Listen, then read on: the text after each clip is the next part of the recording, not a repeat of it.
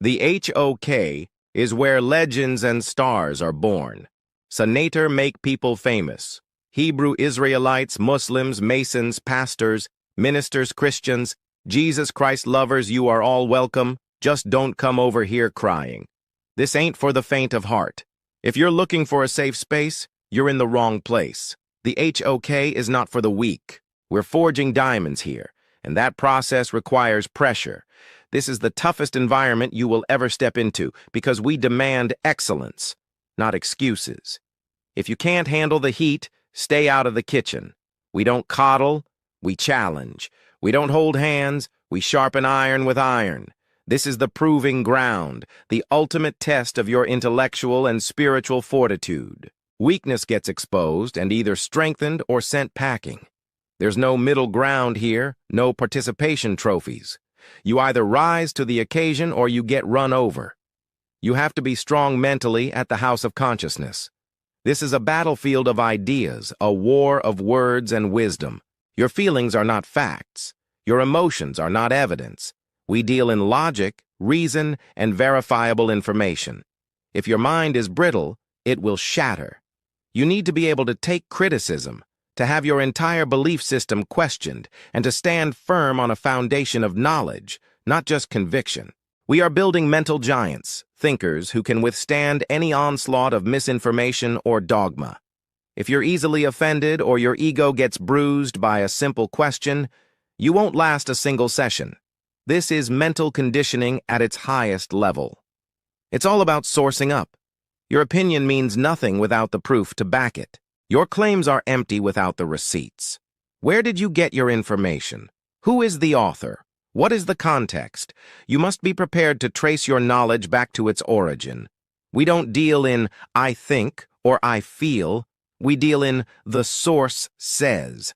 This is about intellectual accountability. Every single point you make must be supported by a credible, verifiable source. This is the fundamental rule of engagement in this house.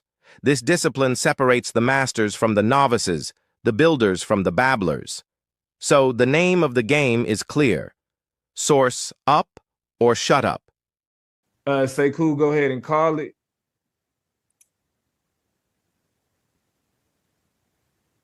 Where you at, Sekou? I'm here, so I'm supposed to call? Yeah, Okay. When I click it, when you see it flipping, go ahead and call it. Head. I should be the head.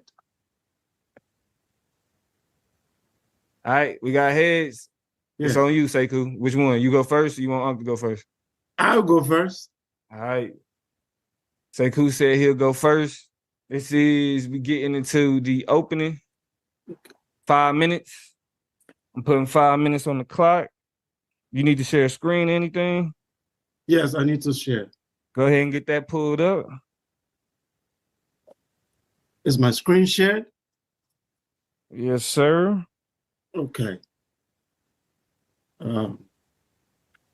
Perfect. So my 5 minutes start, let me know. 5 minutes start now. Okay.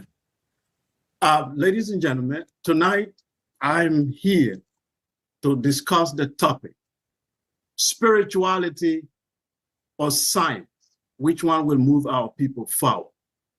And I argue tonight that both spirituality and science are African cultural heritage, and both of them are necessary for our material and immaterial survival. My debate tonight, I'm going to share into 3 parts, because as I will be speaking it 3 times in 15 minutes. So the first one, as you see it in the red, is search for reality and meaning. Here, I will be dealing with what is reality in terms of science, how science approaches objective reality and the reality of our existence. And what does African spirituality say about reality? And meaning, the purpose of a life. Why do we live? And what does putting meaning into life, what does it all mean? So reality and meaning is what I'm going to be dealing with part 1. Part 2, spirituality and progress. So all of this we are discussing is usually about progress. Can we make progress with spirituality and science or not?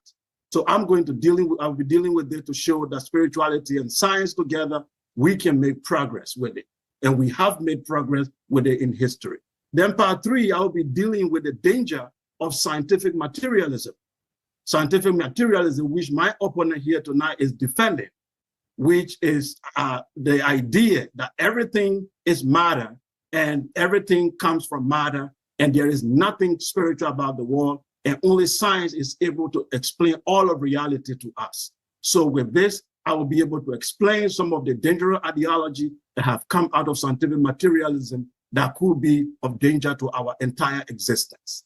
So with that, I go to the next slide to tell you what I'm arguing tonight. I argue very clearly that both spirituality and natural sciences are part of African cultural heritage.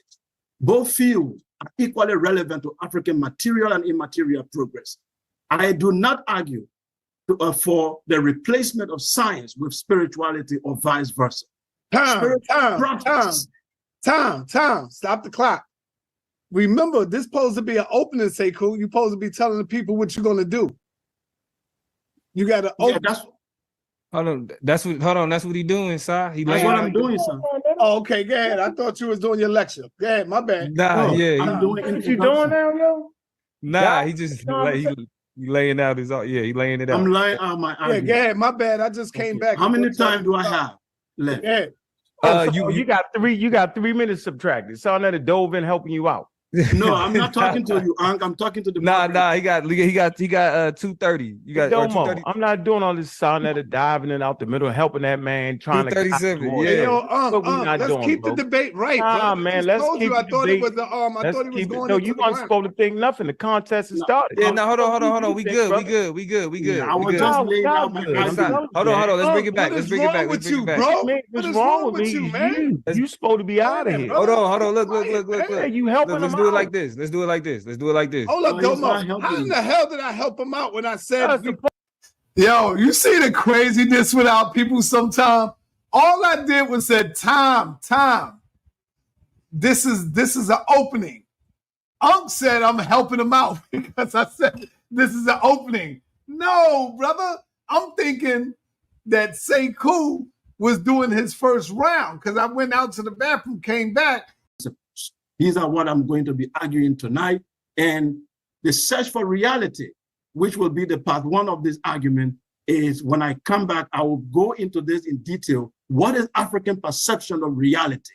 If you've been hearing a lot of misinformation from Ankh, tonight I will be giving you this in a very detailed explanation of what the African perceive as reality, how they came to develop science and their culture, and how that is still relevant today in building, in fighting for our development as a people, in rising up as a people, uniting and fighting for our liberation as our ancestors have been doing, and also progress, because we've built civilization through this philosophy.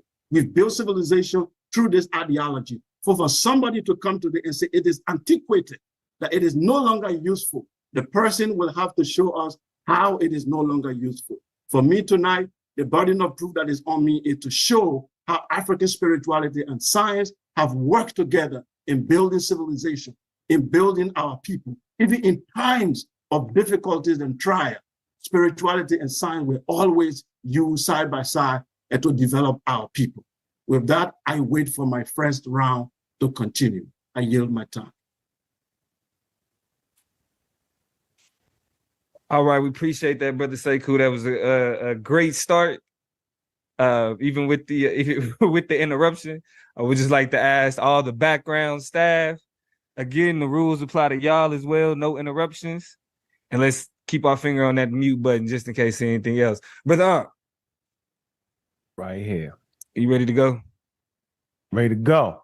All right, let's get it. We got 5 minutes on the clock. Whenever you're ready. When the last time African people actually had African spirituality? We don't know exactly what that is. We're going to make him show us what African spirituality is. He won't tell us. He hodgepodging us right now.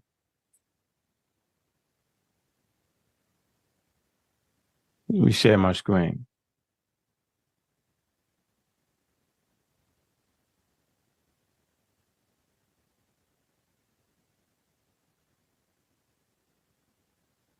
I want to establish some working definitions. I'm going to have to do that because you're going to be all over the place. Talk about what is science. We're going to talk about traditional medicine versus science. This is important. You'll find out. Does religion and spirituality produce positive outcomes? We're going to figure it out. How do we define morality? Is morality exclusive to spirituality? We're going to talk about the dark side of African spirituality. We're going to talk about the scientific view. At the end of the day, we got to figure out where the rubber meets the road. African spirituality seems to be very exclusive to continental African people. And I am remiss to think about the pandemic. And in this pandemic, global powers forgot about everybody else. Meaning, United States, those with high levels of funding and money produced the vaccine, and the other people didn't have access to it. What we realized was that the people that had vaccines were vaccinated at high levels, and the poor, underprivileged countries didn't have enough money and funding to get vaccines, and so they got sick. But guess what, y'all? When they got sick, the pathogen spread to the countries that had the money, that had the vaccines. And these things start to mutate over and over and over again. What we learned is it's a global view. So when you just talk about African spirituality, you're just talking about African people. When you're talking about science, you're talking about the global population. Now, why is we talking about the global population? We're in the midst of global warming.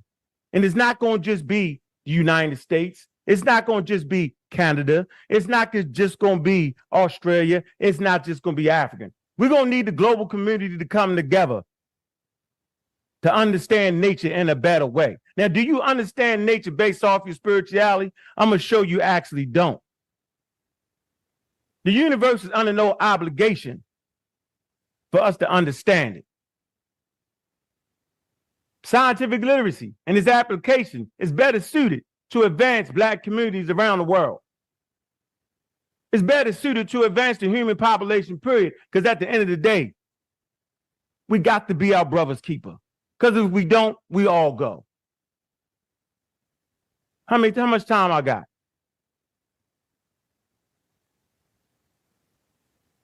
So I'm coming with 209. You got 209. the great Shaka Zulu in the book, Conflict of Minds. Any belief in external power was superstition. And superstition was the personal moral foe. Shaka killed groups of diviners and witch doctors in an effort to free his people from the grip of superstition. He wanted a nation of truly free men and women who needed no props outside of themselves in order to realize the promise of being human. Zulu philosophers whose thinking was reflected in the new ideal of nationhood had evolved out of the stage when they were dependent on religion for guidance, on the establishment of a better society. Religion had been alive in the thousands of years before Shaka. In all these years, he failed to resolve the conflicts of Nata. It forced men to see it as a prop, a prison of the mind, which was used by the strong to entrench their power and not to solve the problems of the suffering humanity.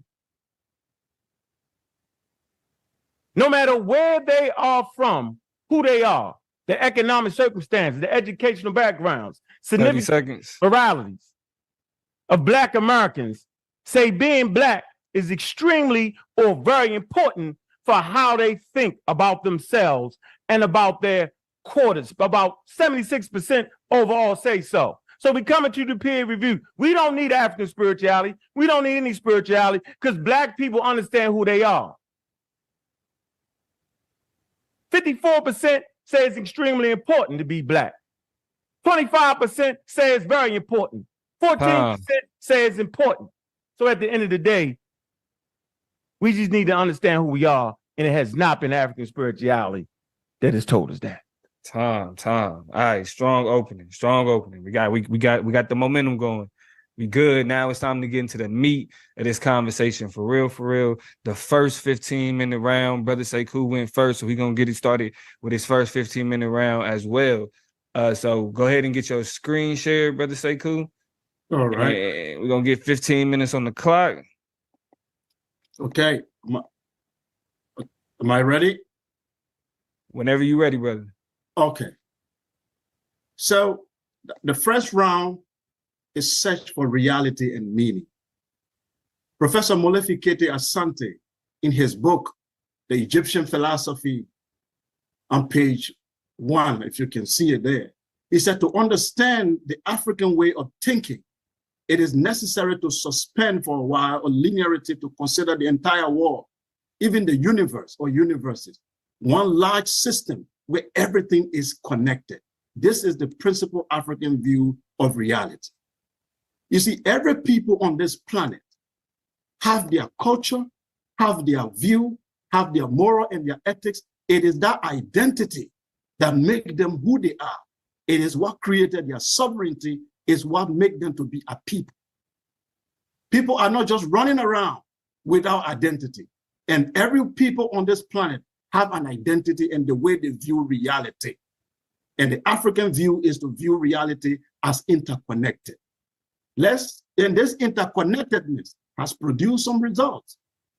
Sheikh Anta Diop told us in his book, African Origin of Civilization, he said, when we say that the ancestors of Black people who today live mainly in Black Africa were the first to invent mathematics, astronomy, calendar, science in general, art, religion, agriculture, social organization, medicine, writing, techniques, and architecture.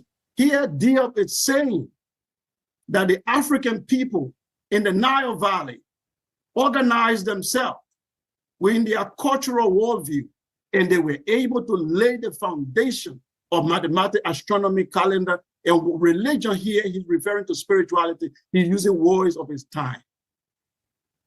If spirituality is incompatible with science, how did Africans then were able to invent scientific principles even while they were still having their cultural spirituality? If it is incompatible, there is no way they should have invented any scientific idea. It's because the incompatibility is actually an imaginary. That's what we're going to look at.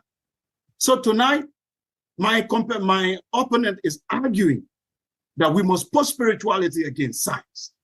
That science have answers, spirituality don't, so we put it in the garbage. Should we?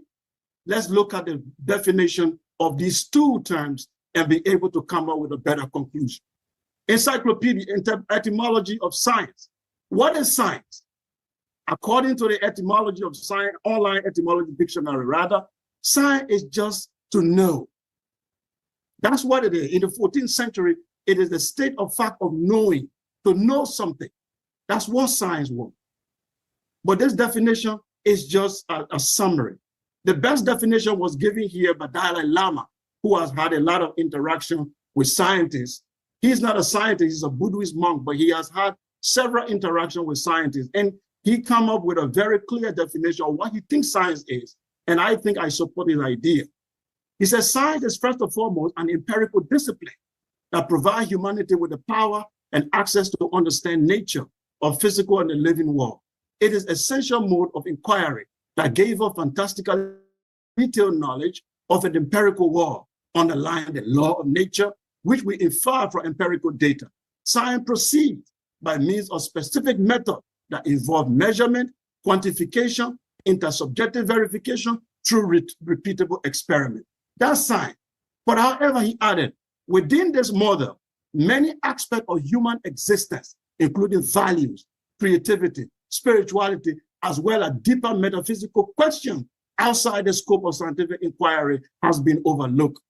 And that's what the problem is.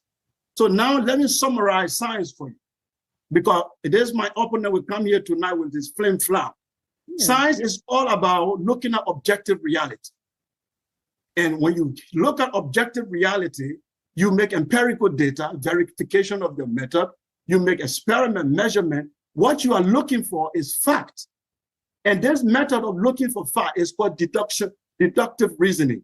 That means you overlook certain things and focus on your theory.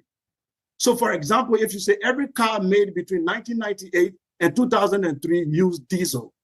So if you find a car that is using petrol instead of diesel, you conclude therefore that it was not made between that period. It is a way of deductive reasoning. But in this paradigm, you get a lot of fact, but facts does not explain meaning. That's where the problem is. Facts does not give you the meaning. So now let's go to spirituality. Here, we would like to hear from Professor John Henry Clarke what spirituality is. Of Jesus Christ. Now, how did it come into existence?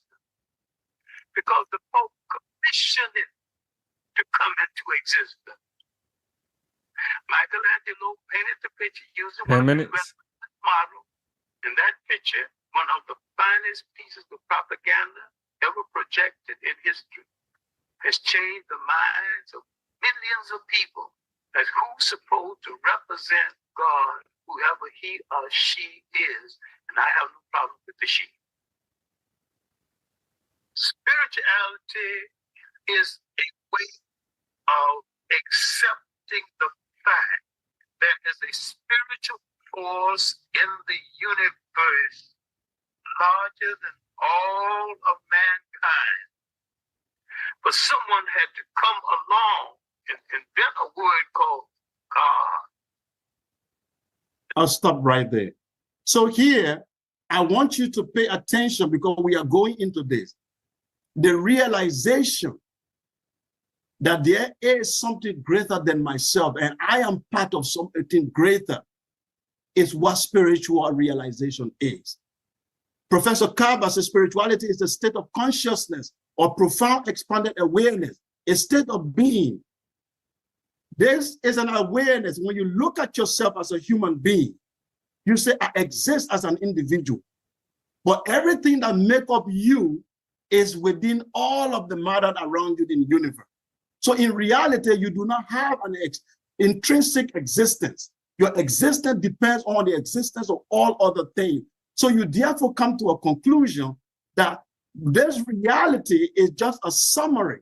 I am part of other reality that is greater than myself.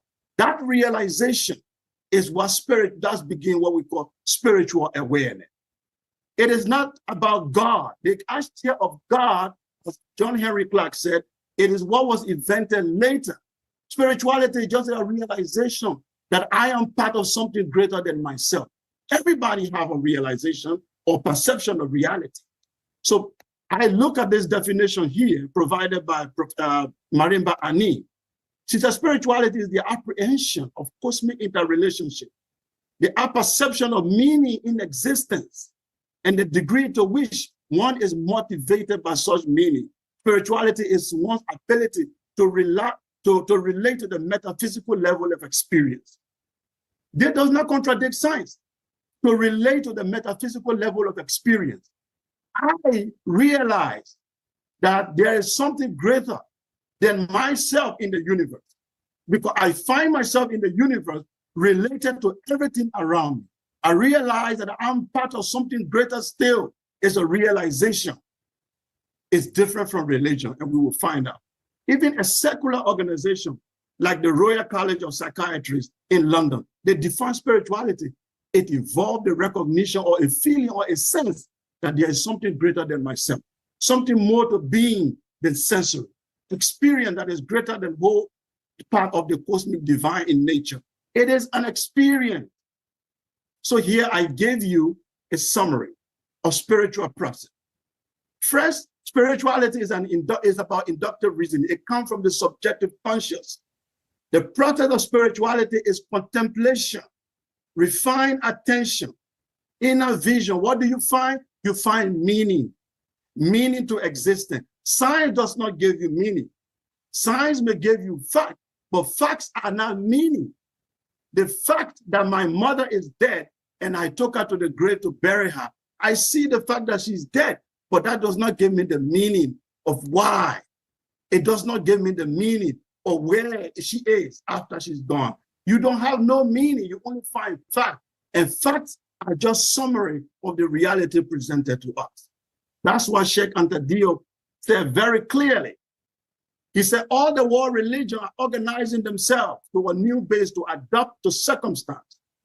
As long as certain metaphysical problems are not resolved, affecting the origin of matter, and not today or tomorrow, even scientists in large number will continue to maintain the religious faith. The origin of matter. 5 minutes. 5 minutes. Okay. The origin of matter is what science has not been able to define to us. They say the origin of matter is the Big Bang. But the Big Bang, as we know it, 13 billion years ago, it came out of the blue and exploded. But we do not know the origin of matter. Where did matter come from? This is where spirituality began to become an experience for people. Here are the questions that spirituality is asking. That I asked Ankh to provide answers to these questions. Then we put spirituality in the garbage. What existed before the Big Bang? Is the universe locally real? Why is the sentience being involved? Is there an intrinsic existence? Was the universe designed from nothing? Do you have an example of nothingness?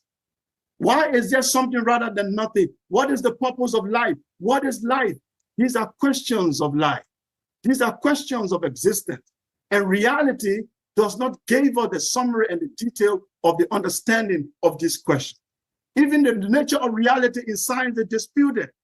In 1935, there's a great debate between Albert Einstein and Niels Bohr about the theory of relativity and quantum physics. What is real and what is not real?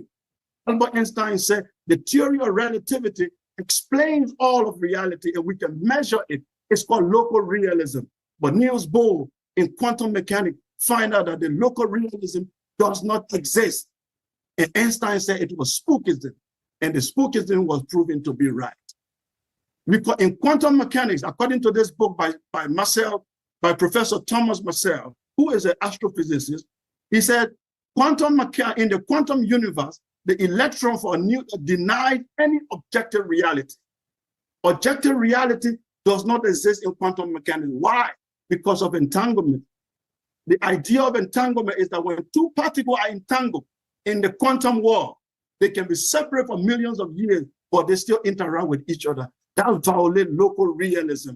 So from there, we can infer that what we look at in the world as reality is much larger and greater than what our five senses can perceive. So we must understand that spirituality that I'm discussing here tonight is based on what we call the epistemology of African worldview. One, the principles of intellectual humility. That's what you find in African worldview. And number two, the cosmocentricity, which means Africans do not believe in a God who descended from space. Their idea of God is cosmos.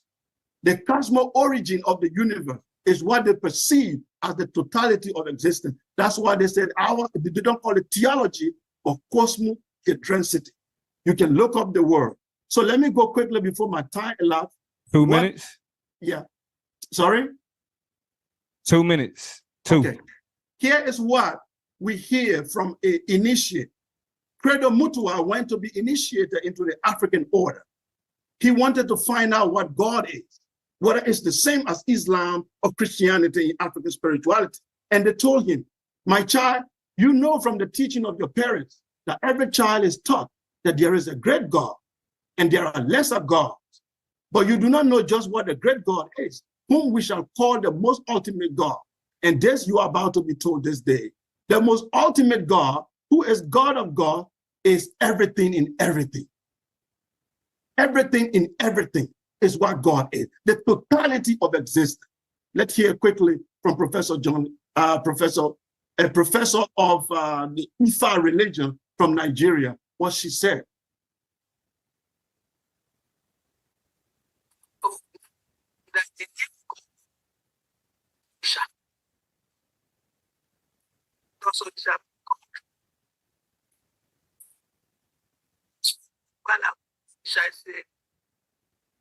Normally, when you have that body, put it together, God, or no, to is shorten it.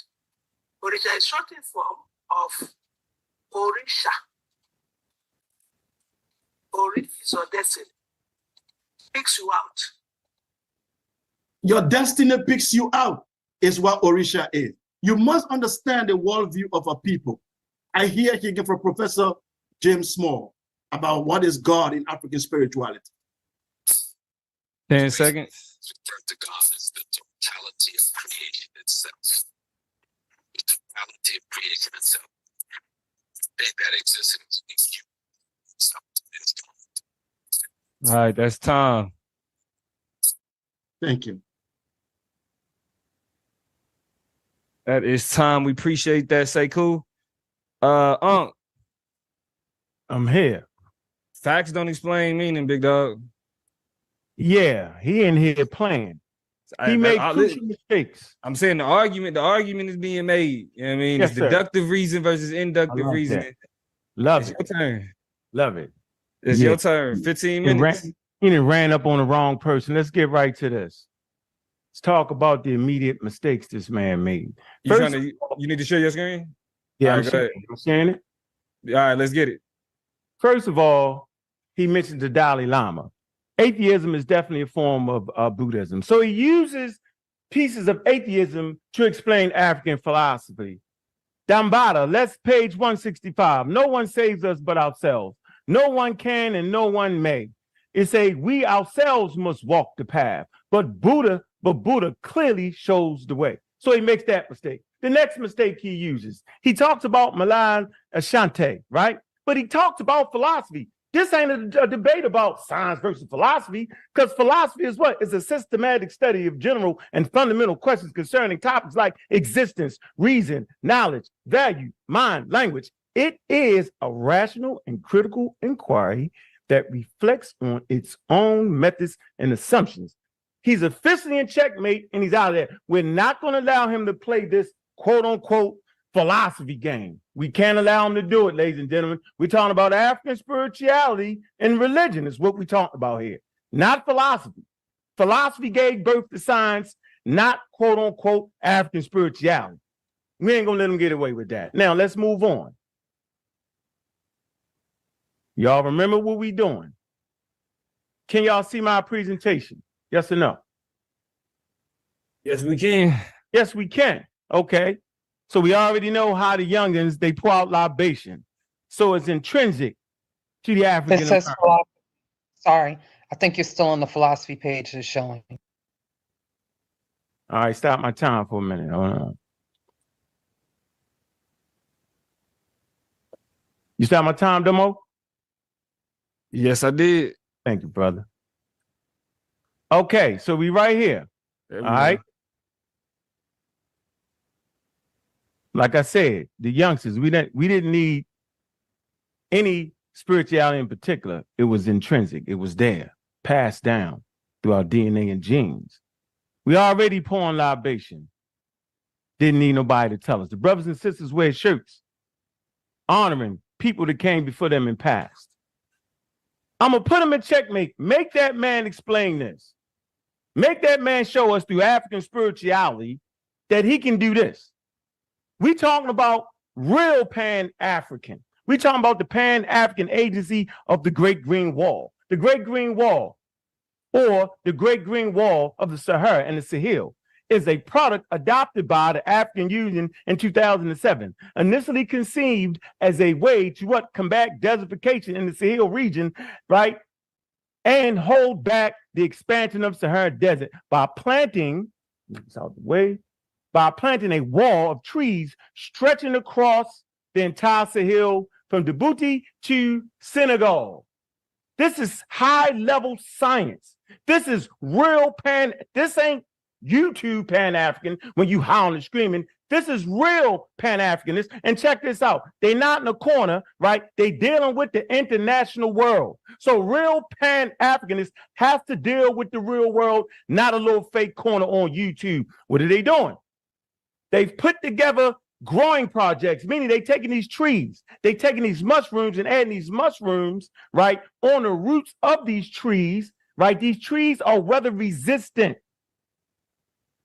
And they absolutely will grow. Guess what? These trees, this green wall will reduce the quote unquote carbon print on planet Earth, not just in Africa. So it's important to understand what real Pan-African is. And they're doing it not through spirituality, not through philosophy, but they're doing it through science. Make him show something better than that. We talked about global warming, right? And the Africans are on the case. Next slide. These are the countries that will be participating in it. Y'all can see it. This is high-level science, ladies and gentlemen. So let's come here and see what this man is talking about. Let's see. Can y'all hear can y'all hear it? Yeah, it's done. We can hear it, but it's low. Come back through the mythology, bro. You never died and know what that is. Yeah. Yeah, they know. Yeah, no one is in the history of humanity. Nobody ever came back unless it was outside of the and explain what that is. So you believe in the negative. No. Believe in the negative. So what's negative about that? The negative about that is to negate the fact that after materialism, that's where everything ends. It don't come in there with that. No, where can I listen to the sister? Let me be. Are you a believer, Sekou? No, I'm not a believer. Now you don't believe. So you're atheist? Never. There's no atheism in my country. Okay. In your So country? you don't believe God can save you? Well, what about you're Okay. You heard it out of his own mouth. He's not a believer. What the hell is going on?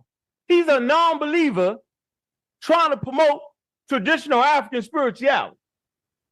I don't understand that. It makes no sense. Let's look on this chart and see exactly what he is. Is it agnostic? Right? Is he that? No. Let's see. Agnosticism. Let's see. How about gnostic? Let's see. Here you go. We see you. We see you squarely fit in atheism. Don't let them trick you, ladies and gentlemen. This is the game they've been playing. 10 minutes. 10 minutes. God. He said he's not a believer. Don't let them trick you because Africa believed in gods. Africa believed in African spirituality. They believed in their ancestors, but not Sekou. We're trying to figure out what the hell is Sekou doing.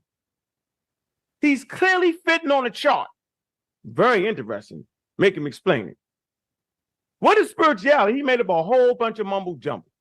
The meaning of spirituality has developed and expanded over time. Traditionally, spirituality refers to a religious process. So you see spirituality as a religious process of reformation, which aims to recover the original shape of man, orientated at the image of God. He said the term was used within the early Christianity to refer to a life orientated toward the Holy Spirit. He's trying to take you back to the Holy Spirit. Funny dude. And broadened during the late Middle Ages, including mental aspects of life. Wait a minute. Watch this part right here, ladies and gentlemen. There's no single widely agreed upon definition of spirituality. Surveys of the definition of the term as used in scholarly research show a broad range of definitions with limited overlap. That's why he can play back and forth. That's why he can make it up as he go, because there's no real solid definition. We all can have our own definition, but we're going to pin them down. What are you talking about, Sekou?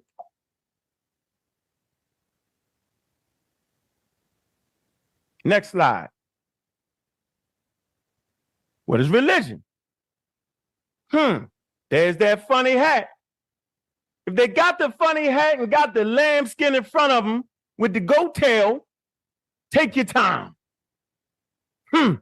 Religion is a range of social cultural systems, including designated behaviors and practices, morals, beliefs, worldviews, texts, sacred places, prophecies, ethics, and organizations that generally relate to humanity in a supernatural, transcendental, and spiritual elements, although there is no scholarly consensus over what precisely constitute a religion. Now you see how they've been flamming for years. On spirituality and religion, there's no real precise definitions. You cannot build a strong community on things that cannot be precisely defined. You can do it personally, right? But not for the whole. Different religions may or may not contain various elements ranging from the divine, sacredness, faith, and supernatural beings or beings.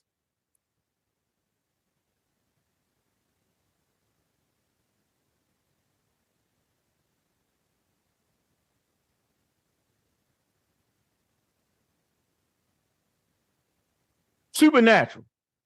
Supernatural refers to phenomena and entities that are beyond the laws of nature. So this man gonna have 2 more rounds talking about beyond nature, beyond the laws of nature.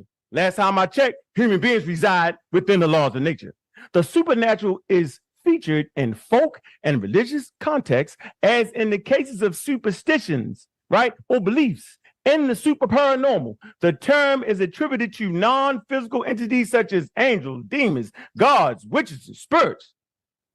It also includes claimed abilities embodied in or provided by such beings, including magic, telekinesis, levitation, prognation, and extrasensory perception.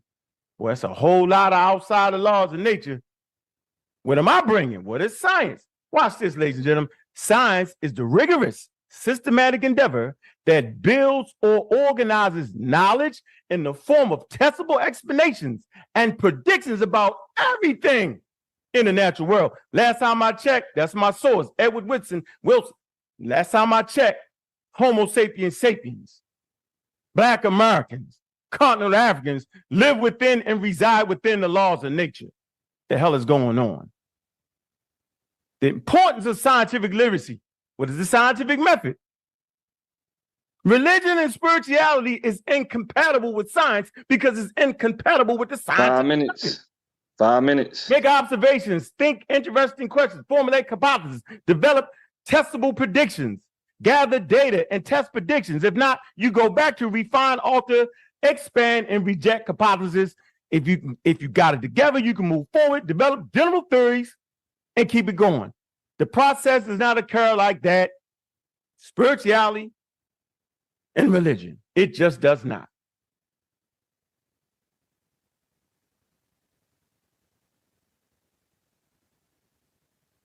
Senses versus science deal with some Neil deGrasse, because we teaching scientific thinking and communication. It seems pretty simple, doesn't it?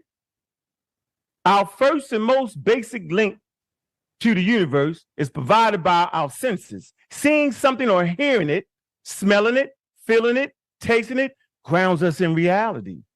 So our senses must be an important part of looking at the world from a scientific point of view, right?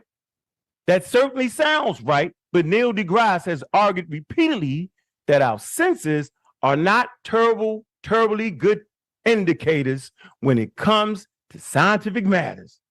This is where the rubber meets the road. This is counterintuitive. Now watch this. Science didn't achieve maturity until we invented machines, mechanisms, devices that either replaced our senses, extended our senses, or became a whole other sense entirely. There are things going on out there that our 5 senses know nothing about. So this is how we can trace the legacy of science by the tools that was created. And we know that certain things just was not achieved in Africa based off of the tools. But there are things that was achieved based off of the tools, not the plier. Excellent spot. Tools, though. Allowed them to be the first observatory on planet Earth. Morality results from what, y'all? A complex interaction of genes and neural processes and social interactions. All organisms have genes that enable them to survive and reproduce. But mammals also have genes to produce the chemical oxytocin and vasopressin, which promotes them to care for their young. This has nothing to do with spirituality, but all biological responses for reproduction. In some mammals, such as humans, the same chemicals encourage animals to form long-term relationships, like bonding, ladies and gentlemen. You're bonding based off of chemicals and to care for each other. That's why you got some mothers that's going through maternity trauma, right? They throw their babies away. 2 Why? minutes. Because these chemicals. 2 minutes. Because these chemicals have been reduced. It's the chemical element that we're talking about. How is morality defined in different cultures around the world? Valuable social practices, such as cooperation, can develop when people care about each other. Early humans lived in small groups around 100 people, but the expansion of groups as a result of agriculture and the development of intellectual ideals expanded compassion, sympathy, empathy beyond people's imminent group. It said eventually ethical theories were formulated that turned care for others into universal principles, as in the doctrines that morality is based on the rights of all people or on the consequences that affect everyone. So we already know, yo, this is a human idea. Our brain is integrated collection, problem-solving devices, adaptations that were shaped by natural selection over the evolutionary time to promote some specific way the survival of the genes that directed their construction. On the left side, ladies and gentlemen, that's Homo erectus. On the right side, ladies and gentlemen, that's Homo sapiens sapiens. You see that large eye bridge on Homo erectus, right? Look at Homo sapiens sapiens. Head behind the eye bridge, there's a large forehead. This is the frontal lobe. This is where spirituality and God exists. Based off of chemicals. Based off of biological processes. Tom. All right, I'm bringing that work. Sekou. Yeah, I'm here. All right, now he shows some material benefit to science. Yeah. He's showing trees being planted and whatnot. Right. You got to come through. You got to come through. Spirituality, 15 minutes. Let me know when you're ready. Okay. Just a minute. Okay. Yeah, I'm ready. All right, we got 15 minutes on the clock. I'm gonna start when you start. All right. Just a second. Yeah, can you start now?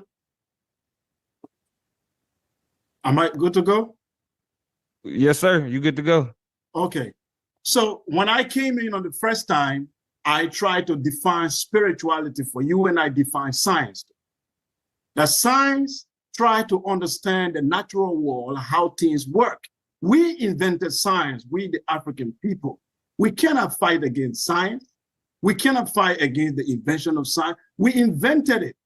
The evidence is in Kemet. The evidence is all around the continent. But what I'm saying here tonight, that spirituality, what we are calling spirituality is, by the way, we are using English language, so we got to use the word spirituality. But we are talking about African worldview. This worldview postulates that this physical universe is matter, but matter has an origin. He came here with his flim-flam. He has not told you anything about the meaning of life and why this matter even exists in the first place. Yes, we can study the natural world and understand the chemicals and what have you, but what we do not understand is the meaning of why we are here and how we to relate with the entire environment around us and what constitutes existence and life. So our ancestors in Congo have what they call their cosmology. And here you find the Fukuyao book for African cosmology. Here they tell you that everything in existence is just one thing. It's one thing that have projected itself in many. What does that mean? It means that everything is related to you. So our relationship with the environment and our people and establishing our culture has to be with the cognizance, the understanding that we are a totality of everything that exists. So here they gave us their worldview. They said in their worldview, there are two ways to look at existence. One, they call it the Nseke, the physical world, the scientific world, where we can analyze things. They do not deny that fact. But they said when someone died, what do you think? You said they went into nothingness. Is it nothingness? What is it? And what is nothingness? Because let me tell you, if you do not answer the question of origin and you don't answer the question of existence, your science will lead to nothingness. Because if you believe everything came out of nothingness, then your scientific approach will lead you to nothingness. But our understanding is that life never ends. It revolves. It's based on what I call the inductive reasoning. Inductive reasoning is not deductive. That it looks at patterns. When we look at patterns in life, we see life, nature coming back and going forth. So we believe then that we are within existence where we are reproducing ourselves. Life does not end, but life continues. But I will go very quickly because of the way time works. It's very, in talking about science, let's look at the various cosmology in Africa and see how it's different from religion. In every religion, you find a God coming and say, let there be light. But there was light, and we don't know where this God comes from. In African cosmology, we find a process of development. That means they have a scientific mind. In Kemet, for example, they said the world started with noon. And out of noon, according to this professor right here, Professor Jan Assmann, I will give you the title of the article later. Jan Assmann said, when you look at Egyptian cosmology, there are two things you would see. One is the intransitive method, and the other one is the transitive narration. The transitive, he said, that's where you see a creator creating, like Ptah. But when you look at the other one, the primordial that came out of primordial chaos, like you have Atum, you find what he called evolution, Kepra. That means these people understand science. They understand that natural things evolve by themselves. But by the same time, they have projected in nature that because everything comes from one source, and that source, we do not know it for sure.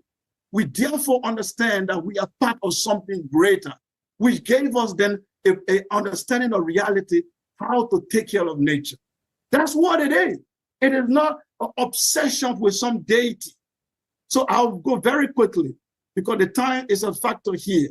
Here what Jan Assmann said is that in the context of Heliopolitan cosmogony, central term is not to create, the Egyptian term, Tijri, but to produce, Kepra, to become, to shape. Kepra refers to transformation, emanation, and evolution. Here is the title of the article, Creation Through Hieroglyphic by Jan Assmann. Evolution, they understood it. So I wanted to clear up the question. It's not a question of being obsessed with some supernatural. Those terms don't exist in Africa.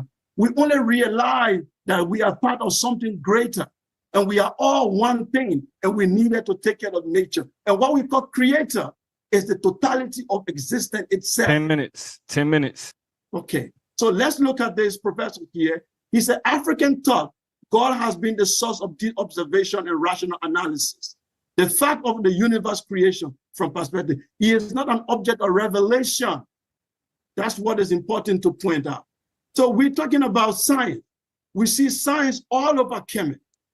Here, a Greek philosopher went to Kemet and he wanted to ask the Egyptian priest, how do you guys do your science and your spirituality? How does it work? Then the priest responded, here it's in Theophilo Benga, in page 126. He said, as for the intellectual life, you observe no doubt what cared the law in Egypt. The universe, our law, has organized all discovery down to divination, medicine, whose concern is health. From speculation about divinity, it has derived human application and supervised the acquisition of all knowledge to generate therefrom. This is it. We have spirituality and we have science. But I have to be very fast because time is of the essence here. Spirituality and progress. I want to understand progress to mean that the present is better than the past. That we must give up our culture because science has evolved, therefore our culture has not evolved. And that is not true. There are people who had their spirituality and they have progressed in science. This is in Japan. I gave you this article before. Here you can look at the source. It's that 87.9 million Japanese practice the Shinto spirituality. But Japan have more than 29 Nobel Prize. Like the video, thumb up the video. Proceed to become one of the greatest industrial nations on earth. Japanese practice Shinto. They pour libation to their ancestors. They respect nature, but they progress in science. So this is what Sheikh Anta Diop told us. I mean, I'm dealing here with Molefi Kete Asante. He said the path to real progress is for us to go back to our culture. We were people that were enslaved, colonized. Our culture was bastardized. If we want to make progress, the first thing is to reclaim our culture. That is the right way to go. By the time you reclaim your culture, you can now talk about moving forward. And Ankh is not against spirituality. Here is this video. When did you change to be against spirituality? Watch this. That about being an atheist or real black atheist. To me, you're a conditional atheist because you're not. Can you turn it up a little bit, Sekou? It's a little low. That you in spirit, you don't believe in no God. It's not clear. That there's no higher. We can hear it, but it's just real low. I got your time stopped. I'm saying you are against the state-sponsored religion from which atheists come out of, blah, blah, blah. So it's really a conditional atheist and stuff. But let me ask you this. I'm trying to ask to straight direct. So are you against African spirituality? Nah, that'd be going against myself, bro. I'm not going against that. Why would I go against? I'm going against Africa. I'm playing this thing with this shit. Ankh said he's not against spirituality. That people getting installed, people having initiation is not a problem. So when did it become a problem, Ankh? When did it become a problem? So here I want to tell you the purpose of African spirituality. It is not a worshipable. Theophilus Benga tells us here. Here you have the coffin text, 1130. It's when Ra said, I created deity from my sweat and human from the tears of my eye. Here is what Obenga said. He said, in this context, it is not a matter of God creating man in the image of other religion and philosophical tradition. Humans are divinities. Human beings are part God, constantly enacting a creative process. Humans are not fallen degenerate creature obsessed with salvation. Obenga. When we say that we are God, it means, or when we use the word God, we are talking about a transformative force in the universe. That's what we are. That's what you are. We own our own destiny to transform. But you insist that we are speaking. Here is Credo Mutua.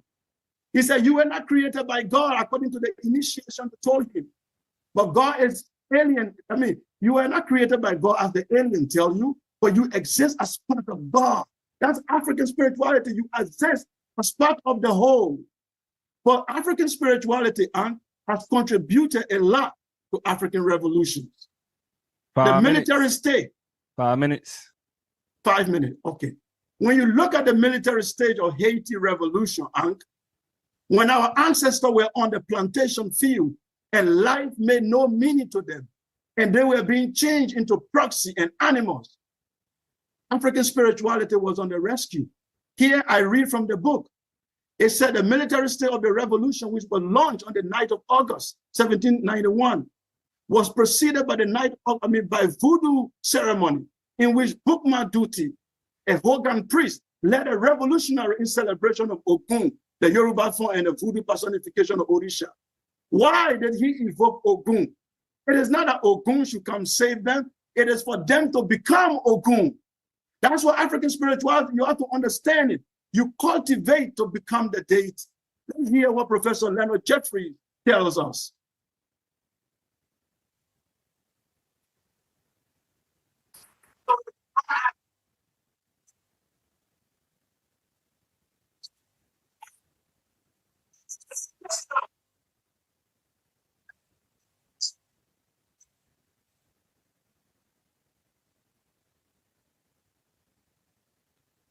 Hey, we don't hear nothing, Sekou. If something's supposed to be playing, we don't hear nothing. It's unfortunate. It said he was talking about Africa, how we need African spirituality to resist the system, Professor Jeffrey. But it's unfortunate the volumes are not coming. This is Du Bois. Du Bois said that on the plantation farms, one of the greatest people who were helping the ancestors during slavery were the voodoo priests. Let me read what he said. He said, at first sight, it would seem slavery completely destroyed every vestige, spontaneous movement among the Negroes. This is not strictly true.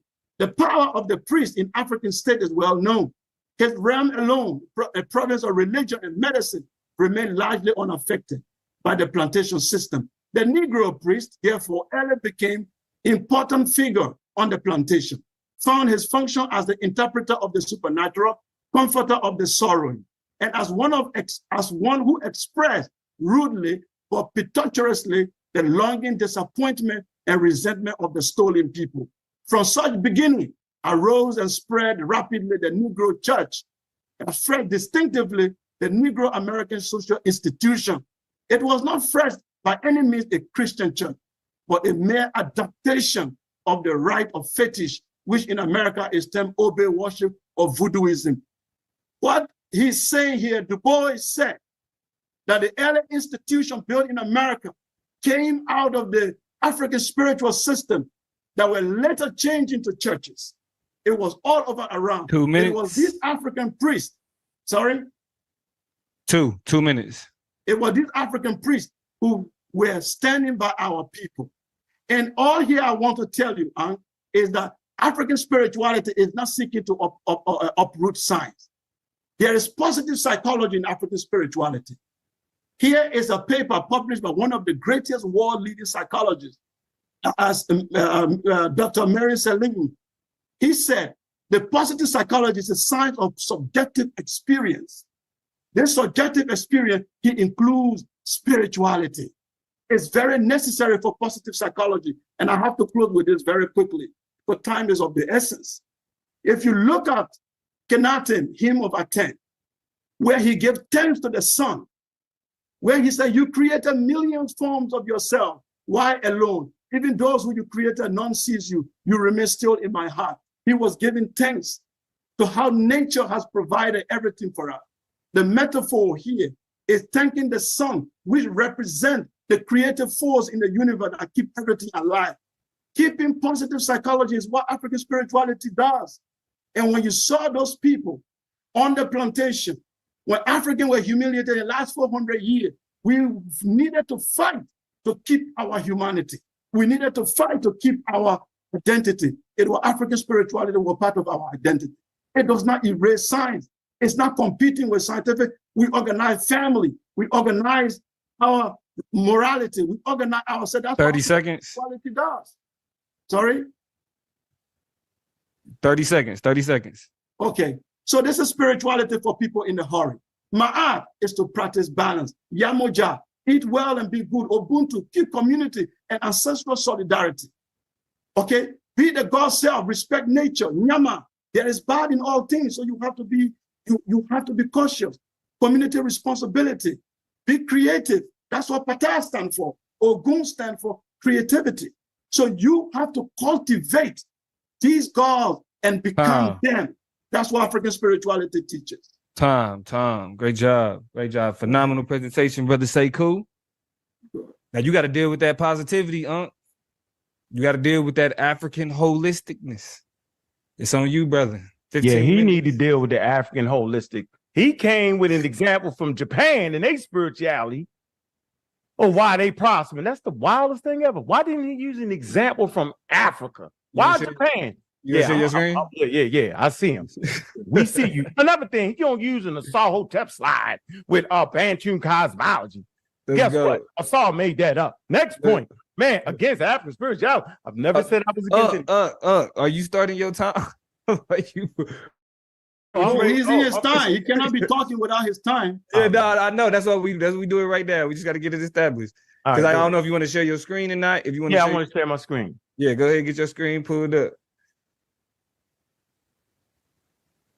Yeah, he using everybody else's work, whatever, man. Look, check this out. So we talked about the Homo erectus on the left side, Homo sapiens sapien on the right side. What they figured out about the Homo erectus is that it died, that particular Homo erectus had died from vitamin A poison. And when it got poisoned, they noted it was dead for a couple months. How did they know? Because it had new bone growth, meaning somebody was there bringing food and caring and taking care of it. So these evolutionary processes we find in Homo erectus. Are you trying to say Homo erectus had religion and African spirituality? Yeah, I dare you try it. Next slide. What was the greatest thing against humans before they left out of Africa? I see you, you see me, I think what you think what I think. Guess what the greatest force was against humans? Not the ecology, it was humans themselves. It was their believing brain. Right here. How religion co-opted the believing brain, the evolutionary origins of religion. Right now, we got some mouth-watering steak on your left, high protein, and we got some grilled lemon pepper wings. Man, ooh-wee. We got that grilled salmon. Little butter, you know what I'm saying? Little lemon juice on it. About now, your mouth is watering. Why is your mouth watering? This is evolution at its finest. The reason your mouth is watering, not because the pictures are real, because the picture sure as hell ain't real. It's just a picture. Your mouth was watering because in evolution, in the green Sahara, in the savannas, right? You needed to get big game, proteins, right? You needed to get sugars, right? So you yearn for these things. So those that had the mutation that caused them to go after the proteins and the salt more often were those that passed their genes on to the next generation. That's why your mouth is watering. That's how. So if you can clearly understand this example of why your mouth is watering from a fake food picture, then you can clearly understand how religion has co-opted those processes. Yeah, we cooking now. Oh my goodness. Do you see? What do you see? You see a box. Guess what? Your mind put the lines there. The lines aren't really there. The same way you think God is such, it's the same way you think the box is there. Once again, religion has co-opted natural processes. Man, facial recognition, patternicity, the slide on your left. Do you see the faces? How about the slide on the right, the top right corner, the face on Mars? Yes, you see the face. How about the bottom slide? Do you see that? Look at the lady, the young kid on the left. The lighter one. Look at the head, look at the sweater. Do you see the face? If you can't see it, look at the slide on the left. You will see a face. Why is it there? They did a study with ducks, baby ducks, right? They seen the face of the mother. They let the ducks go right back to his mother. How? The same way you see a person, I thought I seen him before. You actually did. It's the evolutionary process that allows you to recognize through patternicity and see shapes and patterns to recognize your mother and your father. Patternicity. Now we can see how evolution, how religion has co-opted these natural processes. You see God, you see spirits. A human being will always make the mistake of calling a shadow a human, but will never make the mistake in calling a human a shadow. I'm gonna go past that right here. Now we get into the nitty-gritty, traditional medicine versus science. Why am I using traditional medicine? On the screen here, you see herbs, and you see the pharmaceuticals, right? And you're thinking, oh man, what is Ankh doing? Traditional medicine, right, is based off of spirits. It's based off of wisdom. It's based off of not separating their spirituality from their medical science. You probably call it medical science. I call it serendipity. Serendipity is by chance something works. It has not been through the scientific method. The fix to this would be reaching total synthesis. Julian Percy, African-American, had reached total synthesis. He unlocked the secret magic of plants using science and chemistry, right? He unlocked the quote-unquote chemical processes in plants. There's active ingredients in plants, and you can only know this through science. That's why this medicine works. Traditional medicine, also known as indigenous medicine or folklore medicine, comprises of medical aspects of traditional knowledge that develop over generations within the folk beliefs of various societies. Indigenous people before the era of modern medicine. And say the World Health Organization, the WHO, defines traditional medicine as the sum total of the knowledge, skills, practices based on the theories, beliefs, and experiences. 10 minutes. Experiences of indigenous to different cultures. It say whether explicably or not used in the maintenance of the health as well as in the presentation, diagnosis, improvement, and treatment of physical and mental illness. Traditional medicine is often contrasted with scientific medicine. African magic, divination, and sorcery. Traditional African medicine is a range of traditional medicine disciplines involving indigenous herbalism and African spirituality, typically including diviners, midwives, and herbalists. Practitioners of traditional African medicine claim largely without evidence to be able to cure a variety of diverse conditions, including cancer, psychiatric disorders, high blood pressure, color, most venereal diseases, epilepsy, asthma, fever, anxiety, depression, urinary tract infections, gout, and healing of wounds and burns, and even Ebola.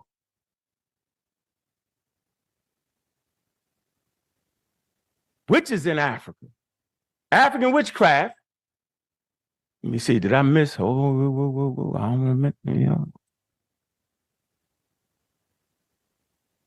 African witchcraft is a multifaceted phenomenon, right, that manifests differently across the continents, diverse cultures, and regions. It encompasses various beliefs and practices ranging from beneficial association with traditional healers, medicine, right, who use natural remedies and rituals for healing, and guidance to harmful connotations of evil witchcraft, blamed on causing misfortune. These beliefs often play a significant role in shaping social dynamics and can influence how communities address challenges and seek spiritual association. Wait a minute. We've seen witches before. Witchcraft, Salem Village is engraving. The central figure in this 1876 illustration, right, of the courtroom is usually identified as Mary Welcott. She was identified as a witch. Why is Africa still believing in witches? Let's get back to the medicine. This is the point I was making. I'm bringing it home. Ancient Egyptians did not have a clear dichotomy. This is the word that we're talking about. They did not have a clear dichotomy from their proto-science. I use the word proto-science, and their African spirituality. A clear dichotomy between both medicine and magic. They considered health and illness a result from a person's relationship with the universe, including people, animals, good and bad spirits. It's a bad spirit and why he's sick. Very interesting. Journal of Science. Let me prove my point. Let's just move down right here. The spells of the versal side and 2 indicates in case 8 and 9 are the exception. So right here, the versus side consists of 8 magical spells and 5 prescriptions. This is the Edwin Smith Medical Papyrus. They hadn't quite separated their African spirituality from their medicine. They didn't do it. The Egyptians were getting close. But you see, imagine having a prescription in the doctor's office. You read the prescription, and on the back of it say John 3:16. What the hell is going on? Traditional Chinese medicine, TCM, is alternative medicine practices drawn from traditional medicine in China. It has been described as fraught with pseudoscience, with the majority of its treatments having no logical mechanisms of action. But guess what they did? Alongside traditional Chinese medicine, they got high level medical science, evidence-based medicine. How we know? Because they produced and developed their own vaccine. They know the people is ingrained with their quote unquote Chinese spirituality. It's big business, right? But guess what they did for the people? They developed evidence-based medicine beside it. You see somebody walking around with them burns on their back, well, that's that Chinese medicine. What is evidence-based medicine? Watch this, ladies and gentlemen. Evidence-based medicine is a conscious, explicit, and judicious use of current best evidence in making decisions about the care of individual patients. The aim of EBM is to integrate the experience of the clinician, the value of the patient, and the best available scientific information to guide decision-making about clinical management. The term was originally used to describe and approach the teaching the practice of medicine and improving decisions by individual physicians about individual patients. Decisions about individual patients. Clinical expertise, patient's value, and best evidence, man. They integrate these things. Very important. The world is moving forward. We need high-level evidence-based medicine in Africa. This is why we need high-level medicine in Africa. What round we in? Domo? Round 2, right? Yeah, this is the second one. Oh, okay. So let me stop right here. Right? You got 344 left. Oh, I got 344. Let me look y'all in y'all damn face right now. Damn is not a cuss word. Listen, man. I've never been against any spiritual system. I'm simply saying there needs to be a clear dichotomy between science and supernatural things. Human beings reside in the natural world. So if you reside in the natural world, you best be understanding the natural world. So what's better for Black people globally is science, scientific literacy, financial literacy. Why is scientific literacy best for Black people moving? Because the world, the foundation of the world is based off of what? Scientific literacy. You sit back on the green Sahara, the first thing you do is what, ladies and gentlemen? You survive. You learn how to hunt. You develop tools. And after developing tools, and after having enough food sources, then you look at the tool and say, hey, man, we have developed the axe. Let's make it a symbol. Nile Valley Africans called the axe what? Neter. So what predated the spiritual symbol of Neter was the damn axe. Why? Because with the axe you can hunt. Why? With the axe you can protect your people. Why? With the axe you can build a house. Food, clothing, and shelter was first. Then you introduce, quote unquote, African spirituality. We can actually look in the fossil record and tell when humans start to really get spiritual, right? And start to get real religious, and it start to culminate in the Nile Valley, right? It start to culminate in other parts in Europe. We can clearly see it. We can clearly look at the rock art. We can clearly see figures with animal heads and human bodies. This is when they start to do it. We can clearly see pictures, rock art of buffalo with quote unquote holes in the wall. Why? Because you gotta kill a buffalo, right? Or the daggone bull on the goddamn wall first. Why those types of superstitions? Because hunting is hard. Kill it first on the wall. It might be easy to kill it out there, ladies and gentlemen. You used to the market. They ain't have markets then. I'm gonna end with this. Superstitions. Humans will enact superstition, right, when things are hard. If you ever watched a baseball game and seen a batter come up the bat, he does all kind of stuff. Tap the plate, adjust his gloves. He does all that. Why? Because you fail at hitting. If you hit 75%, yeah, my fault. If you hit 250, right, out of 100, you can be in the Hall of Fame in baseball. But you failed. You failed. How about when they go out in the field? When they go out in the field, they do none of that. Why? Because people are getting golden gloves. They do not have to enact superstition. No more different than when you watch your favorite team and they happen to win the Super Bowl and you got your shirt underneath of it, you're going to wear that shirt all the time. Superstitions. There's a lot of superstitions in Africa, right? Because they're moving in the right direction now. We say, Sekou is bringing the people. They ain't doing that no more. We're going to find out in that third round. Where is the younger people moving? Are they practicing African spirituality? He still ain't explained to us what his spirituality was. He's playing that wild game. He's talking about Christian spirituality. He's talking about Islam. I ain't heard him talk about traditional medicine. In the culture, the spirituality is called traditional medicine. Never heard him use that word. How much time I got left? That's time. Oh, I'm on it. I got you. Time. Perfect timing. Put me in the game, coach. Yo, so we transitioning on into the last part of these main rounds.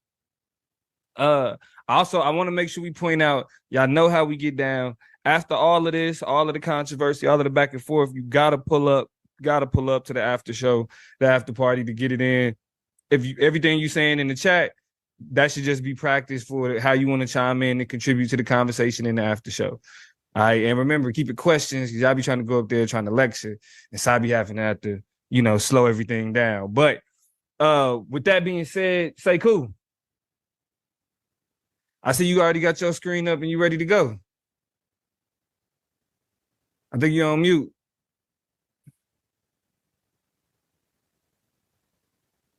You're on mute, Sekou. I did define spirituality very well in the beginning. I said it is the awareness that the universe is greater and larger than what our five senses can detect. And because everything comes from one origin, this origin that we cannot objectively know, we have not scientifically known the origin of matter. So spirituality postulates that everything is everything and everything is one. Therefore, we must live in harmonious balance with nature, how to organize ourselves, how to look and treat each other, and how to look at nature, and how to venerate even the forces that make our being. I explained it. But he went to Egypt and he said, they didn't make a dichotomy and they did not understand spirituality and science. This is the Iber Papyrus. The Iber Papyrus, I'm taking it from Theophilo Benga now, page 371. And when you read, there are three practitioners that are mentioned here. If Dr. Sinu, a doctor practitioner is mentioned, then a priest of segment, a surgeon is mentioned, then a magician is mentioned. They mentioned three different practitioners in the Iber Papyrus. And guess what they said there? They said in the secret lore of the doctor, the knowledge of the heart movement, and there are vessels inside that lead to each chamber. Those when a doctor or a surgeon, a priest of Kemet, or an exorcist places his hand on his fingers or his head, at the back of his head. So it's a long read. They are trying to describe how to diagnose a patient with a heart problem. And the doctor is speaking and how even the surgeon, a priest of Sekhmet, also supposed to be a surgeon. And the magician is distinguished, but all of them need to learn science. They gave you three names. If they don't know science, if they mix it up, why do they have three names, Ankh? That's just that for you. Very quickly, I will give you here. Here is the Rin Papyrus. They have terms like tete acet, correct method. This is mathematics. You have people who don't know science. You are putting out traditional medicine. Science has a humble beginning. If some people still have understanding of how natural leaves work, you just show the Chinese. You said the Chinese got their culture. They still practice the traditional medicine, and then they have the modern medicine. You make my case. Why do you want to throw your traditions and your values away when everybody got theirs? Now here, objective fact. They have it in Kemet. It's called Het. They have secret and mysterious things. They also have a word for it. Then you have your Re, to know, to understand, knowledge. They knew the difference. They just understand the world in a very much elaborate way that you are trying to do the deductionary approach to life. That's what it is. You did not tell her what life is. You didn't tell her the origin of matter. You did not tell her what is the purpose of life. These are things spirituality engage. Meaning of life. I said it from the beginning. You just hear talking about green tree. Now let me move quickly to scientific materialism because the time is of essence here. So scientific materialism, ladies and gentlemen, it is the assumption that the final analysis of matter, as can be described by physics, is governed by the laws of physics. And that's all there is. According to this view, we will hold that psychology can be reduced to biology, chemistry, to physics, and all these constitute scientific knowledge. But the reality is, anybody that tells you that they know the origin of matter or everything in nature is what we see is a philosophical position and a metaphysical position, because nobody can tell you, not even science can tell you for sure what the origin of matter is. That's why science seeks for meaning. Spirituality seeks for meaning. It is not contradicting science, but we have a problem because you see, science can be misused. Science has been misused. And some of the greatest error we are in today in life are materialistic scientific approach. We do not try to engage the actual meaning of life in order to coordinate science. Here is a letter written by Albert Einstein, sent to the President of the United States in August 1939. In this letter, he told the President of the United States to go to Congo and get uranium to build a nuclear bomb. This was 1939. Few years later, in 1945, America unleashed a nuclear bomb on Japan that led to the death of millions of people. Even as we speak today, the world is under threat because of this invention of the nuclear weapon. Do we remember Einstein now for this evil that we have on the planet? Or should we I am not against the understanding of how the atoms work. But when the scientist does not have a moral compass and does not understand the spiritual nature of life, he becomes in danger to himself. That's why the planet is in danger. You did not speak on that. Here, did you know in 1950, 10 minutes, 10 minutes. BBC article, did you know that there was a project in America called A119 that the US wanted to snook the moon? These are materialists. Nature is all there is. There is no higher force that we are all part of. Let's do what we can. They created a nuclear, they wanted to nuke the moon. But Ankh, are you aware that a report by IUCN that due to industrial activities, thousands of species on this planet have disappeared because of science and industrial activity that have taken place in the last 50 years? How did science not know that we were supposed to protect the environment? Over 983,000 reptile species disappeared. Amphibians, birds, they have disappeared due to industrial activities. Have you also know, this is a picture from NASA, the global temperature that's rising, the ice is getting warmer, the sea level rising, all due to our activities. And you will say, just human activity, not its industrial activity. This picture I'm showing you are very important. They come from the UN Environment Program. You can Google it. This is from Nigeria, the Ogoni land. There is a company called Shell that you know about.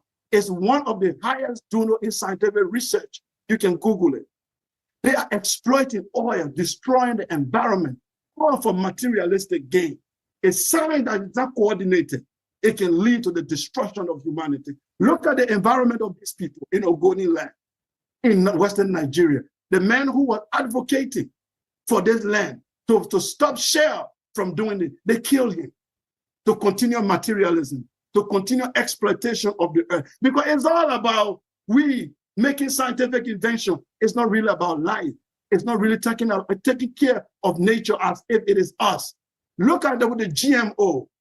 A Nigerian scientist wrote an article to the Nigerian government that they should not, because Bill Gates, when there are other people, they want to introduce the GMO. But the GMO, they say it's science. We can increase production of food. Okay, that's fine. But this lady wrote during her research that the GMO leads to a lot of disease. She mentioned it. These diseases, she said, health risk include infertility, immune problem, accelerated aging, problematic insulin regulation, stomach problem, reduction of digestive enzymes. This is caused by GMO. And guess what? When you go to this supermarket, people will tell you, look at chemicals. He was showing you chemicals. He said, this is science, this is invention, but millions of people are dying, because the science is based on materialism. It's not focused on the holistic well-being of humanity. Let me show you here. This is an EU report in 2013 that almost all the countries in Europe have banned the GMO. But the GMO is scientific invention. It was supposed to be good. The article said the same year, 8 countries banned the cultivation of GMO, including Germany, Austria, Bulgaria, Luxembourg, Poland. Why would they ban GMO? If scientists know everything, if they think that they are having our best interests at heart, but you know what, Ankh? It is the industrialists, the capitalists, they are funding this research that did not lead to the good of humanity. That's why we are saying that spirituality needs to be included. Ankh, do you know this picture? This is an artwork by Patricia Piccini. It is based on the National Geographic article that was posted in 2017, the human pig hybrid created in the lab. According to this report, scientists have a good heart. They said they want to invent something that will be able to help or to harvest human part, because people are having heart failure and all of that. But they've gone an extra length. They want to create a half-breed. In fact, they have already created. In 2017, that was the first. This is published. You can read it. They have created a hybrid animal and pig, which will now be kept and be killed each time they need an organ to have it. Now, yeah, we all need organs, but how do you feel on the morality of it? That we will now create creatures that look just like us. Then we can murder them anytime we want, because 5 minutes. it's scientific progress. 5 minutes. Look at this creature lying down, because they've already created this, by the way. It is not in pictures, it's in secret. This is for National Geographic. They are creating creatures that have human, have pig, have beast to be killed. Where is the morality? Where is the ethics in science? This is what we are saying. Spirituality is not there to go against science. You are showing witches. You are showing. Why didn't you show the scientific progress in Kemet? Why do you pick up YouTube videos about some people in the village living rural life that cannot afford modern medicine? You show them with the kind of medicine they are using without even sources. Then you say, this is modern and this was old. That is quack scholarship. Very quack. You should be able to show the scientific progress of Africa as well.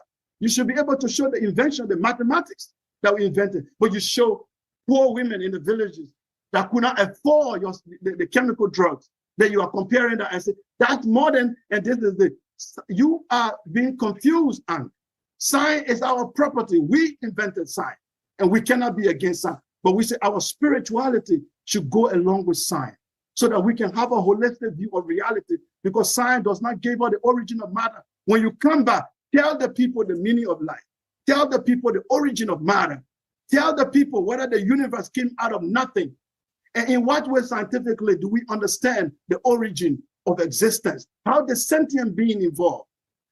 Our subjective consciousness, where spirituality comes from, this subjective consciousness is another part of understanding reality. Because the truth is, our consciousness is subjective. But this consciousness is where all information comes from. And our consciousness, we realize that we are part of something greater, that everything around us is part of us.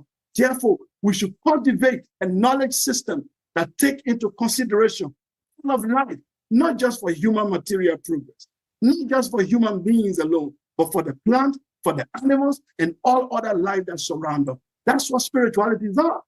That's your understanding of putting it against science, showing poor women in the villages is a backward way of viewing it. You have been I will even find a word. You have been a pseudo killer who has actually invented pseudo approach to looking at other people's life. And it's very important I end with this slide. It's that the purpose of all human life is to achieve a state of consciousness from bodily concern. Man is to become godlike. That means with responsibility, through the life of virtue and cultivation of spirit, through scientific knowledge, practice, and bodily discipline, to free the spirit, control the senses, and reward the will to be a clear insight. Make your life a subject of intense inquiry. In this way, you will discover its goal and direction and destiny. 2 minutes. We are in this existence together. Sorry? 2 minutes. 2 minutes. That's very good. And you need to understand, and I'll go back to a very important slide that I jumped over earlier. And one of your videos, because you make a lot of wild claims about Black people culture. You said you changed your name because when you studied Egypt, they gave you the name Ankh. And now you are scientific literacy, you pick the name Bobby. I don't know how you join these things. Bobby is the name of a white man, Robert Peel, who happened to benefit from slavery. And because you think being scientific now means you are going back to a name called Bobby, how does that just describe your cultural identity? How does picking a name, Robert Peel, which is a white man, that even means police in London, and this guy, Robert Peel, his father was anti-abolitionist. You give up the name Ankh, a name of a great king in Kemet. So this is you, the Robert Peel versus the Ankh, because you think somehow you have achieved some intellectual prowess by becoming an atheist. But what I would tell you, Your atheism does not explain the meaning of existence. It doesn't. And you are part of 30 seconds. How many seconds? 30. 30 seconds. Okay. So I want you to understand, stop teaching the people that taking their cultural names, identify themselves with their cultural reality, makes them to become pseudo. These are forms. You are the pseudo killer with a pseudo name, spreading a pseudo philosophy. I will end and I yield my time. Tom. All right. Sekou ended with some body shots. Sekou said he gonna close this one out with some body shots. Told him don't do it. All right, man, it's your last 15-minute round. 15 on the clock, whenever you're ready. Get your screen share. The hell is going on with Sekou in there?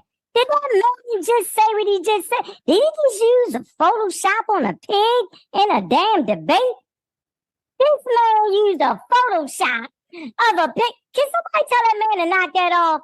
A Photoshop? In the middle of an intellectual gunfight? Man, you wild for that one, bro. A daggone pig with a human face. You out of there, bro. Let me just move this along real easy. I can't believe he did that. Oh, he photoshoppers. Man. Let me do this real quick. Let me get him out of here real fast. I got to move this quick. I cannot waste time. He did so much wildness.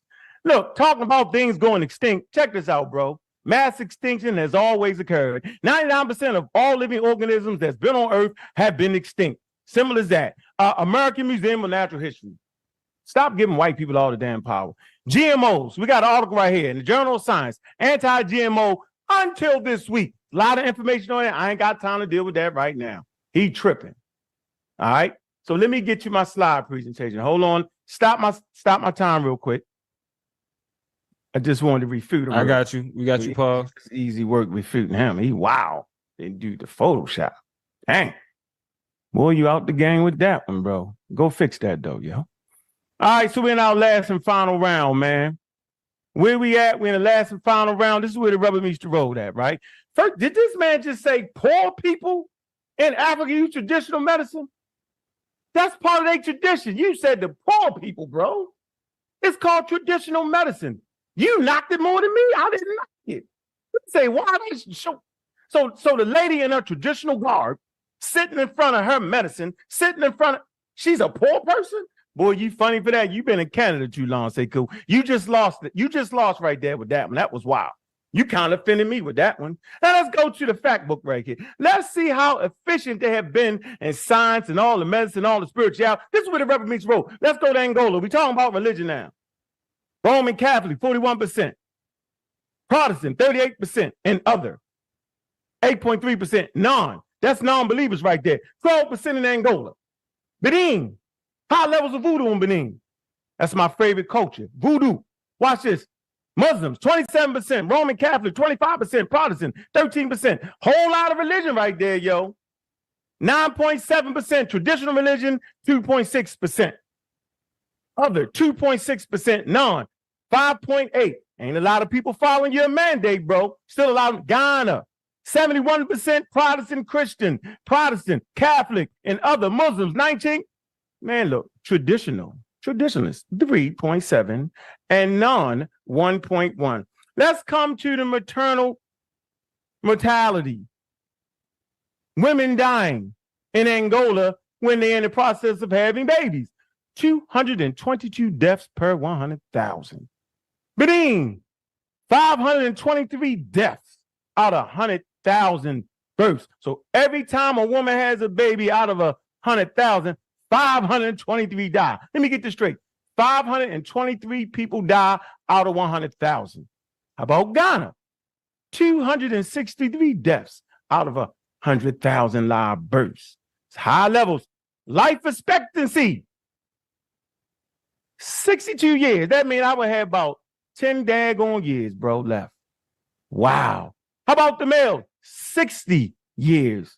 Female, 64.65 years. You know females live long. They be getting on your nerve. You know how your wife and your girlfriend, they be woo-wee.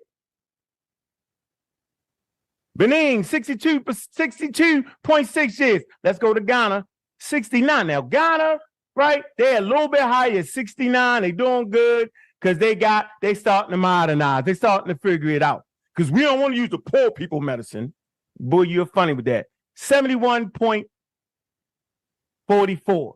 How about major infectious disease? Oh, my goodness. Very high in 2023. Hepatitis A, typhoid fever, dengue fever. What the hell is that? That's not a cuss word. Malaria, rabies. Let's move down to Benin. High levels of infectious disease, bacterial, protozoal diarrhea. Did you know that diarrhea was the #2 killer of continental African people? Did you know that? Hepatitis A, typhoid fever, dengue fever. They got fever we don't even know about. Ghana, high levels. Man, bacteria, the same thing. Let us move on. That's why you in Canada, bro. Because in Canada, they got one of the highest life expectancy. You's a funny guy, man. You's a funny guy. Total population. Look, the life expectancy rate is 83 years. How about America? 80 years. Males and females, 78. Females, 82. The percentage is 80 years. How about India? They still practice their religion at a high level, 78, 79%. But it ain't help them because they still live 67%, 65, 67 years, 65 years, 69 years, and they got high levels of 10 minutes. disease. 10 minutes. Man, this is where the rubber really meets the road at, yo. We talking about high-level medical science, yo. We reduce all of that. Stop the babies from dying. How about the mortality rate for women? Only 21 deaths per 100,000 in America. How about India? 103. Well, in Canada, we're talking about the infant mortality. How many babies die per 1,000? 4.3 only die. Yeah, they got to get that thing right, man. I don't know what you're talking about. You're playing. The dark side of African spirituality.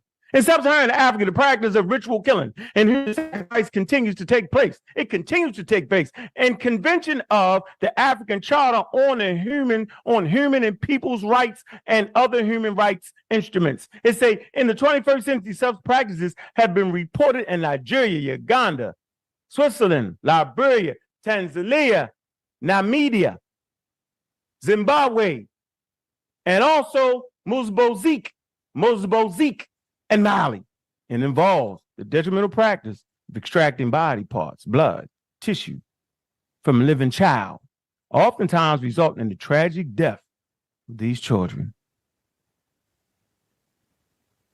who are oftentimes kidnapped for these practices. Child sacrifices in Africa originated from the belief that man is limited in power, while spirits have unlimited power. By appeasing the spirits, one can tap into their power. He always talked about spirits. He always acting like witches ain't part. All that's in the game. Matter of fact, I'm not just banging on Africa. That picture right there at the bottom is from America, ancient America, where 140 children were buried because of the rain wouldn't stop raining, but a little science and meteorology would have known that it was the El Nino effect that was causing the rain. And there was no power in killing the babies. Let's see what he says about that. Did he lie about it? Let's see. African culture and tradition contains spirituality, all of it. Good, thank you. So now I want you to answer why is it that we have certain African cultures who would stuff babies with dirt and bury them because they thought that they were abnormal. Right. Is that moral or spiritual? Yeah. So just like any other culture, there were cults. People build some cults. And when they build cults, just like even atheists have cults, people build cults in societies for various reasons. So they have this equating this with atheism. You just said atheism was a cult. You know, I said atheists can have cult. African spiritual systems, whatever. No, the African, what you call, that's what I'm trying to explain to you, that there are Africans who, very few culture that had that, they were the cults within the culture that were doing that particularly for their own esoteric reason. It was a cult. That's fine, but it does not explain anything within the African spiritual philosophy. It was just a cult. Yeah. No, it wasn't. It's part of a lot of African traditions. Matter of fact, it's part of the human population traditions. They just have modernized their spiritual system. They don't do it. Just like slavery. African slavery, European slavery, it's all deemed as barbaric now. Human sacrifices with the great kings in Egypt, the first dynasty, the Nubians. They buried human beings with the king, whether they gave them poison or slit their throat. All over the world, human sacrifice was raw. Christianity has evolved to the point where they still got the human sacrifice, but they act like they killed them. They act like God or somebody sacrificed them. But sacrificing is part of man's older traditions. What I'm saying is Africa has to transform and evolve out of that. I'm not banging on Africa. I'm saying human beings, period. Let's move on. He said some of them. Let's see. The Mengi is a traditional belief amongst the Almatic-speaking Kamaro and Hamari peoples of southern Ethiopia that children with perceived and true physical abnormalities are ritually impure, and examples of perceived abnormalities include top teeth erupting before the bottom teeth, 5 minutes. Born out of wedlock, 5 minutes. are also considered impure and therefore capable of bringing curses upon the people. So we're talking about it took the Italians during colonial period to come in and make that practice illegal. Secretly, right now today, over 635,000 people still practice this tradition. A little bit of understanding about dental science would stop that. A little understanding about the human body would stop that. Not blaming nobody. I'm simply saying, how about the albinos? Persecution of people with albinism. Right there on the screen, you see the prevailing myths. Albinism is a curse from the gods or from dead ancestors. As a result, contact with a PWA will bring bad luck, sickness, and even death. That's the same thing with the babies. And bad luck, they superstitious. We gotta move them out of that. Y'all see the myths right there? I ain't got time to read them, but they definitely killing albino people thinking they can get special power by using their body parts. Don't mess around and get a bag of some quote unquote albino juice. Let me stop. I'm doing too much. Modern human advances centered around science and technology, ladies and gentlemen. Advancements in modern medicine, safe and effective vaccines will lower that high rate of infectious disease. Like Sekou said, the poor people use traditional medicine. That was a wild statement. Modern cities and infrastructure.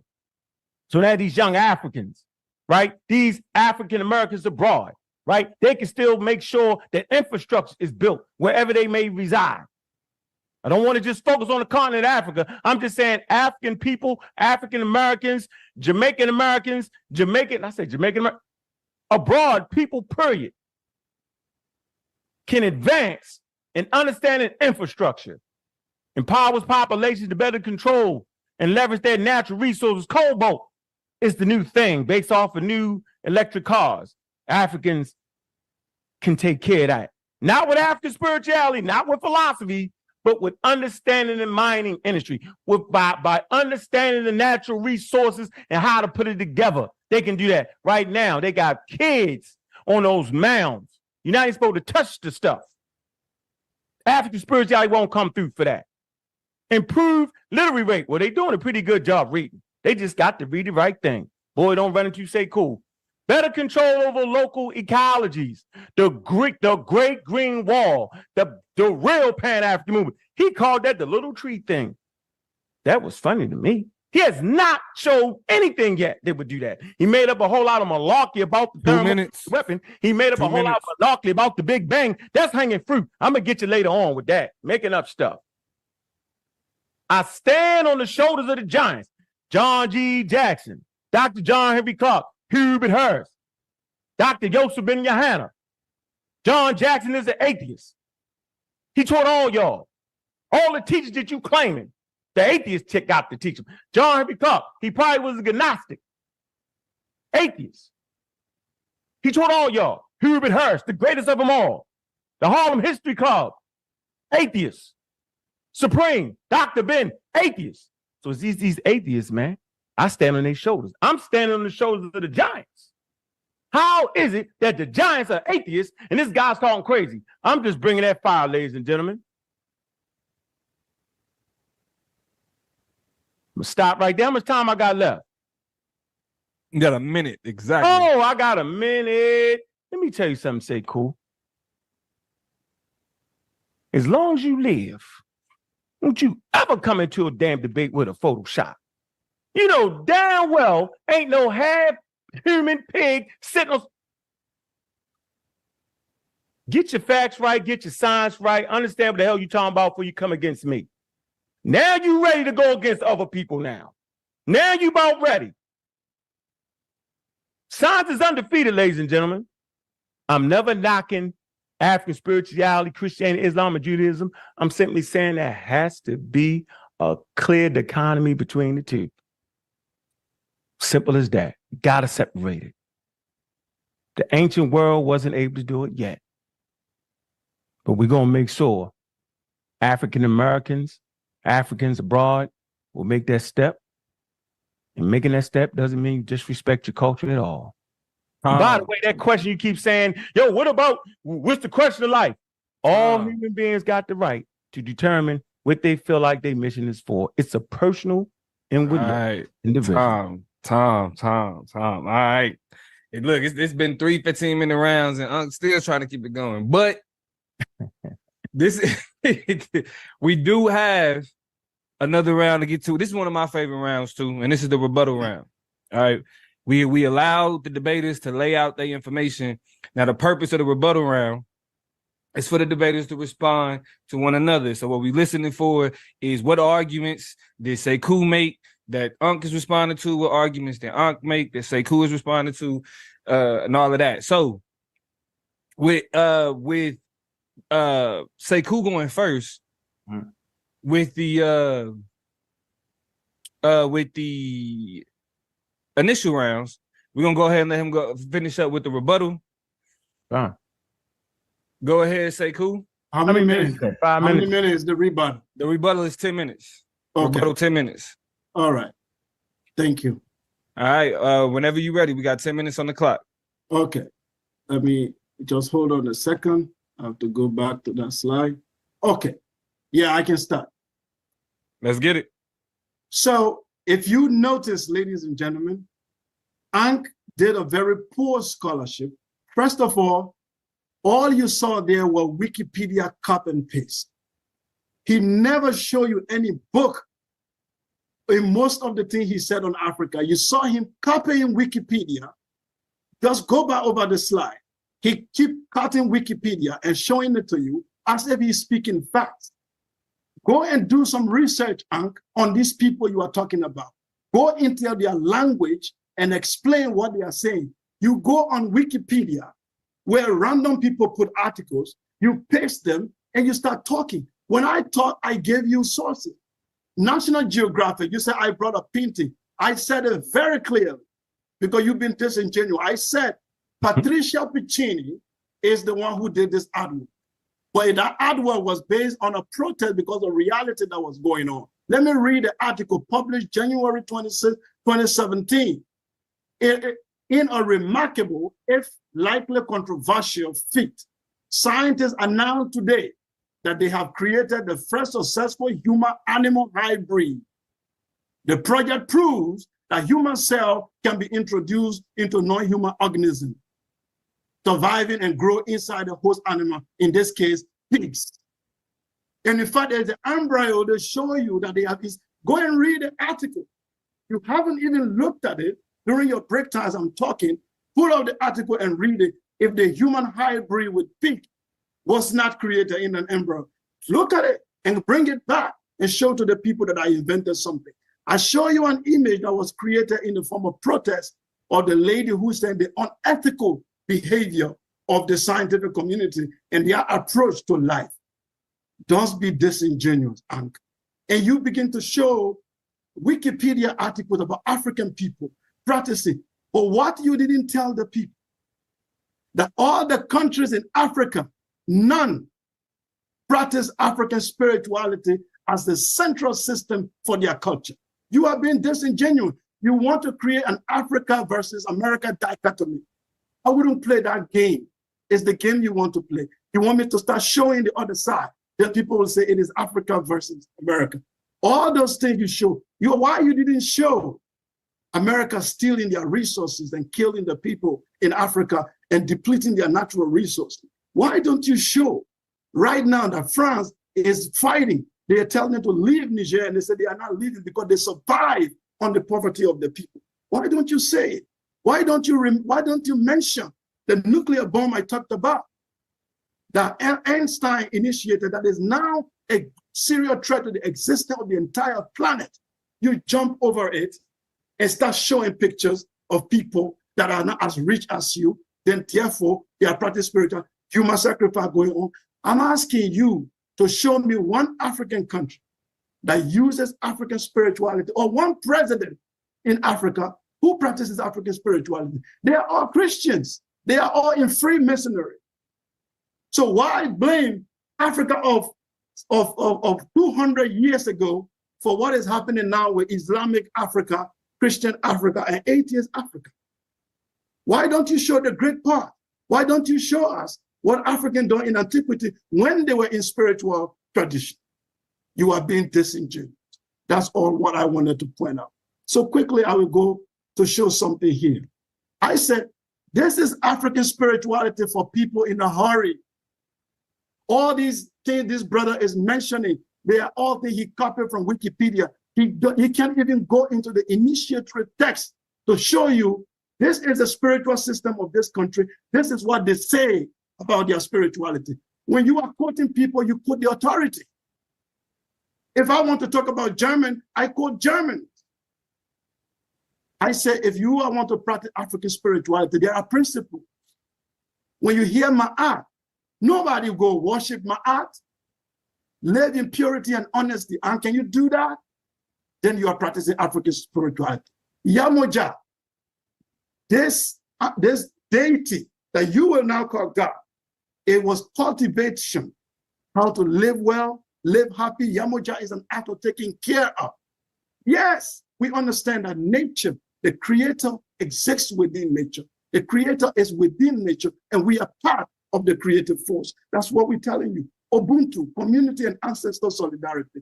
You don't believe in ancestor solidarity. You don't believe in it, right? You think you exist in isolation. Every people on the planet 5 minutes. Have their culture, and their culture define their reality. African spirituality is part of African cultural identity. Asa, the God self. If you see the afterlife in the book of the dead, why do Egyptians become Asa if Asa is supposed to be a God in another world? Why? Have you seen Christians become Jesus when they die, or Muslims become Muhammad? Nyama is a principle in my spirit, in the spirituality of the Madinga people where I come from. What does it mean? It means there is good and evil in every force of nature, and the human being must live in vigilant, living in harmonious balance. Azozi from Ghana, responsibility to community before an individual. Oshun, it means love, altruism, empathy. This is still love, or these are things you cultivate. Ogun, Pata, to be creative, to live is to create, and to create is part of the creator plan of the universe. We must be creative. When you look at all of these, the societies we created empires, we created nations, we had our spirituality. You overlooked that. You picked every society on the planet have their fall. But when you look at the good, the African spirituality has been part of our identity. When the language of the people were taken in slavery, when their identity was taken, only the spirituality was left. I gave you Du Bois. He told you African spirituality laid the foundation of the French institution of Black America. It contributed to the revolution of Haiti. You jump over all of that. You want to put it against science. I told you over and over Science is African invention. And Diop told you, and we are part of science. Our spirituality is our way of interpreting reality, treating each other, treating nature, and our perception. So it is very wrong to ask people, what God do you believe in? No African in antiquity would have asked such a question. The question you ask people is, what is your perception of reality? That's an intelligent question. What God do you believe in suggests that a person must believe in God or not believe in God. What is your perception of reality? My perception of reality is that I believe that I am something, I'm within something greater than myself, and I'm part of everything. Let's look at a bicycle, for example. Does a bicycle exist? Every one of us agree the bicycle exists. But when you take all the components of the bicycle and return them to the natural sources, you don't see the bicycle anymore. Where did it go? It has submerged into the remaining part of existence. So everything is everything, and everything is connected. The Creator is within. This is the way of our people. And it has nothing to do with embedding. All these things you are talking derogatorily, atheists have killed more people on the planet than any spiritual person will ever do. Mao Zedong. Who was he? An atheist. Who was Stalin? How many people did they kill? What happened in Albania and all these places? The atheists have killed more people in the Soviet Union than any spirituality will ever dream of. So it is not a question, but because people are scientific and therefore they act right, it doesn't make them to act right. Life is complex, and our ancestors have created spirituality. It is for us to see reality in a very broader sense. It is reasonable to think, an African federal government will give support to the followers of ancestral religion. Diop said if we should create a federal United States of Africa, we must give equal support to the followers of ancestral religion. He said to protect the continent from further insidious foreign penetration and protect Africa from cultural alienation.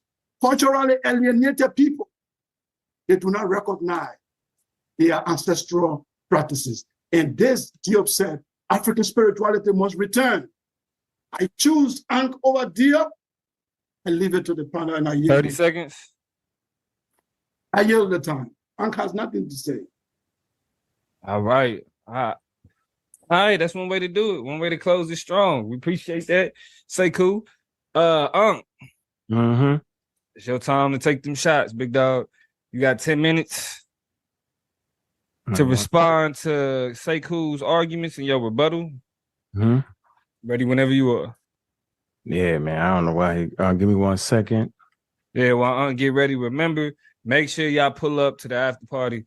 Everybody gonna be there talking about who they think won. Y'all are gonna be the only ones that's able to say who actually did. So, y'all got any questions? Anything that was interesting y'all want to speak on? I want to ask about. That's gonna be the time to do it. That's gonna be the time to do it. So right after this, y'all know Sai usually got the after party ready to go, and we're gonna get it in. Okay, so, man, let me move this down here, man. Talking about somebody making stuff up and being disingenuous, man. Y'all can go back and look at all my slides, man. I mixed in a little Wikipedia, a little bit of journal science, psychological journals. He stuck on that. And I don't understand why he would come in here and lie like that. Let's go. Let me share my screen. Okay. All right. Get them out the way first, talking about wars and all that. Can you see my screen real quick? So, yeah, I just want to come real fast.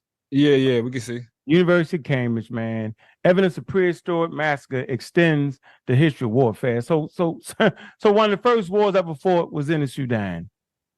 Okay? 10,000 years ago, on the shores of the lagoon, unique evidence of a violent encounter between clashes of groups, ancient hunter-gatherers suggests the presence of warfare in the late Stone Age foraging society. Cambridge, Evolutionary Studies, Sudan. There you go. He tripping. I don't know where the hell he got that source from, and then he misrepresented the source. You know, we say around here, a pseudo always dies at its source. Here you go. Here's the real article, uncut and paste. Sheep and human hybrids made in the lab get the facts. It said the breakthrough moves researcher small steps closer to growing human organs for medical transplants. This is the real picture right here, right? And they simply trying to do what? Building a controversial breakthrough made in 2017. Scientists announced on Saturday that they have created the second successful human-animal hybrid. The dude stopped right there for some wild reason. This is what they really talking about. Sheep embryos that are, watch this, 0.01% human by cell count.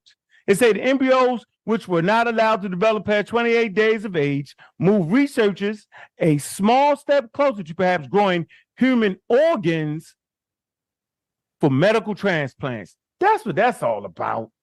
Simple as that. All that to make that, like, it's wild to me. Let me get right here. I want to play this video. He is misrepresenting science completely. Let me stop can you stop the time real quick? Yeah, I got you. You got 8 minutes. All right, bet. All right, let me get the screen share right. And I appreciate the conversation, man. Right? Any questions we need to answer, we'll just answer it on sa.neter thing, man. I think it was a great conversation. I think we learned a lot, man. But I ain't know poor people use traditional medicine in Africa. That was interesting right there. All right, let me see if y'all can actually see this right here. All right, can you see that? Can you see the screen? What do you look? Can you see the screen? Yeah, it's a video. Sylvester Gates. All right, yeah, here you go. Yeah. We know from looking at several thousand years of history that when religion and science clash, science generally loses. For example, over 2,000 years ago, there were two philosophers named Aristophanes and Aristarchus, who figured out that the earth was round. This belief was in conflict with beliefs about the Olympian gods. And so this scientific fact was lost until it was rediscovered with Copernicus about 1,800 years later. So the religion there wasn't one of our modern religions, but it was a religion. And there are other examples. The first person who had the idea that there might be life on another planet was a priest by the name of Giordano Bruno. He paid in part for this with his life. So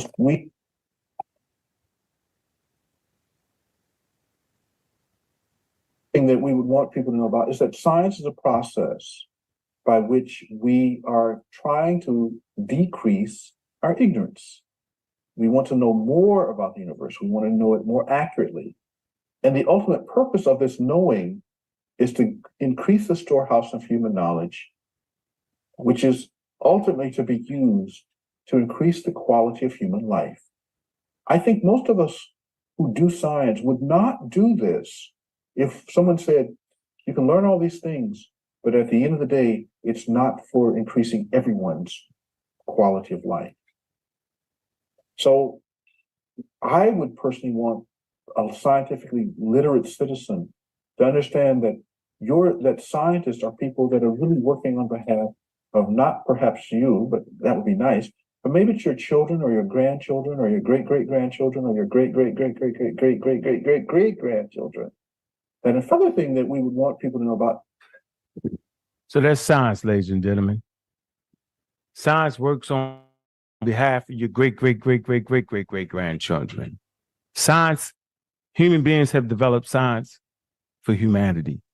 Human beings for humanity surviving in the natural world. Spirituality, religion was designed for individual city-states, individual cultures to express their humanness. Let us move on here. Where we at? Very interesting guy, they say, cool. Misrepresenting scientific data, running around having fun. Yeah, you're having fun. I can't believe you found a way not to tell us what the hell you believe in, bro. That is wild for me. Can y'all see the screen? Yes, sir. Let me tell you what you actually believe in, Sekou. I'm going to spare you. I'm going to spare you of the Omo man and his tradition of drinking blood, part of the ceremonies. the power in the blood. I'm going to spare you. Been a good sport. This is actually what this guy really believes in. Kemeticism, also both from Egyptian Kemetic, usually vowed Kemetic. The native name of the ancient Egypt, also sometimes referred as Neterism, or Kemetic paganism, is a neo-pagan religion, a revival of the ancient Egyptian religion and related expression of religion in classical and late antiquity, emerged during the 1970s. This man is trying to bring you a religion that was started in the 1970s, and he know it. And you know why I know this? I know this because nobody actually knows a lot about the Egyptian religion. Encyclopedia Britannica, in addition to favoring the large monuments and the elite, the archaeological record has other important biases. The informal cults of the major deities and the realm of the dead are far better known than everyday religious activities, particularly these occurrences in towns and villages. So they don't even know what the people was doing in towns and villages. The everyday folk, very few of which have been excavated. The absence of material deriving from the religious practices of most people in itself constitutes evidence suggesting both inequality of social and possibility, confirmed by other strands of evidence that many people's religious life did not focus on an official cult, place, and major temples. So basically, the majority of the people in the Nile Valley, their religion wasn't focused on the thing that this man is talking about. How do we know? We don't have the evidence. Watch this. Many official works of art present standard conceptions of the divine world and of the king's role in this world, and is caring for the gods. Much religious evidence is at the same time artistic. That's why I show you them damn pictures. And the production of works of art was a vital percentage of concern of the king and elite. Religious activities and rituals are less well known. Why is he coming here act like he know them? Than this formalized artistic presentation of religious conceptions. The statue of personal religion in the context 2 minutes. of official cults is poorly understood. So why is he coming here acting like he understood that, man? He practicing the New Age religion. He practicing a religion, right, that white folk created and co-opted by black people. New Age religion. Kemeticism in the 70s. He don't got the ancient religion because don't nobody got the ancient religion. Remember, it's temple-centric.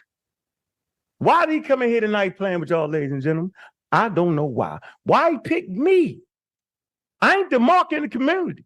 God killer on deck. Bobby Banger. Brother Ankh. Y'all understand what I'm trying to tell you tonight, man?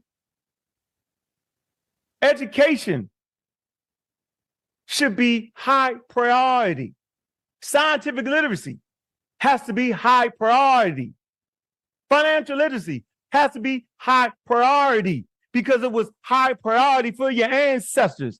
And by the way, science didn't just pop about the way. How in the hell can ancient Africans have science when science is a modern invention? But wait a minute. Modern science didn't just pop about nowhere. It started with our ancestors. Total science. 100,000 years ago, chemistry, moving slowly. Nature does not allow us to miss steps. You can't just dive out the window, have high-level science. 350,000 years it took for humans to get to the point we had. 30 seconds. All scientists, all scientific endeavors give credit to the ancient world because it's the foundation that modern science is built on, step by step. But Sekou, he wanted to give you some kind of spiritual thing. He wanted to come in here and talk about philosophy when the debate was actually about African spirituality and religion. Want to try to separate that. We're not letting him do that, ladies and gentlemen. Go back and watch the presentation. I appreciate everybody coming through. Make this man tell us What in the hell do you really believe in, Sekou? Oh, it's not proper to ask. Well, man, look, this is the thing, huh?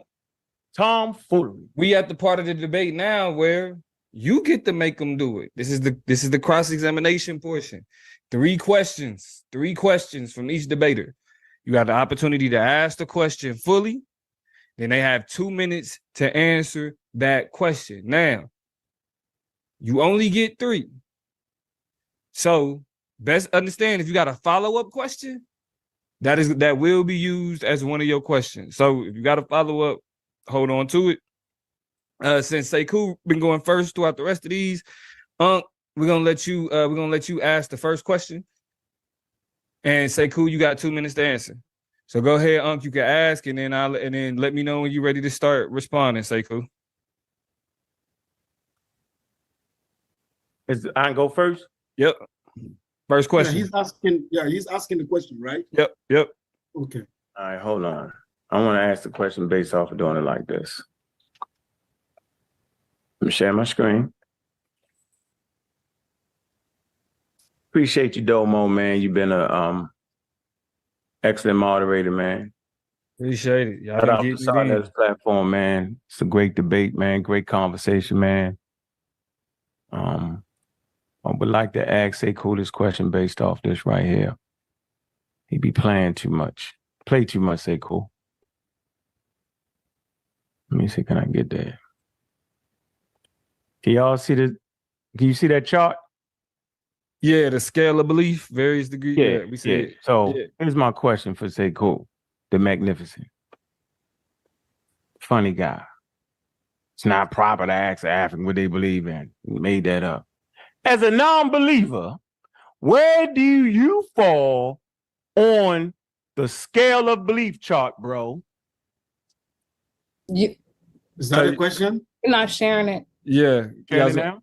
There you go. Yeah.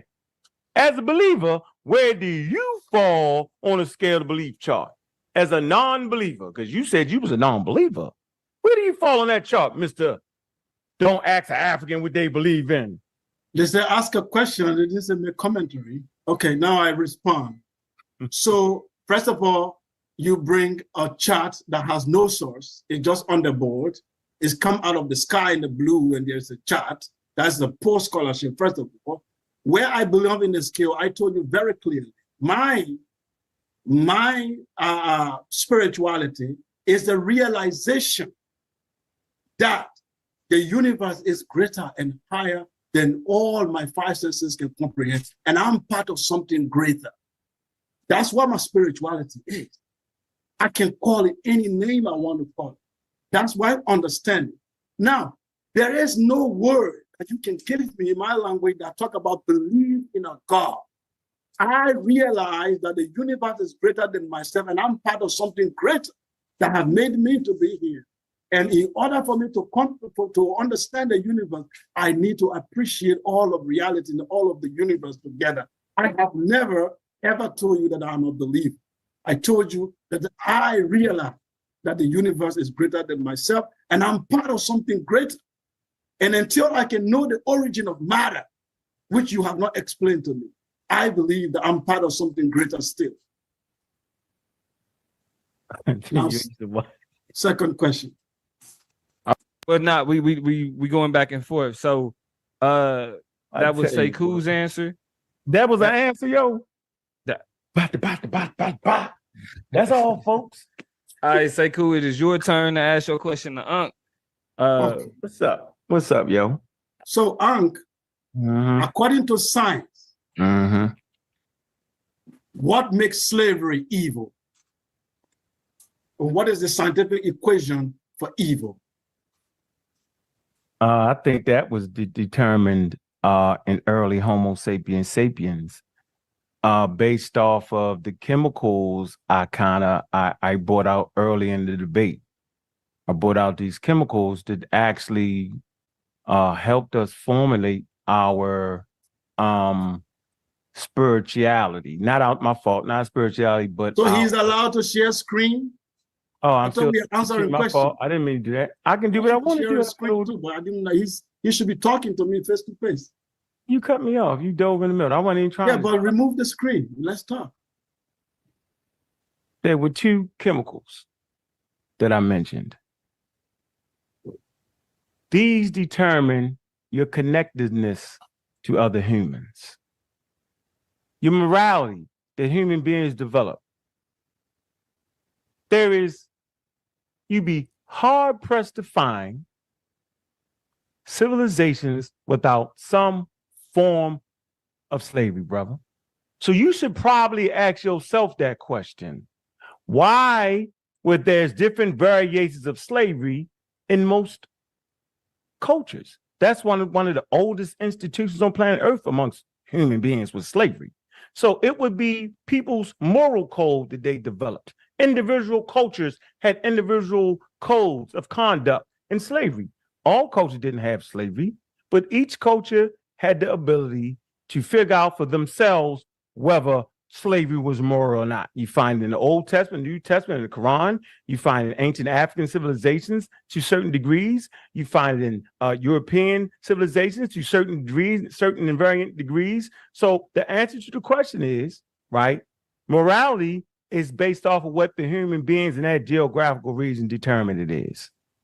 That's my answer for slavery. All right. Sekou, question number 2, it's on you. Question number 2, okay. So it's my turn to ask the question, ain't it? He just asked the question, I answered it. Now I get to ask him a question. Yeah, my fault. Go ahead. Yeah, go ahead. That's right. You see how I answered that question, though, Sekou? I went straight to it. You but at the bottom. You said nothing. You said nothing. Yeah. Mm-hmm. The next question up for Biz is, what type of spiritual tradition do you practice? And what is it that you want us to follow? Good. Okay. The spiritual tradition that I follow is, first of all, called Komo. It's originated out of Mali. It is based on the idea. Komo. It's C-U-O-M-O. So Komo is the origin of it, and it has disappeared during Islamic Revolution, but it has resurfaced. There is, after colonialism and all of that, most of it was left into how they call it, with Muslims, half Muslims, and those who are practicing, they mix it up. So we are doing there are scholars like a Massa Dumbuya who are doing the reconstruction of it, and the reconstruction of it is Pan-African in our modern context of reality, where we now look at all of the cultures, including Kemet, including the Voodoo, including the people of Congo, bringing all of them together to form one spiritual reality. So right now, I belong to the totality of African spirituality on the continent. All right, that's it. Is that my turn to ask? Yeah, it's your turn. You had like 40 seconds left, but yeah, if you're good, you're good. Now it's on you, Sekou.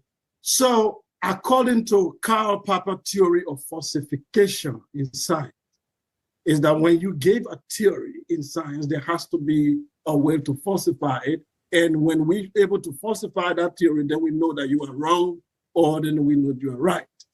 You gave the impression to the people here that spirituality and science, there is some type of dichotomy, that it cannot work. My question to you is, how did the Egyptian arrive to a great civilization together with their science and their spirituality, if at all spirituality was not allowed science to evolve?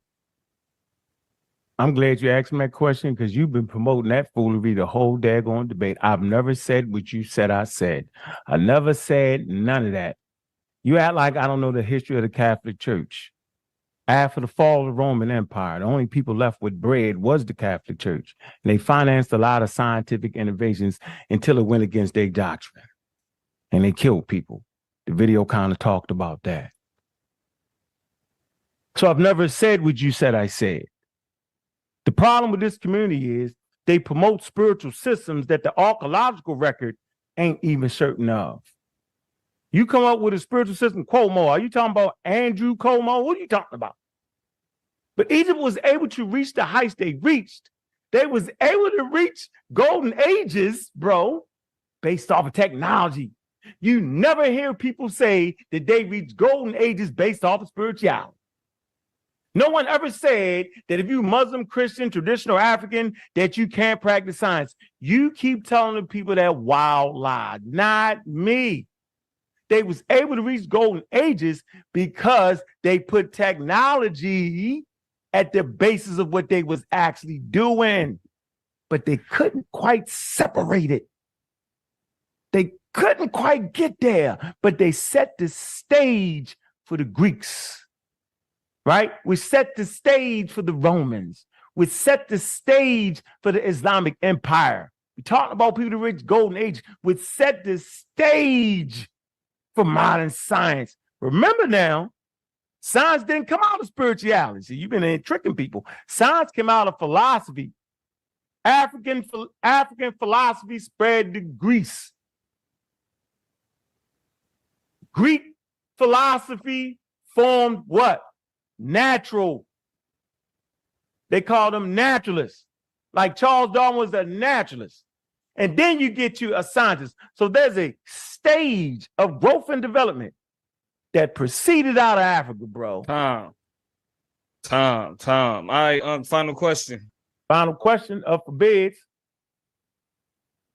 Final question. Y'all, after this, we got the closing. And then after the closing, y'all know to pull up to the after party. Do you believe in race-based science?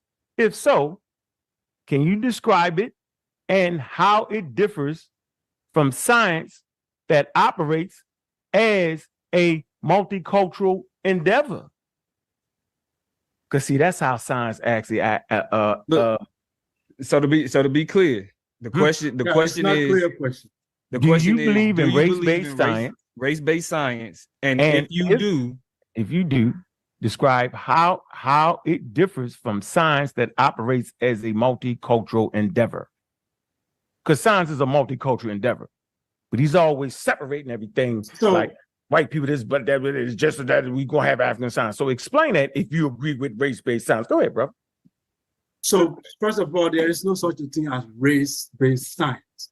I define science clearly. You did not. I define science at the very beginning to know. Every human being has the ability to know. So how does that then become a race? But we are all sentient being, conscious beings, and we understand that we need to cross a river. We need to find something to cross. Every human being has established a way of knowing nature. But what we have from the 20th century downward is to be able to put all of knowledge together and say, okay, according to what Thomas Kuhn said, to create a paradigm as to how to follow different scientific subjects. So there is no such a thing as a race-based science. I find that the question to be even problematic. It doesn't exist. All right, Sekou, final question on your side. Let's get it. So my final question is to Ankh is, my name is Sekou, and I practice African spirituality. I do libation. When I go out in the morning, I thank the Creator and the universe and everything around me. I treat people right.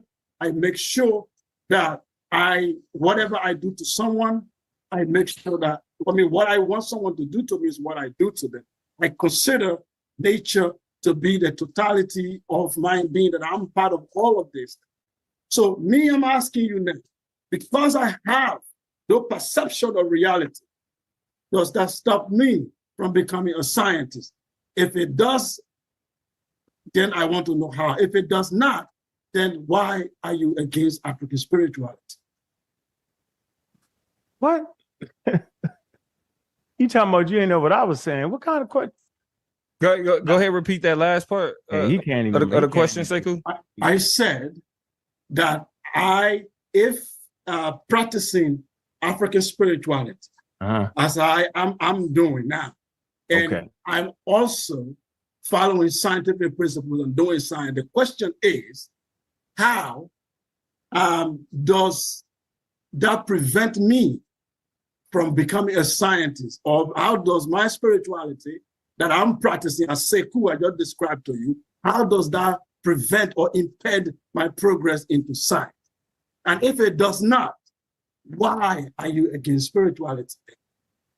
Well, I've never said I was ever against spirituality. You keep saying that over and over again, and we can clearly tell how your spirituality is impeding you, right? You don't understand the Big Bang. You messed that up. You don't understand particles. You made a wild comment about particles being separated from million years. You don't even know what you're talking about, yo. You routinely act like science is an evil endeavor. No one actually says that. Human beings have the potential to be evil, not science. So I don't even, matter of fact, you don't even understand science. You don't even transmit the ideas right. So no, I've never said that spirituality, if separate, if it's dichotomy, if it's a clear dichotomy, will mess up with your science. I've never said that, and no, it won't. So you just need to study up and understand what science is. Next time you get in the ring, you need to know. It's my answer. How much time I got left? About a minute. Oh, I got about a minute. So basically, if you think in your mind that some kind of way, I don't even know what kind, you made up a name that we never heard of to today. Never told us what the tennis was. Never said, you just said it. I'm going to take you at your word, brother. I don't think you to be a liar. I just think you, like most people to come in the conscious community, thinking you can go ahead and hit them with something. Blam, blam, blam, boom, real quick, right? And I think you got caught out there today. So for me, right, I don't have a practice of what you believe in. The problem is when you try to push it on everybody else. That's a personal inward look for you. You're the one to answer the questions on why you feel you're here on earth. That's your personal thing. Spirituality is actually a personal thing. So I don't have a problem with you practicing that. I never had a problem against African spirituality. Not at all. Never had that. So no, as long as you understand and get scientifically literate, you'll be fine, bro. That's time. All right, that's time. Well, the slugfest is over. Let's go ahead and get ready to close this out. Again, like we said, this was a grudge match, but we know that it's not really over because all these same arguments we about to hear again. You know what I'm saying, in 20 minutes when we hit the panel. So, you feel me? Let's go ahead and close this thing out. Sekou, you started it out. Got this thing started. Go ahead and start closing this out. You got 10 minutes. Oh, 10 minutes? Yes, sir. Okay. It's no sharing, right? No, it's just go ahead and close this out. Okay. Yeah. So, ladies and gentlemen, hold up, time out. I'm sorry, y'all. Don't start the time yet. Yes, Domo, you can allow them to share screen if they want to close out. There you go. They just do their 10 minutes. That's their 10 minutes. There you go. See, Sa got it right. Sa got it right this time. Appreciate you, Sa. Appreciate you jumping in, Sa. Hey, you know it's gonna be a part of the conversation. You know you're gonna be a part of the conversation. Pause my time here until I said okay. Yeah, I won't start till you start. Okay.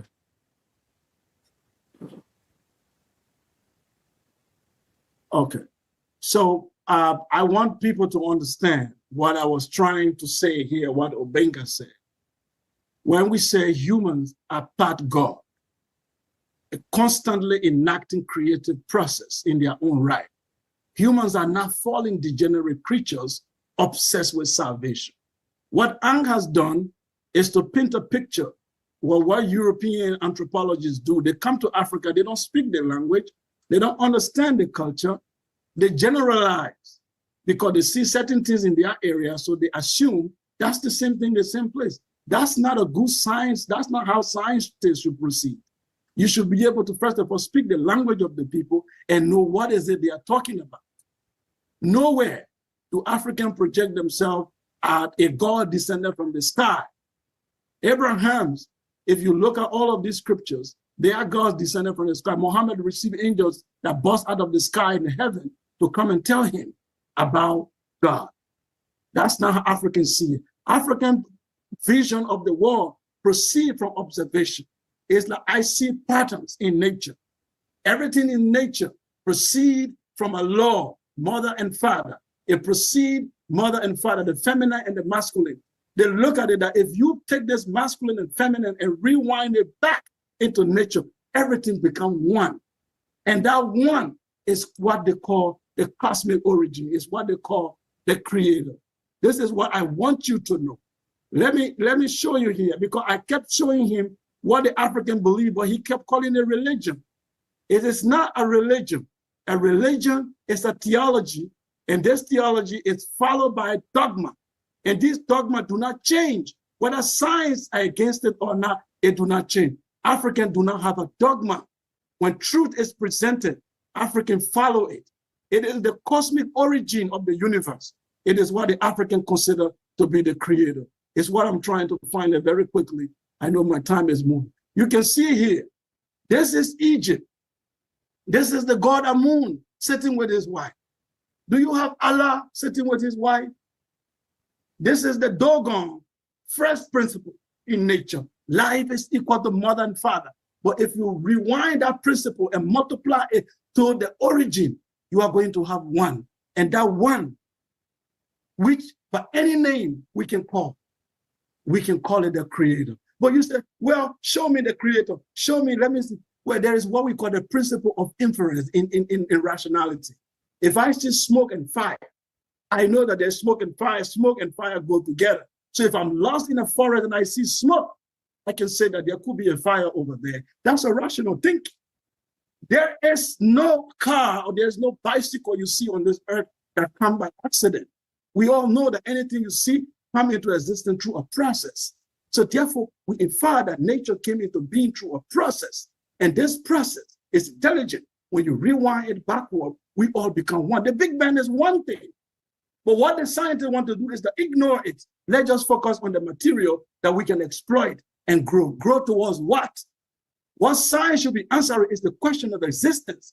The science of Egypt was focused on answering the fundamental question, why do we exist on the planet? Because if that question is not answered, you can't get your morality right. You can't get anything right. I asked him a simple question, ladies and gentlemen. Why is slavery wrong according to science? He started mentioning gene, blah, blah, blah, gene pool, because there is no objective morality. We believe in objective morality. Why? We say the universe exists and we exist. Do you prefer to exist or not to exist? You prefer existence. Therefore, whatever brought the universe into existence made a good decision, a moral decision. So morality becomes objective for us. The universe exists so that we can practice morality and practice a science that uplift life, not for material benefit. This can only be done if you pursue the meaning of life. It is the meaning of life that is ignored in science. There is no meaning. I asked Ankh, why do we exist according to science? No reason. Therefore, I shoot a guy on the street because my gene told me to do so, according to Ankh. So the people enslaved you because of they have the gene to do so. So say it is survival of the fittest. Don't protest against slavery. Don't protest against the white man. It was his gene that made him to do it. This is an irrational way of living. We must live to find the meaning of life. This is what our ancestors have done. So making life meaningful is what the ancestors have been doing all of their existence. It was never about some, and he wants to know the difference between religion and African spirituality. 5 minutes. Good. Here, this is the Igbo cosmology, the cosmic womb. The womb is expressed as Olodumare in Yoruba, Mau in Fon, Chineke in Igbo, Mum in Kikuyu. The womb gave birth to male and female. This is coming from the holy book Odu Ifa, the holy book of the Yoruba people. Strong and yielding energy. This strong yielding energy came together and expressed the world as complementary opposites. That's what the Africans are saying. Look at this other one here. You have the Yoruba cosmology. The supreme being, Olorun, is genderless. It constitutes unity. Can the Muslim tell you that? Let me tell you the difference between religion and spirituality. You cannot go to Mecca if you do not say, La ilaha illallah Muhammadur Rasulullah. If you don't believe that Allah is God and Muhammad is messenger, you can't go to Mecca. Go get a visa and do it. Let me see. That's what they call dogma. But nobody stops you from going to any African village because you don't mention Olodumare. That's the difference. You know your atheism, you get killed in Saudi Arabia tonight. If what you say here tonight, if you say it in Saudi Arabia, you get killed. That's what religion is. You don't get killed in African spirituality because you don't believe in Ogun or you don't talk about it.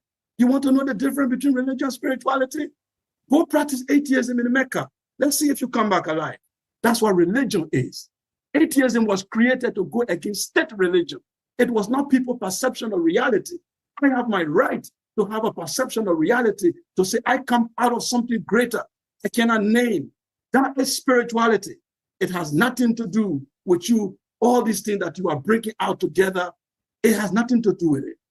African spirituality, it is the realization that the universe is greater and larger than what my five senses can comprehend. I therefore realize, no, use the word believe, I realize that I'm part of something greater and I take care of nature. This is what the ancestors teach. Why does that jump over your head?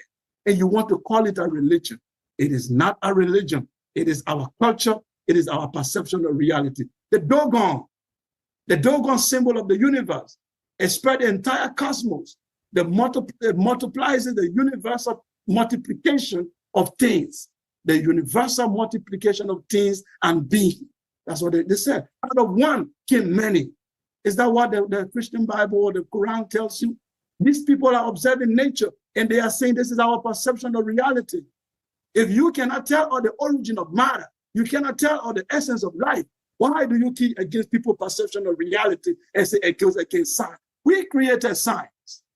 If African spirituality was against science, we will not lay the foundation of mathematics. I told you, why did Egypt excel despite the spirituality? You said it is the sign that make them excel. I didn't say the sign did it. I said why? They had the spirituality and the science also excel. You cannot explain because they are not in dichotomy. If there was a dichotomy, the spirituality was supposed to impede the science.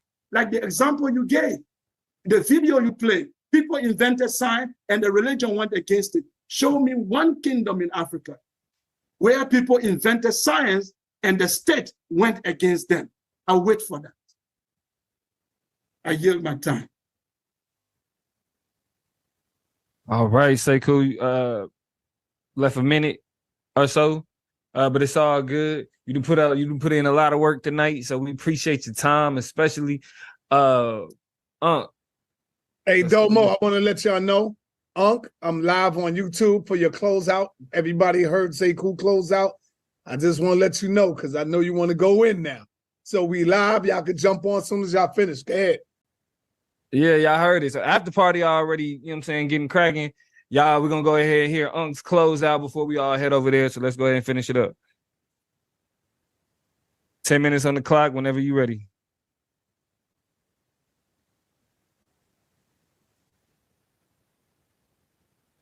Make sure you unmute yourself.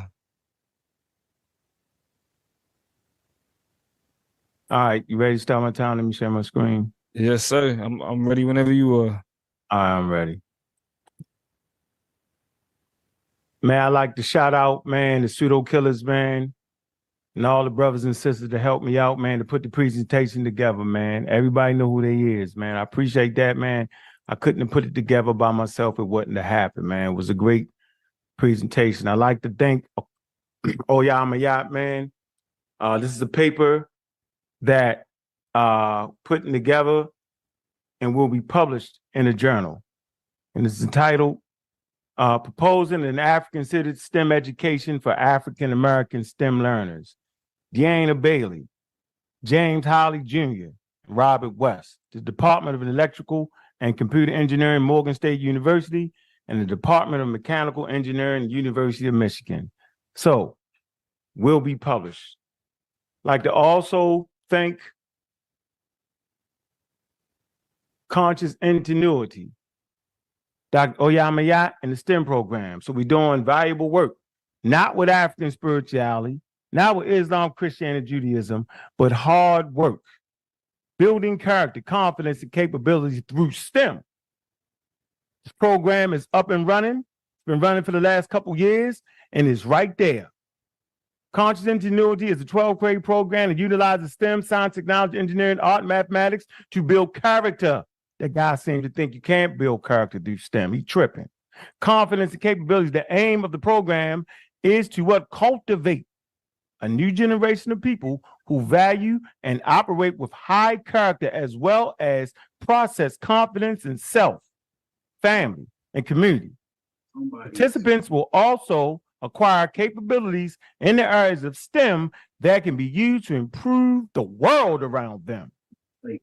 Like the big up, the Dr. Oyama Yacht, and our tireless work and her tireless work. Appreciate that. Let me stop. Hold on now. I gotta stop the screen. Let me see. Let me get right here.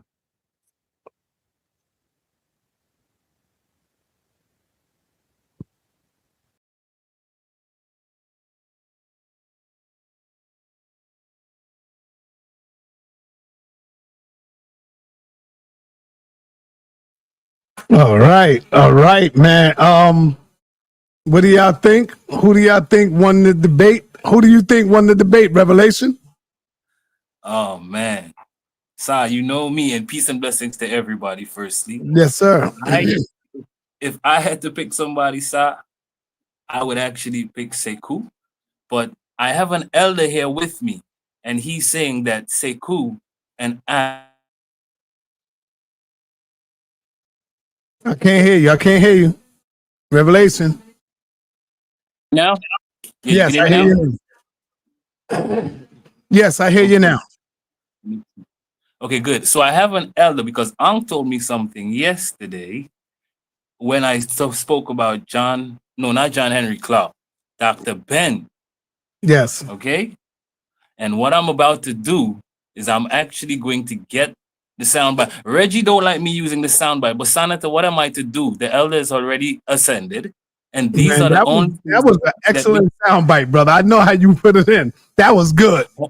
Hold on. When you see what I have for them tonight, you're gonna cry. And I'm hoping Reggie gets on. So I'm gonna just whoever come on the panel, I'm gonna give him some time. Let me just organize myself, sir.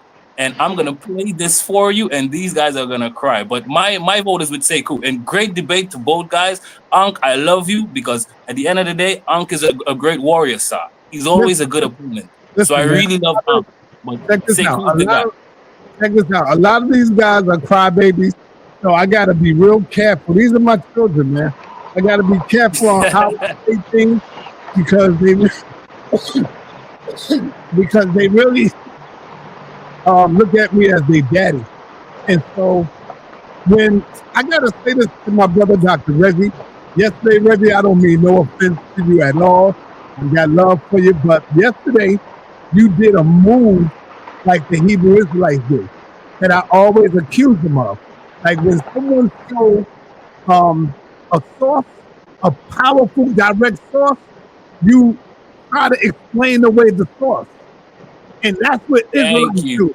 When you show a source in the Bible, when they're using the Bible, so that's why I say the Bible is their source. And that's what they go by. And so when I show a source that contradicts what they think, they try to explain away the source. And that's what I saw my brother Reggie do, last night. That was an excellent source he showed last night, brother. Powerful. Thank you. You can let the other person or the other people talk, and as soon as I'm ready, sir, I'm gonna pull my source for you guys. All right? All right, Rakufu, what's up, man? Hey, what's up, family? I just gotta give it up. Hold up.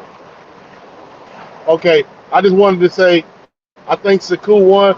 I think Ankh gave a good presentation. I think Ankh is more mechanical, like what's it, Larry Bird, and Sekou is more like Jordan, spiritual. It just comes from the rip. Yeah, but that's my opinion. But Ankh is not no slight on him. He's still. I believe Sekou won as well. Yeah, that was powerful. But I'm gonna tell you, man, that's why when you heard close out, what did he say? He said, and I told Inky this last night. I said, yo, and I said it live. I said, when you beat Ankh, you beating the whole Amun Ra, you beating Jabari, you beating everybody. Because what did Ankh say in his closeout? He said, I would like to thank all of those who helped me in this presentation, who sent me. I was like,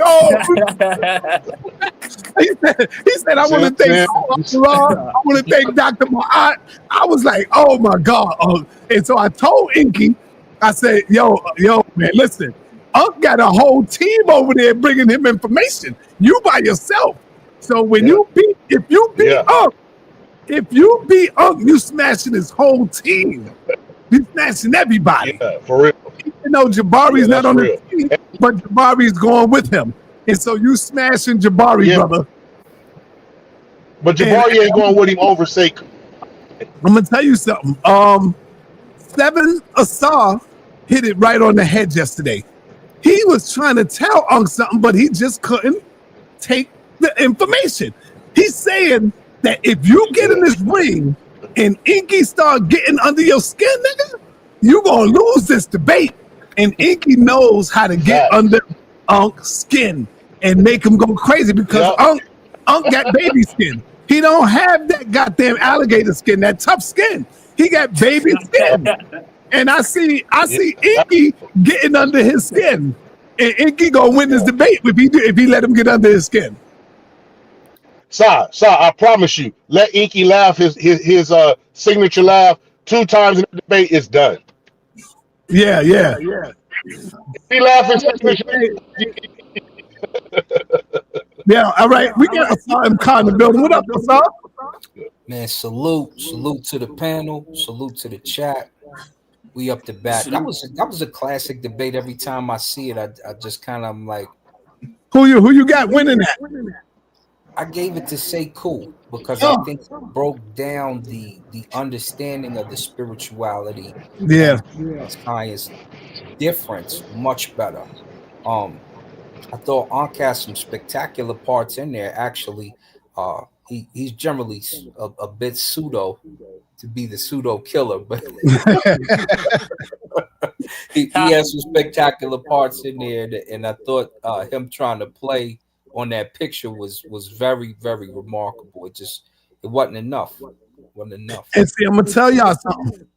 Captain Tazariak, I'm trying to set up the debate with Captain Tazariak and Sekou. Captain is trying to get out of it. He's trying to run. And the only way he can't run if everybody say, I want to see you and Sekou. Because Captain know he got easy wins when he's fighting the damn pastors and ministers and Christians. That's all Captain is going for. I want to see Captain. I want to see running. Huh? Cap don't run. He's running, you say? Yeah, he's trying to get away from Sekou. I'm telling you. Captain was in my house, brother. He was right here in my house last week, and I'm trying to get him and Sekou to get in. And he's coming up with excuses like, oh, what we gonna talk? Who is he? He ain't nobody. No, brother. These pastors, there's nobody. Nobody know them. Nobody. Now, I'm not sleeping on Captain, because every time I sleep on him, he end up winning. Captain is one of the top debaters when it comes to the Israelites. He knows how to defend that. But I want to see him go up against a formidable opponent, and that would be Sekou. If you got somebody that constantly talk about Africa and dog Africa, why not face them? Right or wrong, y'all? Why not face them? Go head with them. Put up a shut up. You can't. You on video, big brother Captain. You on video with my young brother Captain. You telling the African child don't come to this. He said, yeah, for my man Long Whoop. Check this out. You said Captain don't like Africans. Well, Captain don't like Jews. Captain don't like white people. He debates them. What are you talking about? He sit there and entertain them. So that's not a good excuse, brother. Come with something else. All right. So let me go. You're right. I just seen that. You're messing up. Your mic messing up, brother. All right. Let me go on over. Hey, can you hear me? Yeah, go ahead. I was just gonna say, I just seen Captain on that crazy ass MTV show with the white boys. Yeah, man, listen. So Captain brought that show up to 1 million views in 3 days. Crazy. He was on the Jewish. He was on the Jewish channel, going at the Jews. He was debating. That joint hit 1 million views in 3 days, y'all, only because of Captain Tazariak. Because the people wanted to see an Israelite versus the people wanted to see an Israelite versus the Jew. Who's the real Jew? What's going on? And so that interview blew up in 3 days, hit 1 million. And that's only because of Captain Zodiac. And all you got to do is look at all the other videos, and you will see they didn't even take the views that Captain did. So that had to be Captain. Damn. Shout out to Cap. Yeah, fact. Yep. Yeah, Captain won that. Captain beat him. He one of ours. You know what I mean? I mean, the brother got 1 million views. Hey, I can't knock him for that.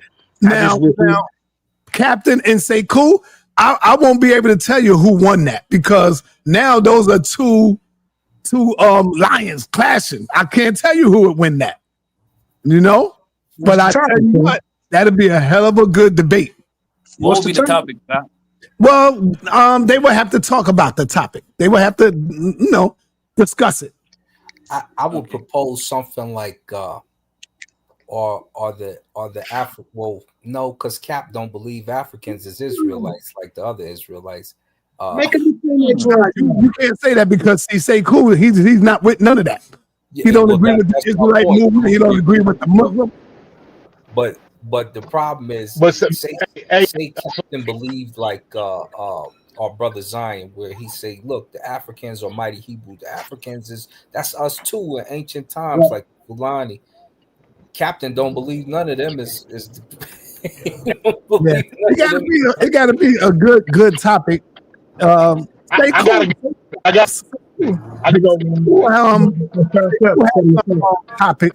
that he heard Captain say that he don't agree with. So y'all didn't hear this? Son, let me say something real quick. Y'all didn't hear when he said that African Americans are more closely related? Yeah, we all heard that. That's the debate. We all heard that again, Jay. That's a good one, but what about this one, son? Yeah, hey, yo, Rakufu, your system is messed up, brother. Mic kind of breaking. Your mic is messed up, Rakufu. So, Mandinka, say that again. Yeah, I mean, I challenged him on that. I would love for 1 million people to see me slap him around on that topic. No. What topic you said? Say the topic again. He said that African Americans are more closely related to Caucasians and Europeans than Africans. He didn't say that. That's not what he said. He did. What he said? No, this is what he said. He said he is more closer to Europeans than the Africans. That's what he said. He said he's more closer to the Europeans. That's an oxymoron. But he hate the white man, but you closer to him? Well, that's what he was saying. That's what Sekou was questioning him on. I think that'd be something like that. We got to word it right. So when he said we, does he mean him and his crew? Yeah, he means him and black people. Because he's talking about all of us. Yeah. Because according to Captain, we are all Israelites. So he's saying he's saying the African Americans are closer to white people than we are to the Africans. That's what he's saying. Can he prove that? That'd be a good debate topic. Well, I mean, under his sleeves. Because for one side, none of those whites get sickle cell. African Americans get sickle cell, and West Africans get sickle cell. So that'll blow him out the water. Disease right here. See, with Captain don't care about none of that. With Captain, we're going to try to make y'all don't hear me talking. What Captain is going to try to make the connection is with the Bible. That's his connection. He's going to use the Bible to try to prove his point. You see? Yeah, that is interesting. Everybody to see, because that's your mic is messed up, brother. Your mic is messed up. Stairway Still. What up, Stairway Still? Good to have you back. What's up, man? Peace and Pan-Africanism. I don't know who Stairway Still is, but I think you're addressing me, good brother. How you doing? That's what your name say. Title stay. Your title stay that, brother. Well, Stairway. That's what I said. Okay. I thought I heard. What you thought I said? Sound like Stairway. No, man, I said that. I said what you said. Thank you. Well, maybe I need a better headset. I better go back down to the dollar store, see if that sale's still going on. Yeah, you got to talk up too. But brother, again, you had another good bill. But I would have to give the nod to Brother Sekou. And the reason being, because in listening to him, he relates it back to our current situation. And again, all these discussions and debates, if it doesn't come back home to what we are dealing with right now, it's just performative, it's just entertainment. And that does have its place. But if we are just spinning our wheels, okay, what are we going to debate next? And our people is having the world collapse around them. I mean, we just had a King's Day yesterday. The whole world came out in mass, in millions of people, to say that they don't like this presidency and his policies. And we can't cover all the topics all the time, but for us as a news channel, as guerrilla journalists, and we still going to refry beans again about the Hebrews and the Africans, and I mean it is okay, it's okay, you know, but the clock is winding down, brothers and sisters. So you know, at some point we got to look at putting some serious stuff on the table, and then but to keep it in context, I gave, because Sekou said what is my eye? That's how I'm a part of creation. It was the European. Even you think about Dr. Leala Africa, even in his teaching, the European isolates. That's how he studies things. A vitamin. He puts a vitamin C in a bottle. He puts a vitamin E in another bottle. Nature doesn't do that. Nature gives you an orange with the fiber, with the vitamin C in it, in the fluid necessary for your body to digest it. So we're dealing with two systems that, yes, science came from us, but he flipped it. He flipped it. He corrupted it. You know, the two laws, positive and negative, the principle of dichotomy, it's always going to be there. So we don't have to debate one versus, because we always had them both in balance, science and art. There was never one separate. I never heard Sekou deny that science was valid, but science void of morality, that's what we living in right now. That's what this European master, he knows how to make crack. He knows how to engineer AIDS and COVID. That's all science. But through his spirit is what brought that. I feel Sekou was saying we get back to our natural spirituality, which is our origin based out of Akabulan. Some of us call it Africa. And we tap back into that. I got from him that could help be the rudder of our ship, irrespective of whatever faith you bring that into. But make that your root and your foundation, and let nothing else replace it. But that's what I got from the bill, and I yield. Okay. So I'm ready whenever you guys are ready. All right. Please leave a detailed message. You know I'm trying to call the captain. He's probably watching. Whenever the captain don't pick up. Let's go to the grandland of Luxor, where your ancestors and mine started the concept of religion of the deity. When they started to conceive that man could not be here solely by himself, automatically just top of a space that man must have had some sort of a physical as well as a spiritual beginning. And it's along the line that your ancestors decided, and from there at the grandland of Luxor, in what was then called the mystery system, they developed in the priesthood the 7 liberal arts. It was in religion that man developed science, not in science man developed religion. Woo! All right. Thus, there should be no conflict between religion and evolution if one knows what one is speaking about.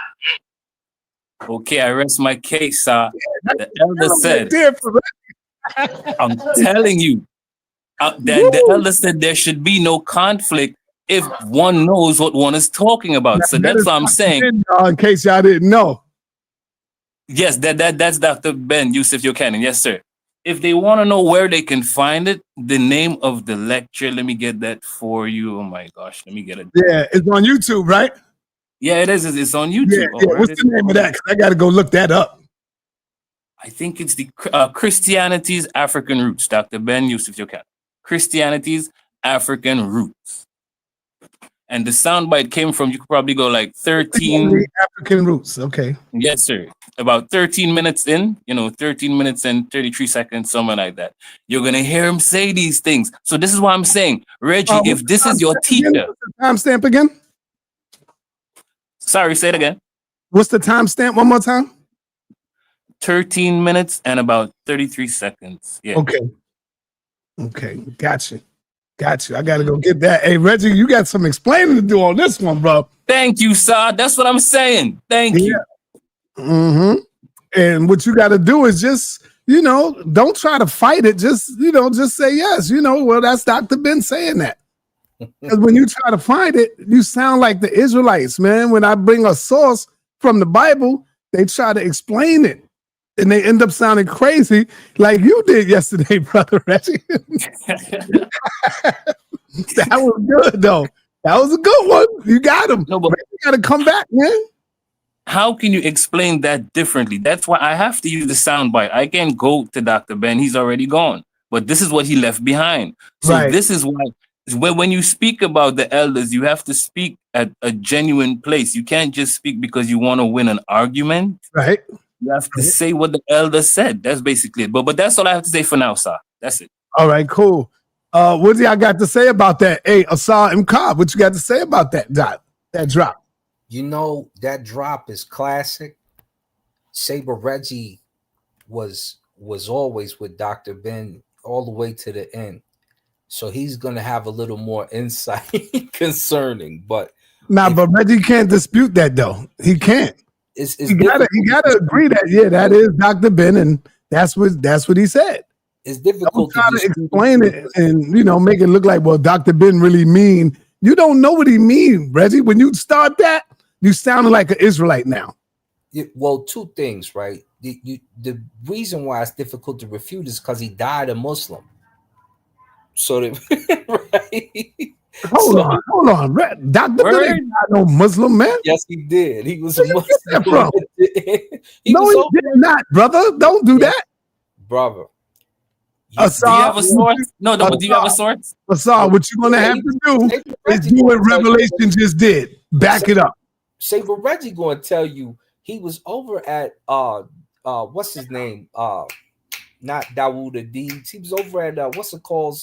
Masjid on a regular basis. So what? That's where he was. That's where he was at. That's why you have Muslims celebrating his passing too. So they celebrated his passing because they respected him as a historian, brother, not as a Muslim. Did he have a Muslim funeral? Was there a Muslim funeral, brother? No. Yes, they had a send-off for him with Muslims as well. Yeah, but that's because I'm trying to tell you, they respected him as a historian. That's why. No, they respected him. Dr. Ben was not a Muslim. He didn't die a Muslim, brother. MK, you're going to have to prove it. That's all. I mean, if you let me finish, though, we seen his funeral, which we know who did what, and you filmed it as well. But he was over there with Abu Dawood and them, and Dawood Adid and them over there, Bilal Phillips and them. So why would you be over there for your passing in your last days? But when Saber Reggie start to talk to you about it, then it's going to come out different. It'd be like a Hebrew Israelite trying to tell us right now he died an Israelite when we know he didn't. So there's that. And then the second thing, which my brother Herman had brought up, yeah, we can go out and protest Donald Trump, but you voted for him. We was on this channel, you had people voting for him. So no kings, what'd you vote for him for? Half the Latinos that was standing out there voted for him. The Europeans who was out there voted for him. Some of the blacks voted for him. I agree with you on this one now, Asar. I'm with you on this. Now you want to protest no kings? Right. Just make sure your ballot is correct when you put it in the box. Right. I just think it's a waste of time to me. It's a waste of time. And so let me hear from we got Sekou in the building. Sekou, did you view the debate that we just played? Yeah, I viewed the debate. Well, you got I put up a poll. You got 70% versus 30. So you won that. And then everybody here said they gave it to you. Yeah, I know when we had that debate, I still won in the poll. Yes. And I also kept saying that Ankh came with a good position, but his problem is he pushed the science like an ideology in a way that this guy is always giving him problem. The way he represents science is too ideological. That's why. But his argument on the importance of science, I always told him, I'm not against science. I'm for science, you know. And then yeah, we had the debate. It was kind of weird, but I was not against science. That's what I keep repeating to people. Even his debate with Inky, that's why I'm on his side. I'm with science.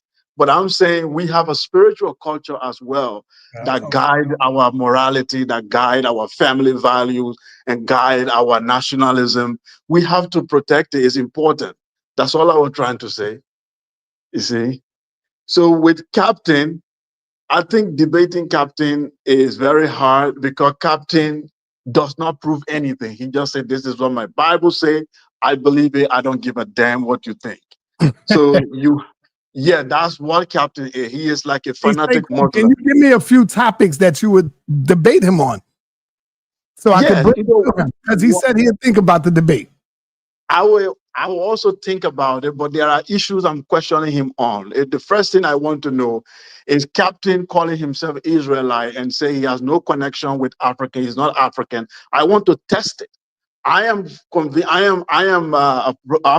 claiming that Captain is more African than any other race on the planet, and I'm willing to pay for his DNA from 3 different organizations to say if the African percentage is not higher in all the 3 tests, I can pay him any amount that he want me to pay him. That's what I'm claiming. I'm saying the African in his blood is higher than any other race on this planet. I'm willing to put down $2,000 or whatever amount to sa.neter to go and do his DNA test. I'm willing to pay for it. Let's do the test. It won't cost $2,000 for the test. Yeah. It'll probably cost $300 if you're doing 3 of them. Okay. sa.neter, if he agrees tomorrow, I will send you the money tomorrow. He ain't gonna agree. If he agrees tomorrow, I'm sending the money tomorrow. Let me tell you how he's gonna get out of it. He's gonna get out of it by saying he don't agree with DNA, that he don't believe DNA. He's gonna try to dispute that. No, this is where we catch him. He said, if you do DNA in 3 different organizations, the result will be contradictory. Okay. And I'm saying, I am putting my money out there. And let's do it with 3 different DNA company. If the result does not show consistency that the African percentage is higher in all 3, if all of them don't say that his African percentage is higher in all 3, then he wins. But that is dangerous. That is dangerous. I love my brother Captain. He might commit suicide after that. Yeah. When he find out that he's African, he might commit suicide, man. That's dangerous, man. Yeah. Now, sa.neter, I have a topic. And sa.neter, I'm adding a price on it, and I'm not joking with it. If he agrees, I'm putting $1,000 on the line. If Captain wins, he takes the money. Woo! Fire! Yeah. All right, go ahead, brother Herman. What you got? The other thing that I just wanted to add one more thing is that all the major patriarchs in the Bible marry an African woman. Abraham married an Egyptian woman. Moses married a Cushite, an Ethiopian woman. Joseph married an Egyptian. All of them marrying African women. And he is saying that he's closer to the Japanese and the European. Why did your forefathers in the Bible, all of them marry African women? Most of them. This is why the Captain is trying to get away from Sekou. Sekou know his Bible. He know the Quran. He know his African history. And Captain don't want no parts of that. But go ahead, real quick. Don't go nowhere, Sekou. Let me hear what my brother Herman got to say. Yeah, because I'm thinking, how about this as a possible topic or debate issue? Because we all know what the Hebrew Israelite belief system, ISUPK, and I would throw all of them in. Maybe the ISUPK is more fervent about this, about their hatred of Africans. Now, I know we kind of gloss over that, or we even, chuckle a little, because, Brother Captain did say to an African child, now this was a minor that had a microphone in front of him, that he wouldn't feed him.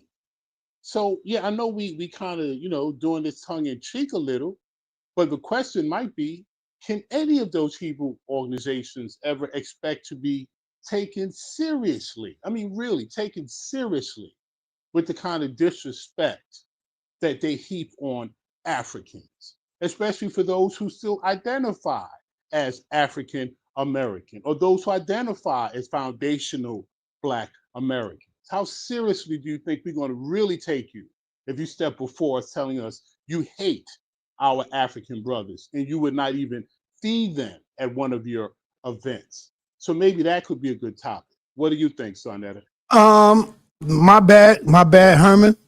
I was looking at a play on the game. Can you state the topic again without going through all that? Well, actually, some of the other brothers heard. Maybe we could get their opinions first, and then you can chime in right after. Brothers, do you think that might be a good topic to question the whole belief system of the Hebrew Israelite? Absolutely. I mean, especially if it has us going against our African culture, why would we embrace it? Go ahead, Dami. Rakufu? I was agreeing. Yeah, that make a lot of sense because I like the DNA thing that Sekou said.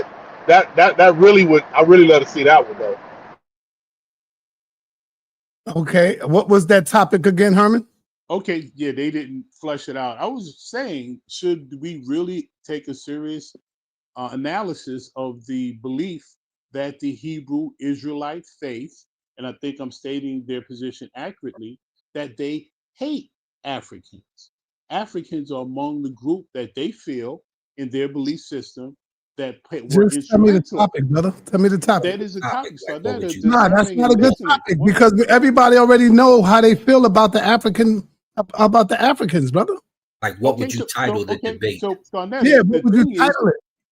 Oh, okay, well, already title, but again, but before even the title, but don't you think that needs to be looked at? We got groups walking around telling us that they hate No, Africans. because that's how they feel. It's nothing, brother. That's how they feel. They believe that their Bible tells them to be that way. Okay, so so shouldn't everybody that knows be that. examined? Shouldn't that be examined? Or you think that's okay? You can examine it all you want. They're not going against the Bible, man. What they're going to tell you is that you see that name that Rakufu has, Dahami. They're going to tell you Dahami sold us over here. Yeah. Why should we trust an African? Yeah. Okay. So now, and end of discussion. Let's go to the cookout and have ourselves a good time. Even though Right. you hate Africans, right? Right, sa.neter? Yeah, that ain't got nothing to do with that topic. What are you talking about? Okay, so I mean, but does That's it have their anything? belief. Okay, That's right. their So belief. okay, that's their just like the Ku Klux Klan believe they can hang black folks too. That's their belief. Yeah, so at some point, but your belief should give you access to our people, correct? so here's a title: is being a Hebrew Israelite conducive for African Americans? Nah. The only one that can come up with a title is Sekou and Tazariak, because they the one that's going to have to defend that title. They got to defend that. That would be concerning our brother Herman's statements. It would be a title similar to that. Yes, I just thought it would be a very interesting thing to look at, whatever title you choose, because I'm sure we wouldn't like the Klan roll up in here knowing what their ideology is of hate towards us. So why is there this thing where another group that can outwardly, I hate Africans, I won't even feed them if they're starving in front of me, but a group with that as their forefront ideology can still have a place at our table until that's explained.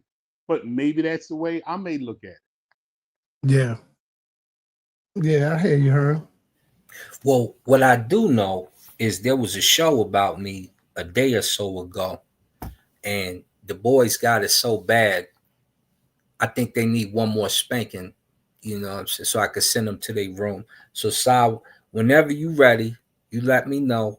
I got a presentation ready, which is going to divulge more of the information that we didn't quite get to cover and touch on in the debate between me and my brother Kassad, and some things that our brother Black Sage needs to learn about his God and where they come from. So why don't you take on Black Sage, a leader? Because I did that, and every time we try to do that, he run. So I'm tired of him running from the set. He do Just 4 say you seconds. want to take him on and he won't run. I get him. And hey, Si, you gotta tell him not to lie though, and be forefront for it. Don't say, you know what, I'll go back and retract. I made a mistake, because he bold-faced lied. Even Asar heard him when he said, "Oh my God, he's done more excavations. Dude ain't a doctor. Dude ain't done more excavations. That's been proven. Come back and apologize, then we can talk." Yeah, David Roll is a fringe scholar at best, and everybody, the Israelites, call him that. So, you know what it is. Y'all know what it is. All right. So is that it, gentlemen? I'm gonna get ready to get up out of here. Y'all done? Herm, that's it. Well, yeah, I would close on that, but you had a good build. Sekou, his skills, he's developing. I've seen that. His knowledge has always been there, but his ability to express it, I think it's I've really seen the last few times I've seen his presentations, he's taken it to a new level, and he's deserving of stepping in the ring. Let me with tell you what I guys. said yesterday, Herm. I know you're going to disagree with me, but a brother said in the chat, "Where are the Kemetic teachers at? I used to have them all here." And I said, they are gone because Captain Tazariak beat them down. That Captain Tazariak came over here and whipped their butts, and now they running, they ducking, they hiding. The Shaka Utmost is gone. The Reggie denounces Kemet now. The only one that's here is Jabari, but he can't do it on his own because he's a professor and he got to go back and forth to school. That keeps him up because he gotta when he get home, he gotta look at the test and do all that work. You know what I'm saying? So that's a lot of work. So besides Jabari, everybody else, all the Kemetic, they done ran. No, you got Asar. You got Asar. Asar is not over here teaching that, man. So I said that the Kemetic, like Nas came and said hip hop is dead. I'm saying, Captain, the Kemetic community right now is dead. They on a survival string. What do you say to that, Herman?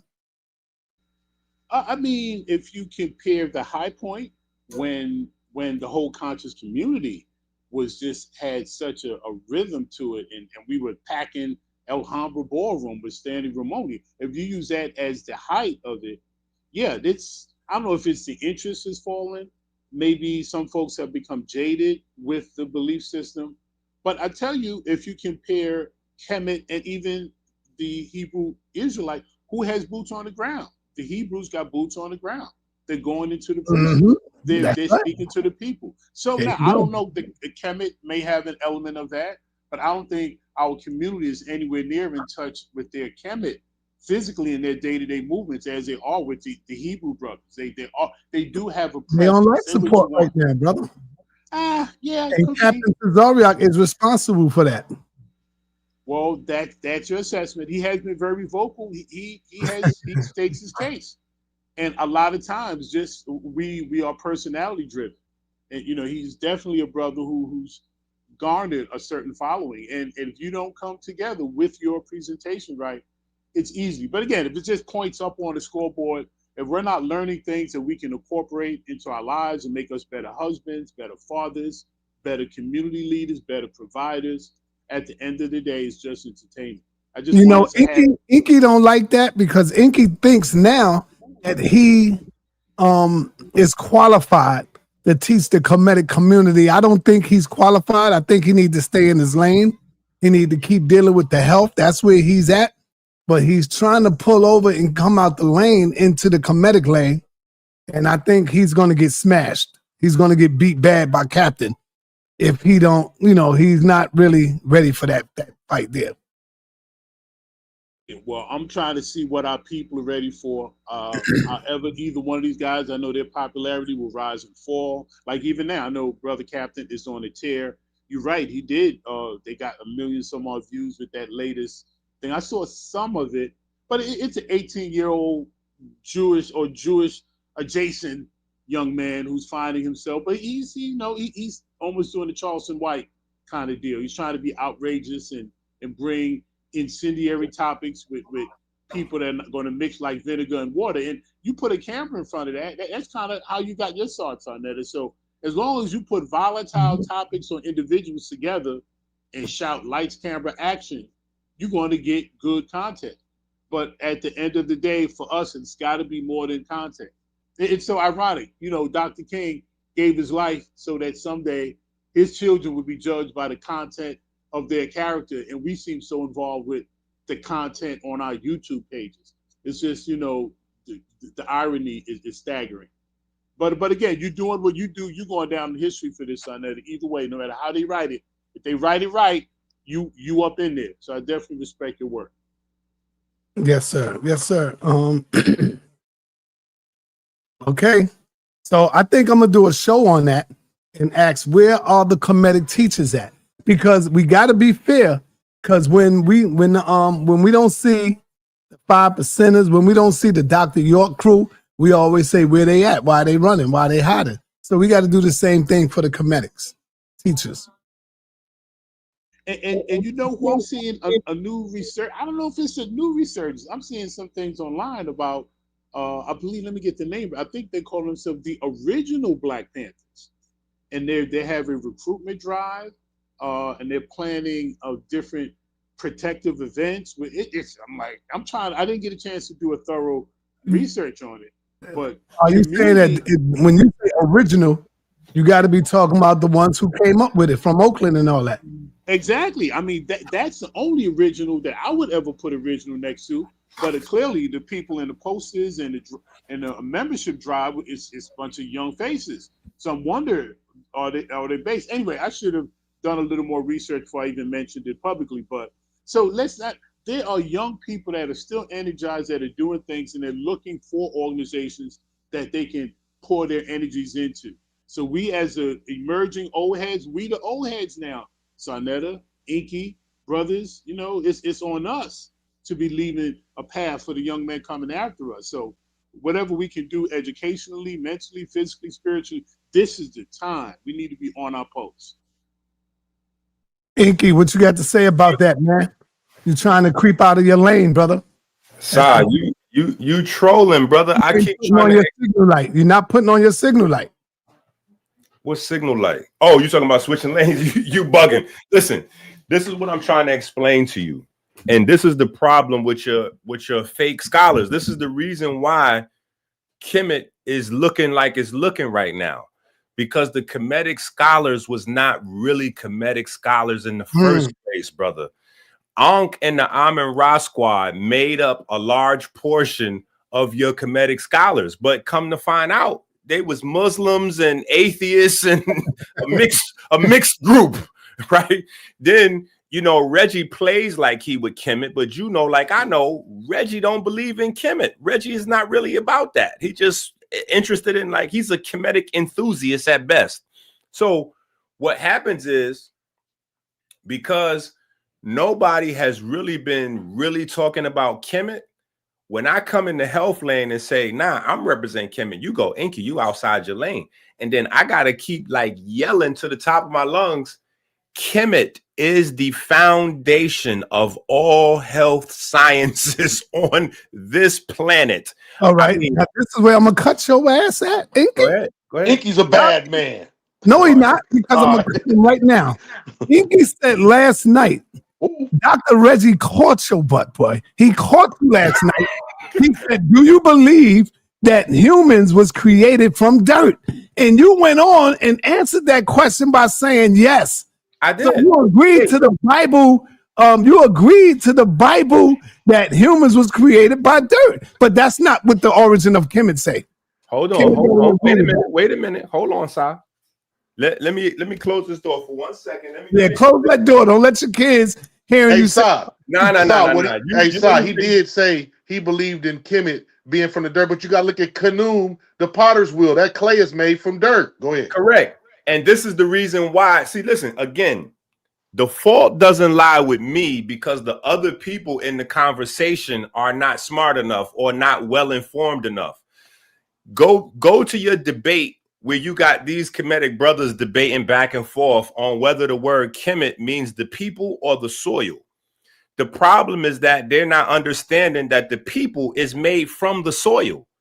So you don't have a either or, you have a both. That's what Khnum and the potter's wheel represents. That is that's the original blueprint for what's in the Bible, Genesis chapter 2, verse 7.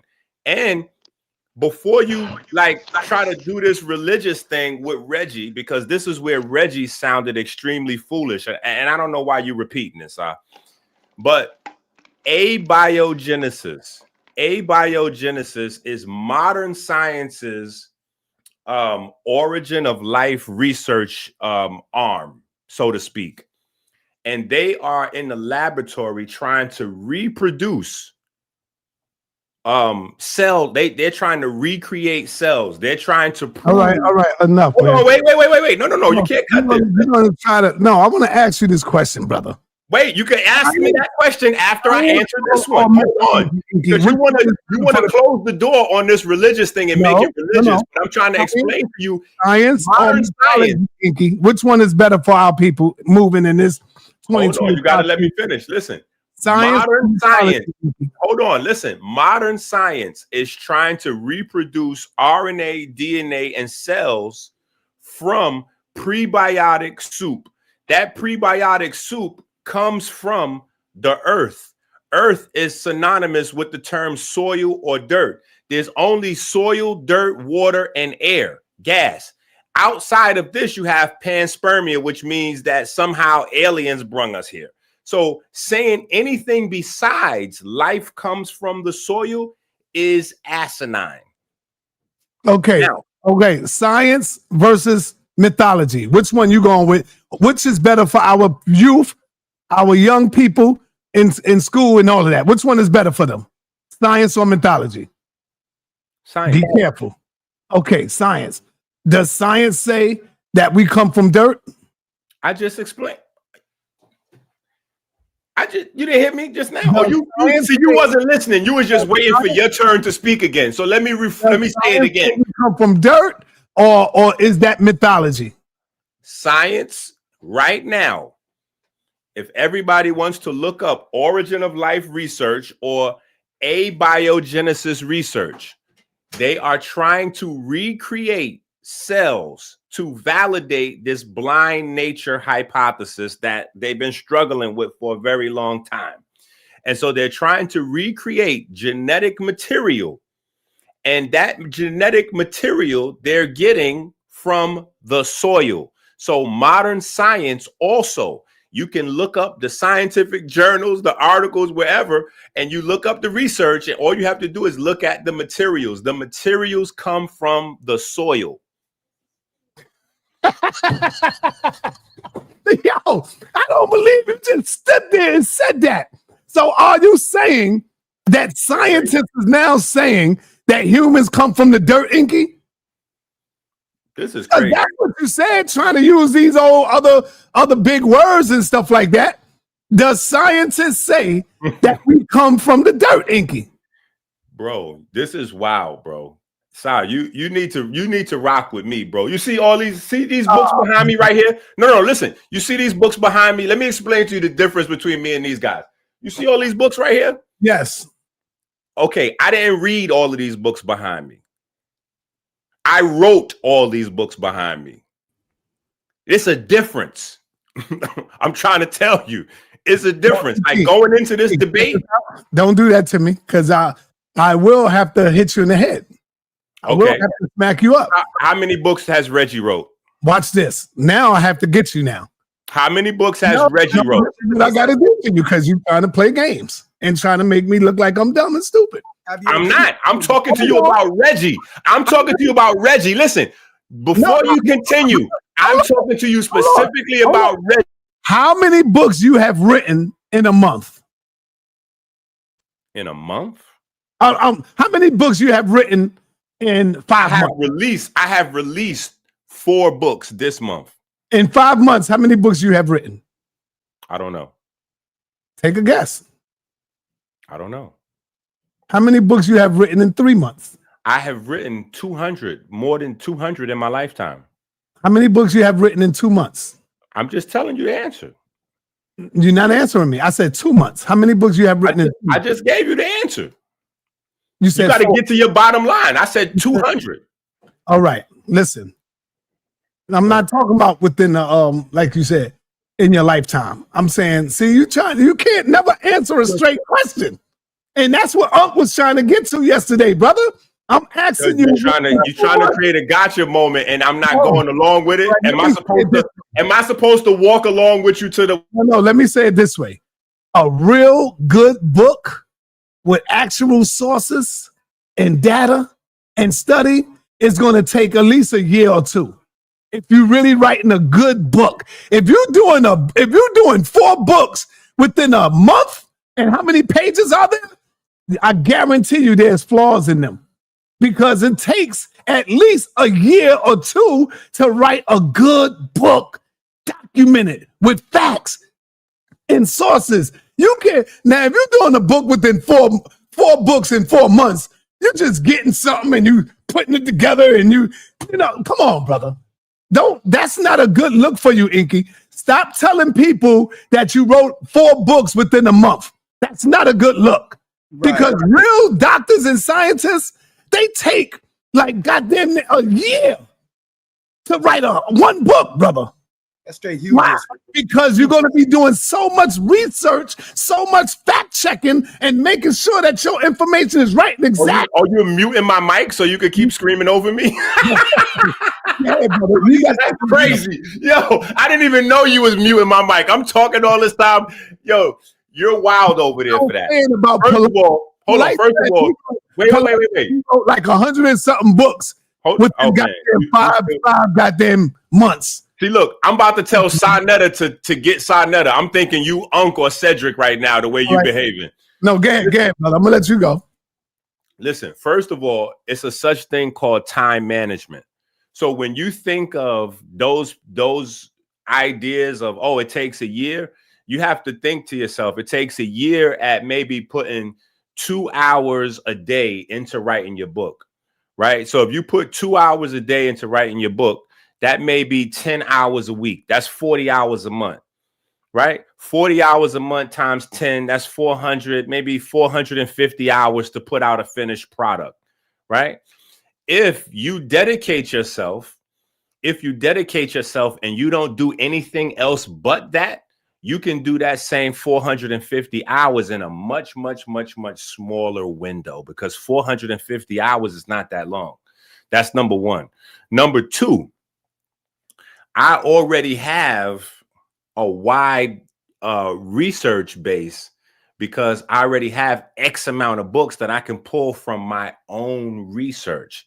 That's number two. Number three, since we here, how many books have you written, Sa? I didn't write no books. None. So again, what you should be doing is uplifting the only one person in your community that is actually writing books and formulating classes to teach this material, as opposed to trying to explain away what it is that I've been able to do. You should be elevating that and being like, you know what? Yeah, that one, right? Yeah. He from right. Yeah. And this is the example, like Brother Smalls was just saying. This is the brother. I'll fall back. I'll be humble, brother. I'm not trying to bang on you. I'll fall back, and I'm gonna be humble to you, brother, right now. So now let's get back to Reggie. Okay.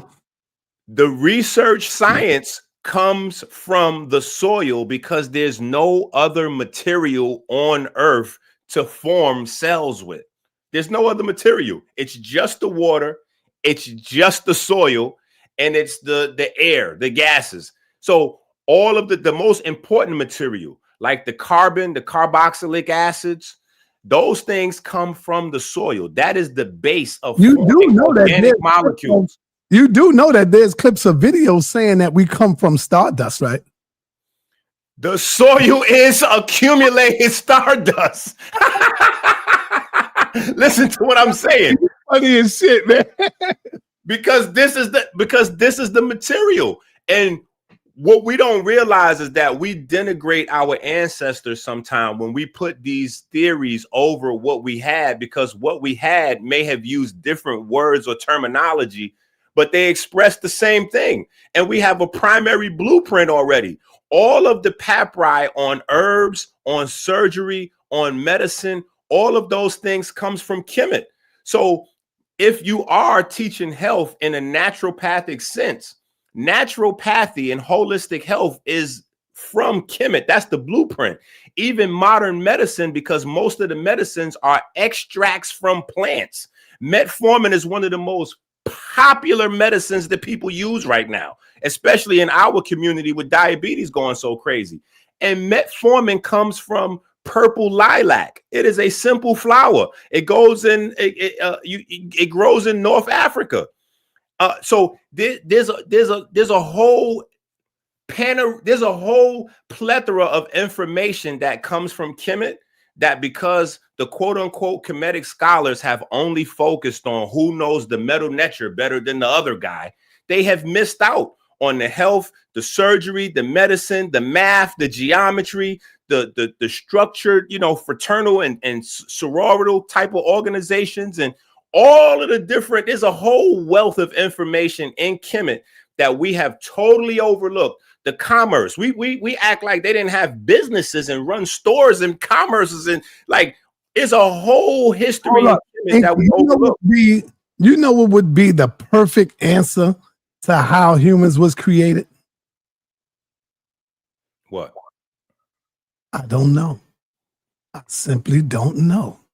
I was not here. I mean, now there's theories out there, but I just don't know.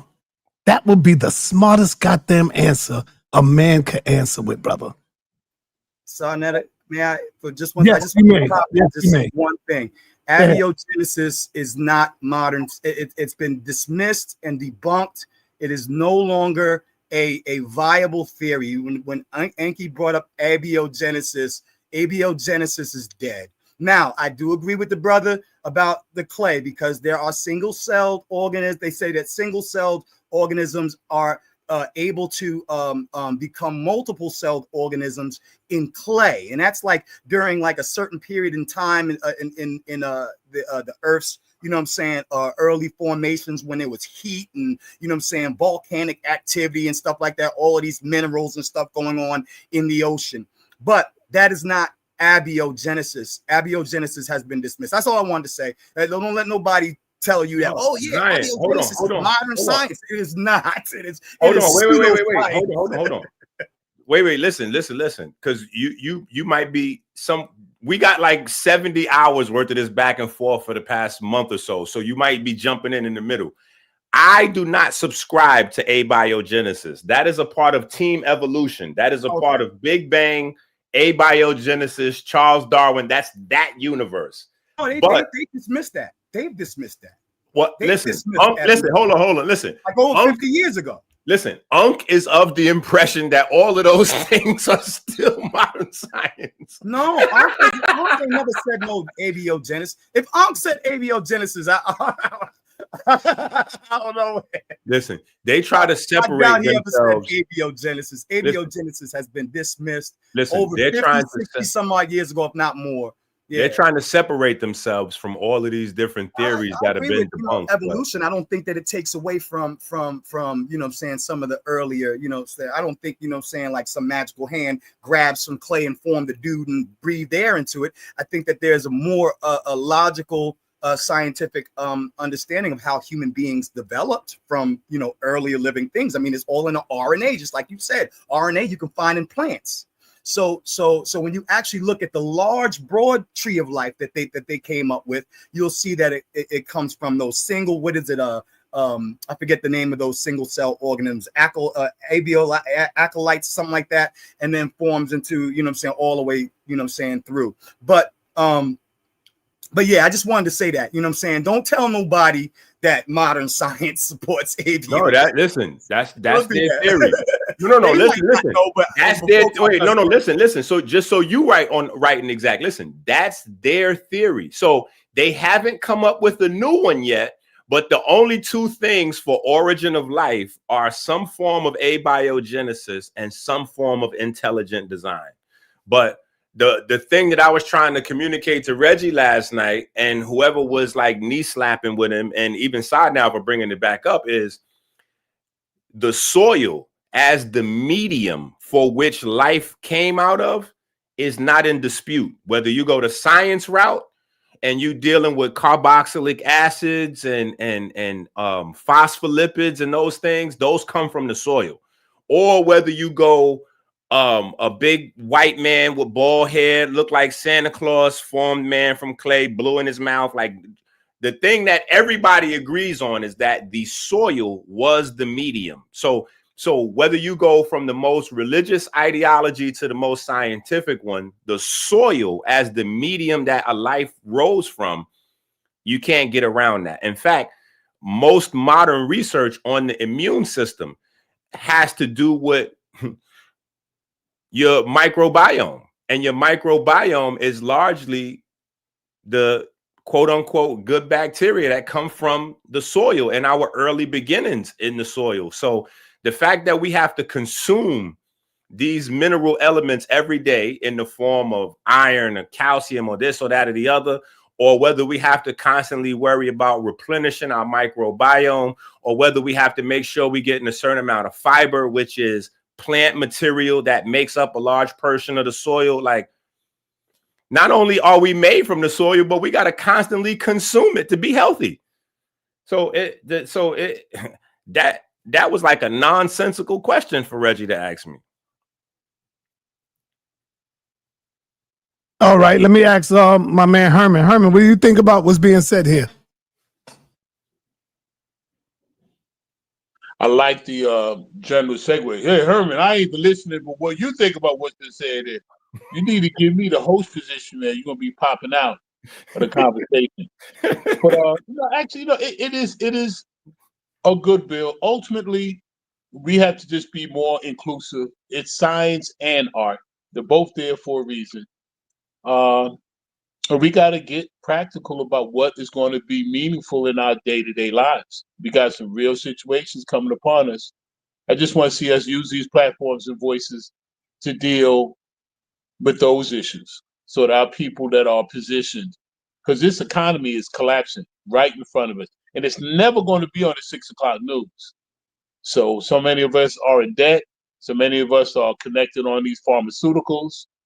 There's a lot I would like to see us expand our base, especially with brother Dr. Ankh. He's got a whole bunch of gears. His background in health, his background in herbology and other sciences. I think even spending some time with that could be interesting. At least we start talking about our bodies again. We just lost a musical icon recently. I mean, cancer, no one can ever predict, but 51 years old, we are pancreatic cancer is vicious. Yes. So let's start bringing more of those sciences back. How we are going to maintain this temple of life we have, and even emotional health. A lot of the mental health deal. A lot of our brothers and sisters are going past that breaking point, and we're seeing that around us in numbers that we haven't in the past. So those are some of the topics that I would like to see us broach. What do you think, Dr. Mickey? And let me add to that what you was just saying, because I think a lot of people, and this is where I'm always like alone, because I always find myself taking positions that are like unique positions. And so I don't feel like when we go back to the origin, that's why it's important for us to put Kemet in the forefront of what's going on, because in Kemet, they didn't separate herbs from like your sunus and your like your surgeons or your medical doctors of that time period. It was all one thing. And when you look at what's going on today, especially in America, one of the largest problems we have in healthcare is the emergency rooms are over flooded. And a lot of the problem with the emergency room being over flooded is that most of the people in the emergency room, you could have took care of a lot of what you're in there for at the house. So that way, the people that need trauma care can go get trauma care. The people that have emergency care can get emergency care. And the people that can handle some things at home, it's not necessarily about a war between surgeons and pharmaceutical, you know, the pharmaceutical industry versus whole, you know, herbs and natural. It's more so about learning about your body and being able to minimize what intrusive actions you take on your body and just keep yourself as healthy as you can, as long as you can.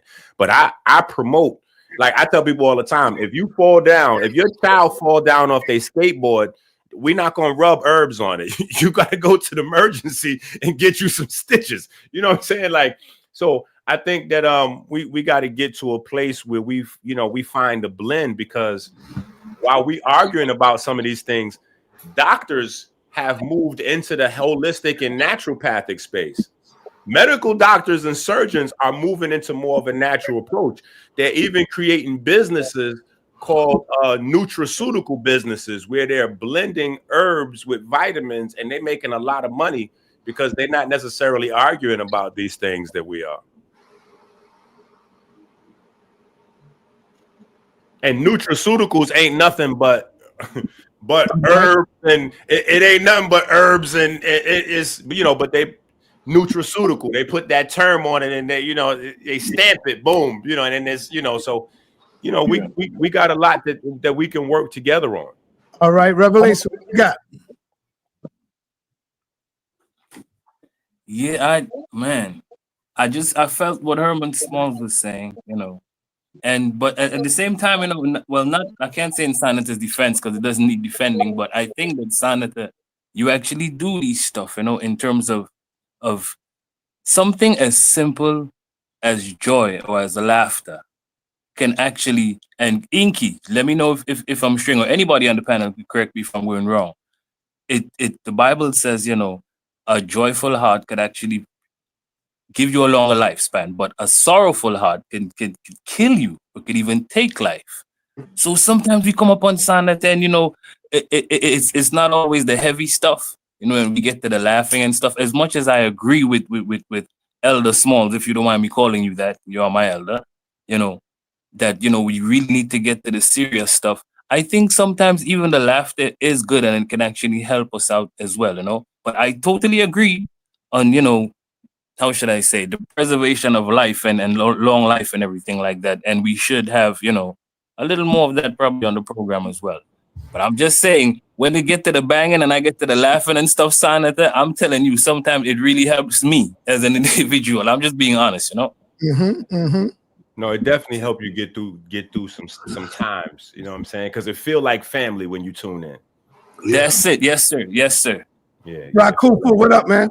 So I think that's what he's saying has something to do with New Orleans gumbo. Everybody brings something to their own gumbo. You know, it's like a mixture. You bring seriousness, you bring laughter. It's a combination, but all overall, we are learning and we're studying, and you're willing to open up and let people do things. I mean, it's a good show, man. It's all the way around good. Like he said, it's just depending on how they write it. You're already the legend of this. You know?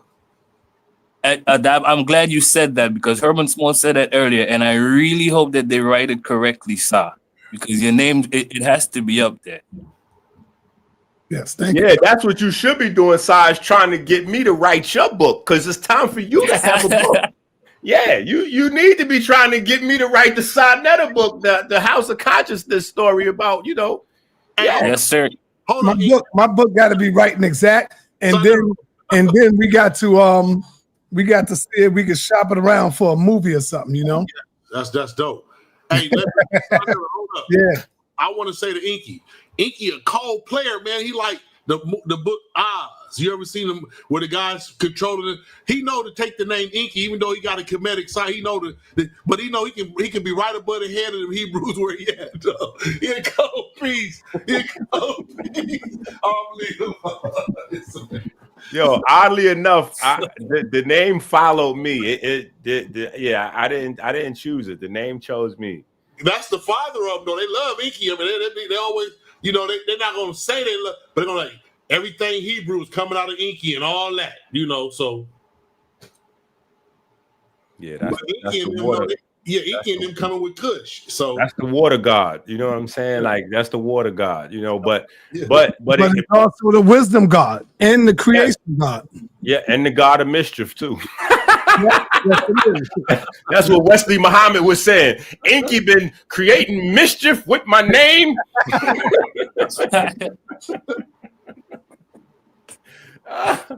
Nah, that's a fact though. But yeah, you know what I'm saying? Like I think that, you know, it's a beautiful thing over here. You know what I'm saying? Like it's a family thing. We fall out, we come back. It's always the same people. You know what I'm saying? Like that's family. Hey, yo, and there's a lot of people out there stealing from my man Science, man, indigenous black man. Everybody is robbing his brother.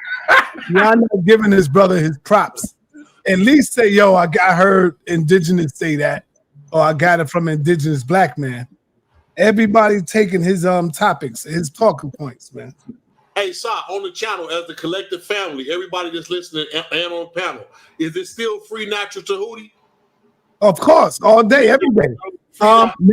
Being that you brought up Natural Tahuti, he spanked Inky. He beat the hell out of Inky. Yeah, Inky. Hey, Inky, listen. I can't find that video. I was trolling. Listen, Sai's trolling. That Natural Tahuti was my first official victim. Yo, I've been searching deep for that. I can't find it. And that's when you was talking about the rhesus monkey is the white man, Inky. Yeah.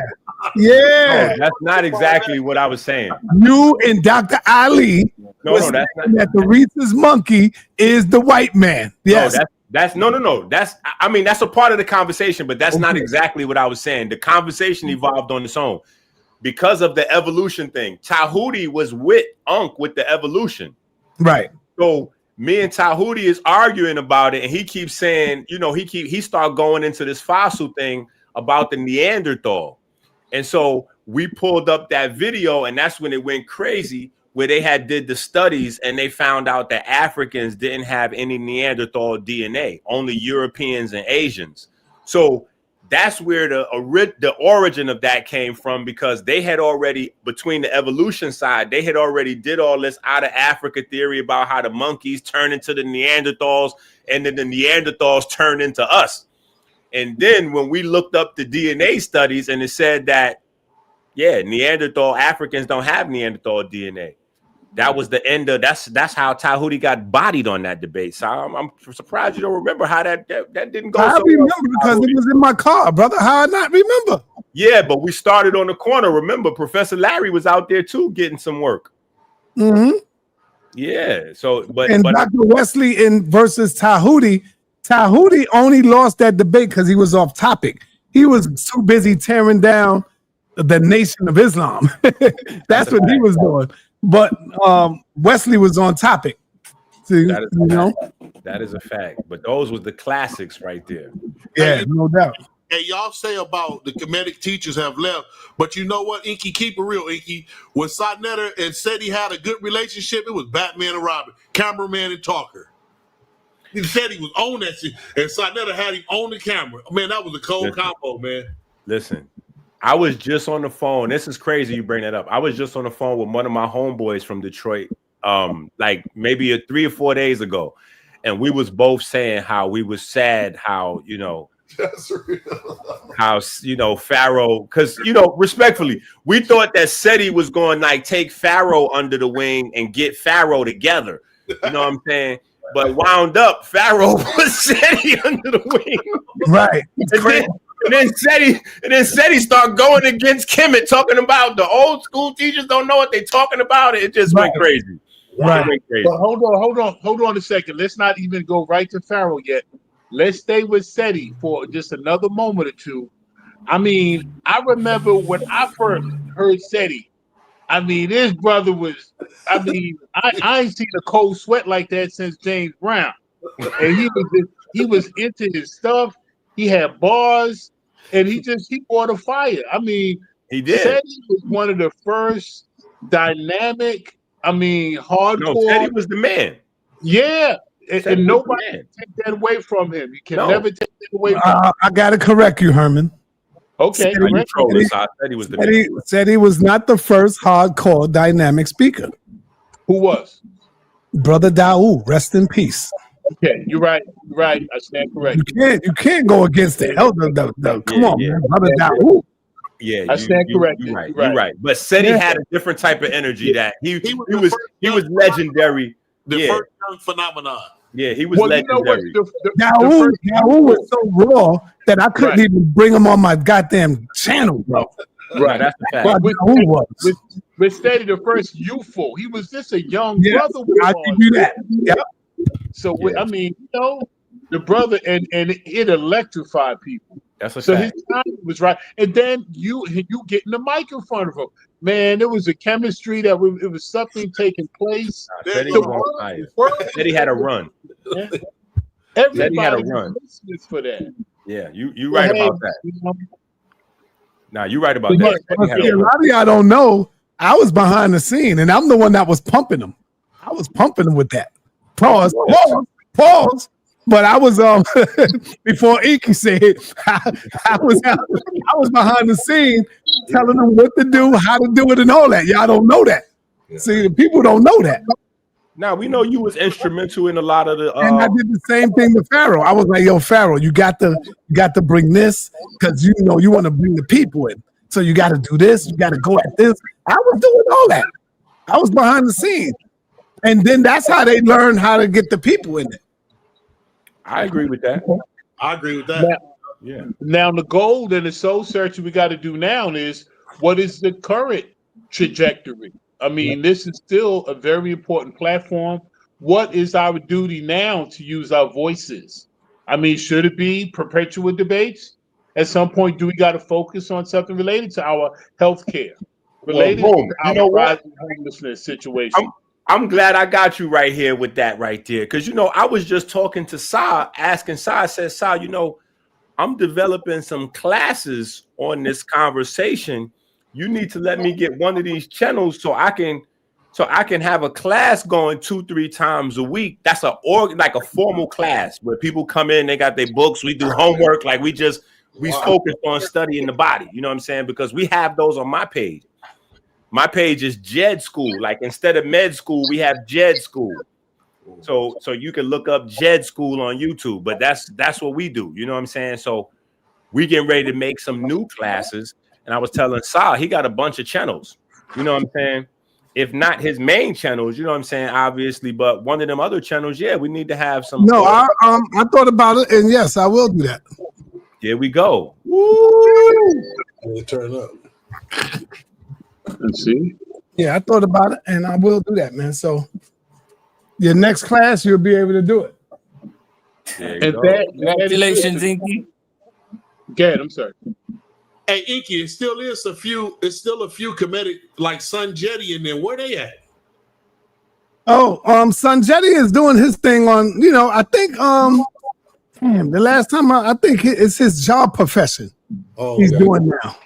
Okay. I think he's in the field like Jabari. That's what I thought. He's a priest. Okay. No, not a priest. I'm talking about as far as teaching students now. Yeah, 9 to 5. Oh. Yeah. If I call him up, he'll definitely come on. Sanjetti will come on. Yeah, we need Sanjetti. I think it's a conflict with Wujau and Asari Motel. The only thing with Sanjetti is just that, to me, not taking nothing from him, it's just his delivery is a little boring. Yeah. That's all it is. But Sanjetti is definitely qualified, but his delivery when he's trying to teach is a little slow and boring. Yeah. Well, you got to bring out Shaka. Yes. Yeah. Oh yeah, Shaka. Hell yeah. But what about Wujau? He's trying to start something when I said he said Shaka. Come on, man. Shaka, man. Oh boy. Wait, I don't know. I'm not. So if I don't know something, I might have missed something. I know sometimes. Listen, this is a family situation. Sometimes people be in, sometimes they out. But I know Shaka's official when it comes to the economics and the social history in Kemet. I know that's his. To bring on Shaka, Shaka just wants me to pay him to bring him on, and I don't think that's worth it. So not it. Well, listen. Once it get hot again, I'm not paying. Listen, once it get hot again, it might be different. You know what I'm saying? That's what I be trying to tell him. Yeah, because that's what I be trying to tell him. Because once you got to get your ass in the ring, if you want to get paid, get in the ring. Because I'm not going to give you nothing out my own pocket, and then the people don't support it. Nah, they got to support it. Agreed. Yeah. No, People so definitely got where to that's at. Well, and that of course, and we can't lose sight of that. And I was doing that. I was giving them $200 out my pocket to do a quick interview and bring them on. I think you have enough people though where you could get a sponsor. You got to find a sponsor. I don't know how to do that, but I know people with less views than you have sponsors. Wait a minute. What Well, about then that's your homework. Get some sponsors for me, brother. I don't know how to do it. Get some sponsors, huh? you know how you do it, Inky? Because I don't like to say his name, but you know who locked up right now, Brother P, used to run with. He had Floyd, he had all kinds. So I know you can get, and they know who sa.neter is. Nah, he ain't had none of them. He ain't had none of them. Oh. He ain't had none of them. He was just hanging out. Rock Kufu is confused with the Scammy Davis He Jr. was just routine. hanging out with them. He was trying to get them. I remember he had That's what he was trying to do. No.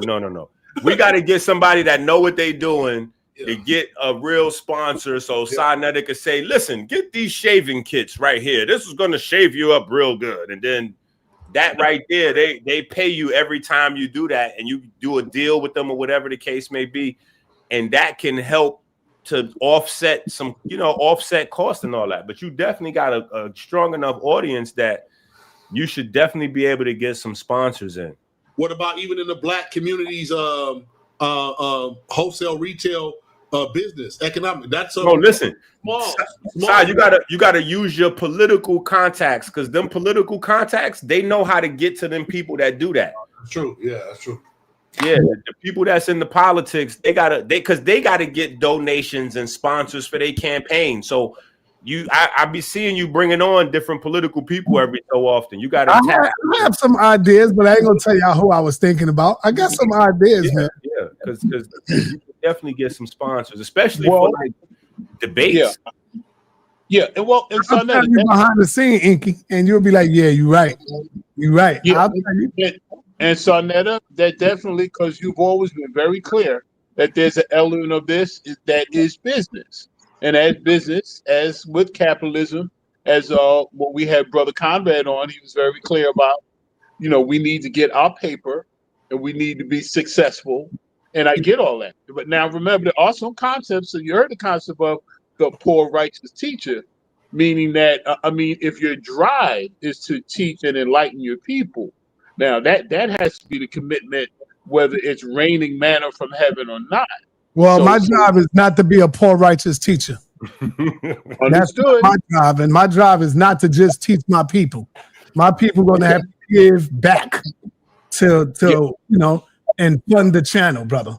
So I'm damn sure not trying to be a poor righteous teacher.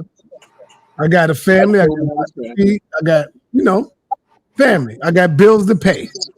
That part I get. I don't work for the white man, and I'm not those who do, because in doing that, it all comes back around. It all comes back around. So Herman, being that you mentioned Comrade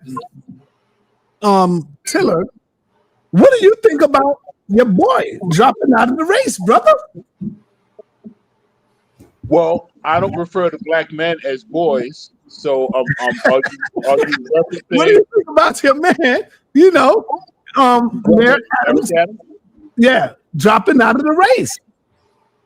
Well, it was kind of surprising, but in the back channels, they were saying he was given that call a while ago, and he was just waiting for the right time to announce it. This is some of the things. It was surprising, but so apparently there's always some scheming going on when black people get into these positions. Why?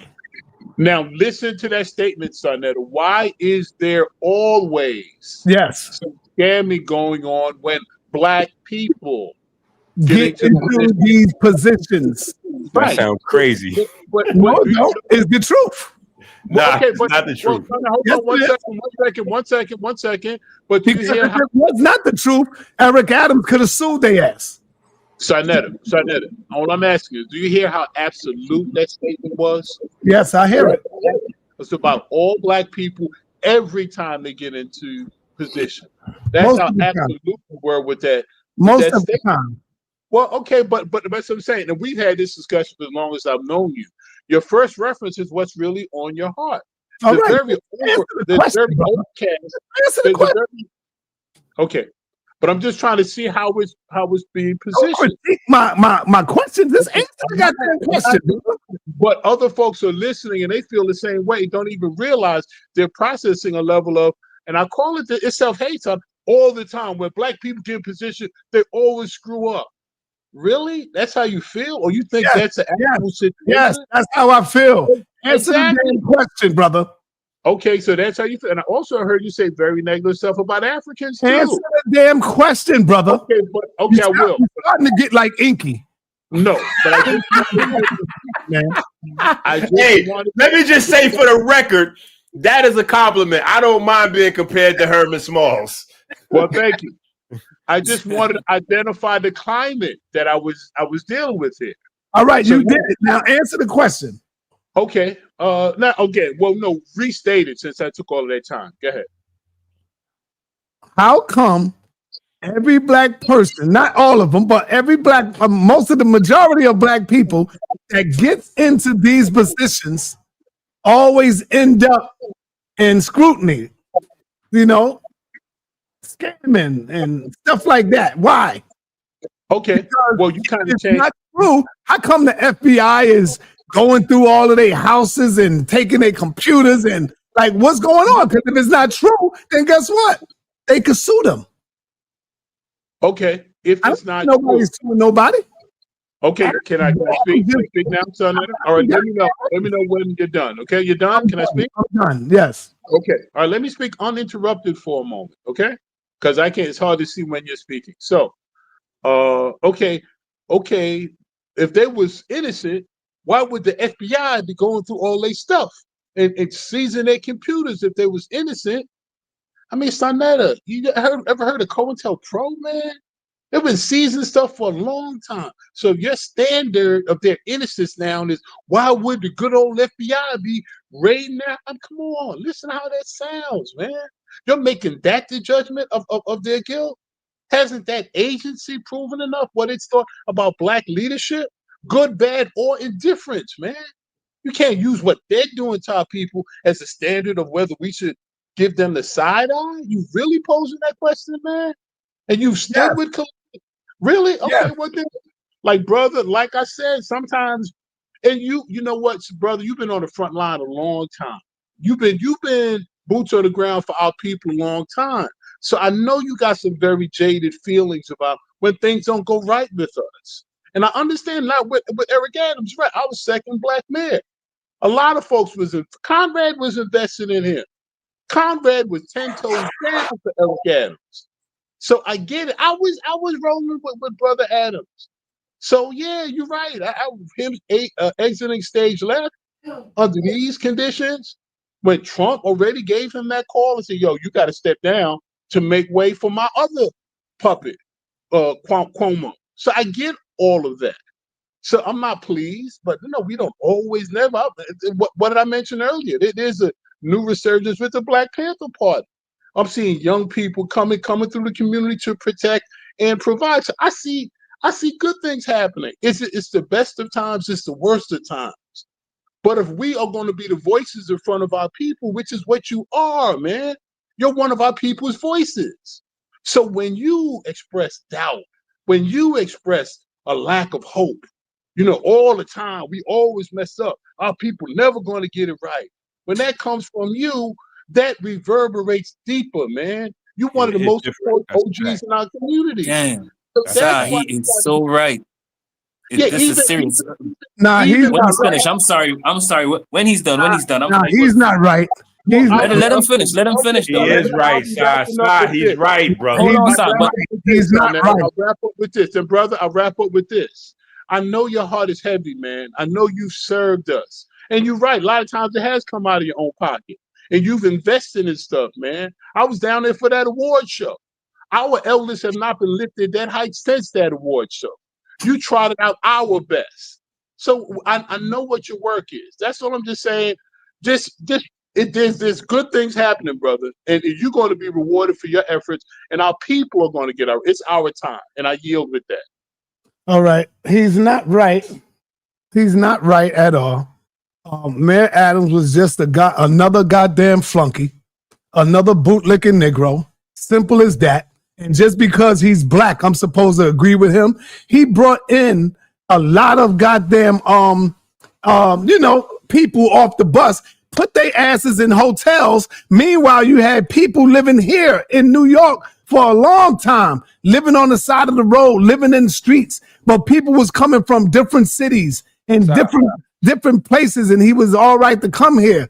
Not only that, even Adams, his own goddamn people who was under him was being investigated for fraud. You seen that black woman and her son?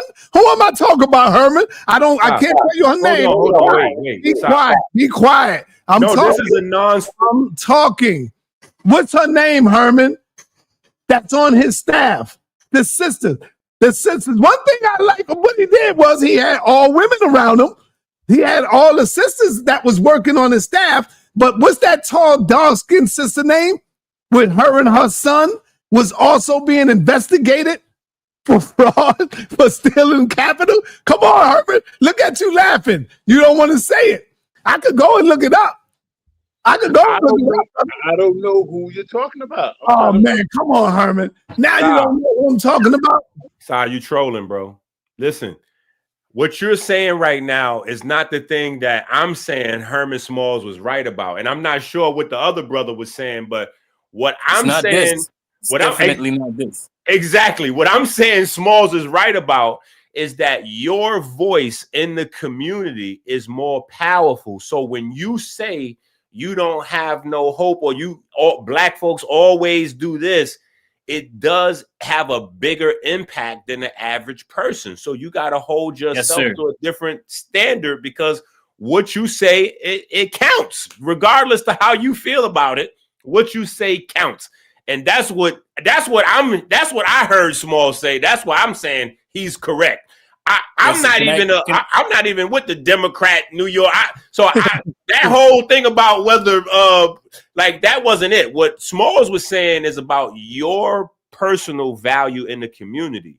And so that's what I heard him saying. I just want to say something real quick, Inky.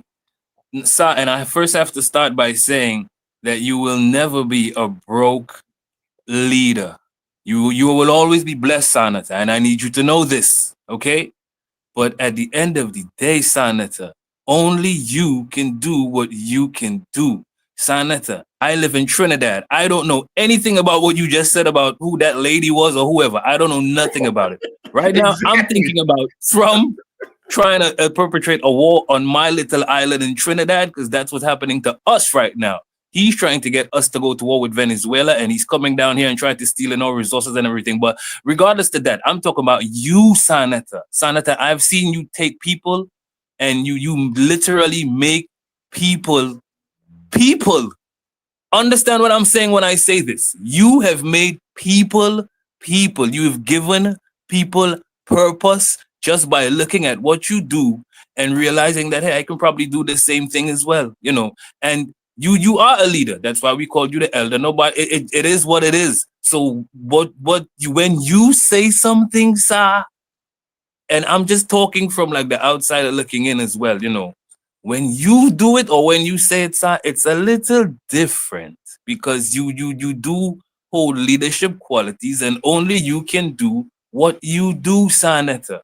So you will always be blessed. You would never be a poor leader to us. No, that's not gonna happen. Guess what, though, brother? Yes, sir. Yes, sir. If Khalid Muhammad was here right now, Herman, and you knew him personally, like me, what would Khalid Muhammad say about Eric Adams? Come on, Herman, and be real. Talk to me. Yeah, look in the camera. Oh, that's wrong, right. And sa.neter, and I tell you this, and just to use the word. Answer my question, brother. Real quick, brother elder now, he's an elder ancestor, Dr. Jack Felder. He said, as you get older, it cycles, and you see things over and Can over. you answer my question, brother? But I say that to say now, to be put in a position to speak for what another man would think and feel. Wow, man. Well, no, I'm just sa.neter. I could put words in his mouth to be in favor of me. Or I could put words in it. I'm not going to do that. Let me tell you what Khalid said. Okay. Khalid said, If you want to be the mayor of the city, be black first. Be a revolutionary mayor. If you're going to be a basketball player, be a revolutionary basketball player. If you're going to be a minister, be a revolutionary minister. He said, whatever you do, be a revolution first. Khalid would not sit back and allow Eric Adams to do this bozo stuff that he's been doing, brother. Looking out for every goddamn nationality except his own people that lives right here in Harlem, brother. You know what the fuck he did? Sorry for cursing. You know what the hell he did for black people since he been in office? He gave us a goddamn block party on 125th Street. That's what the hell he did for us. Hold on. But Khalid Muhammad, wait a minute. If Khalid Muhammad was here, he would still agree with Herman Smalls and say, sa.neter, you are in leadership. All right, but hold on. Meanwhile, when you look at the Dominicans and the Puerto Ricans that get into this office, they open up their goddamn door for their people. They got pride, nigga. When you look into these, when you going to get welfare, who's in there? It's the Puerto Rican people serving you. When you go into the goddamn court system to talk about they want to take your babies from you, who's in there serving you? It's the Puerto Ricans and Dominicans. Where the black people at? When you going to get your goddamn license, it's the Dominicans and Puerto Ricans serving you. Man. Are the Puerto Ricans and Dominicans more politically active on the local? Stop interrupting me, brother. I'm telling you what I see. I just took my daughter to the DMV Friday to get her license. First time, she was so proud. Africa, Herman. Africa just got her new car. She got a car. She got her license. You might see her driving through now, Herman. You know? So she was so proud to get her first vehicle. And I took her there to get her license and everything. You know? And so it's just crazy, man. Don't tell me what I know. I'm giving you life experience, what I see. All right, but listen, when these Spanish peoples get into position, they open the door for Spanish people. But Sal, here's the question. Man. Are the Spanish people more politically active locally than black people? Yes. Well, then that's the solution right there. That's the problem. Yes. That's the problem. We can't necessarily hold a mayor or this person or that person accountable for the people sitting home on their couch, because guess what? A lot of black folks are saying, well, you know, I'm not voting because the white man's going to do what he want to do anyway, or blah, you know, all of these different things. So we can't really say much if we're not active. We got to get out there and get, you know, our voices got to be heard, whether we pro-Trump, pro-Republican, pro-Democrat, anti-Democrat. Hold up. That's exactly what I said to you, bad hombre. Yes. I'm not ashamed to say that. I said F that. That's exactly what I said. I'm not ashamed of saying it. I'm not ashamed of saying it. You don't give a damn about me. Yeah, I said my father Puerto Rican. What the fuck I'm supposed to say? You said my father Puerto Rican. I'm not FBA. And so I said FBA. I don't give a damn about that, because you niggas are separating the people. Don't give a damn about FBA, not me. Foundational Black America. So what? That's just a goddamn political title. Get the hell out of my face with that nonsense. Well, sa.neter, you mentioned some very interesting things. I want to, you know, take them one at a time. You said it, not you. You ain't say it personally, brother. No, I know. Believe me, sa.neter, I don't take anything you say personal at all. I know you're speaking from your life experience, and you're relaying situations from the many people you've interacted with. But now listen, Dennis, we started out talking about Eric Adams now. Okay, he got into position. You're right. When you get into office, you open up, you went to the DMV, nothing but Dominicans and Puerto Ricans, you went to this other agency, nothing but. Yes, now there was another profession. You probably haven't noticed, but since I bike, you know what other position I think is exclusively run by Dominicans right now? School crossing guards. School crossing guards. Because, you know, I cycle a lot. But I'm just saying now, most folks would probably think, hey, okay, a school crossing guard. But that's one of the offices. You come into offices, there's certain positions. And if you got 1,000 or 500 school crossing positions, that's families that's going to get employed, be a part of the system. So if that comes under your purview, and you can direct that. I mean, that's what you do. You take care of your own when you now. But Eric Adams, don't forget his cabinet before it was taken through that stop and frisk for uppity Negroes when they went and seized their laptops and went into their homes in the middle of the night like they were drug kingpins or some cartel. I do remember that. He's But a who do you sucker, man. All right, sa.neter, Adams I'm gonna wrap up with this. sa.neter, can I wrap up with this like I let you wrap up, brother? Yes, go I'm ahead. not gonna take that long. Thank you. So yes, they went through their stuff and they did the almost perp walk, but that was the best and our brightest. In charge of the education, his fiance had a high position. He had, like you said, blacks all around him. So that's a perfect example of him trying to black Negroes all around him. Black Negroes. That ain't no help. Well, you're not going to And let me tell you why Adams was a sucker. When a new mayor comes into town, you know what that means, Herm? That means you are the boss of the fire department. That means you are the boss of the police department. That means you are the boss of all of these governments that's trying to do work within your community. What the hell did Adams do? Did he put people in position to say, here, I want you to be the construction team? There's black people that does construction, you know, Herman. There's black organizations. Did he go out and say, here, I want to hire this construction site right here that have black people? No, there was more goddamn stop, be quiet. Stop cutting me off. There were more Mexican groups in the goddamn working force than anybody else, right? Now, when you look at, you keep interrupting me, brother. Now, when you look at the police, this nigga was scared to be the goddamn boss. You the boss of the whole police force, brother. You tell them what you want to do. You tell them. You go in there and change up stuff. He ain't do none of that. When a white man get up in there, watch you see the difference. If Cuomo wins, watch what Cuomo do. He's going to show you that I'm a goddamn boss. You cater to me. You bow down to me, Lieutenant. You do what I tell you to do, and you ain't see Adams doing none of that. He was in there bootlicking, right, in the words of Dr. Khalid Muhammad. He was in there bootlicking, buck dancing, bamboozle, half-baked, half-fried, sissy-fied, punky-fied, half-rise, a marginalized nigga in the goddamn office. You ain't see him come with no goddamn power. All this thing here is a game, Herman, and you got to see it as a game. They all come to you and tell you what I'm going to do. This is going to change. That's going to change. Ain't nothing going to change because it's a goddamn political game. It's a chessboard. We're not even on the goddamn board. Hold on, Si. Let me get in there. Listen. Now, what you want to say, Inky? All right, because here's the thing. First of all, we got to start focusing on personal development. A lot of people come on the platform, and a lot of people like engage in scholarship, but they don't engage in study. They're not reading and writing.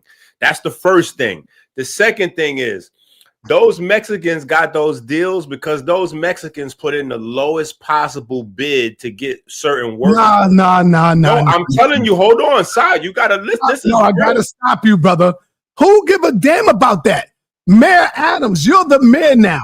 Put your people in position now. Like everybody else will put their people in position, bro. You go to jail for that, brother. Not your pocket, Adam. You go to jail for that. Listen, you go to jail for that. No, you don't. Yes, you do. The bids, because the bids is public. You got to take the lowest bid because you're not spending your money.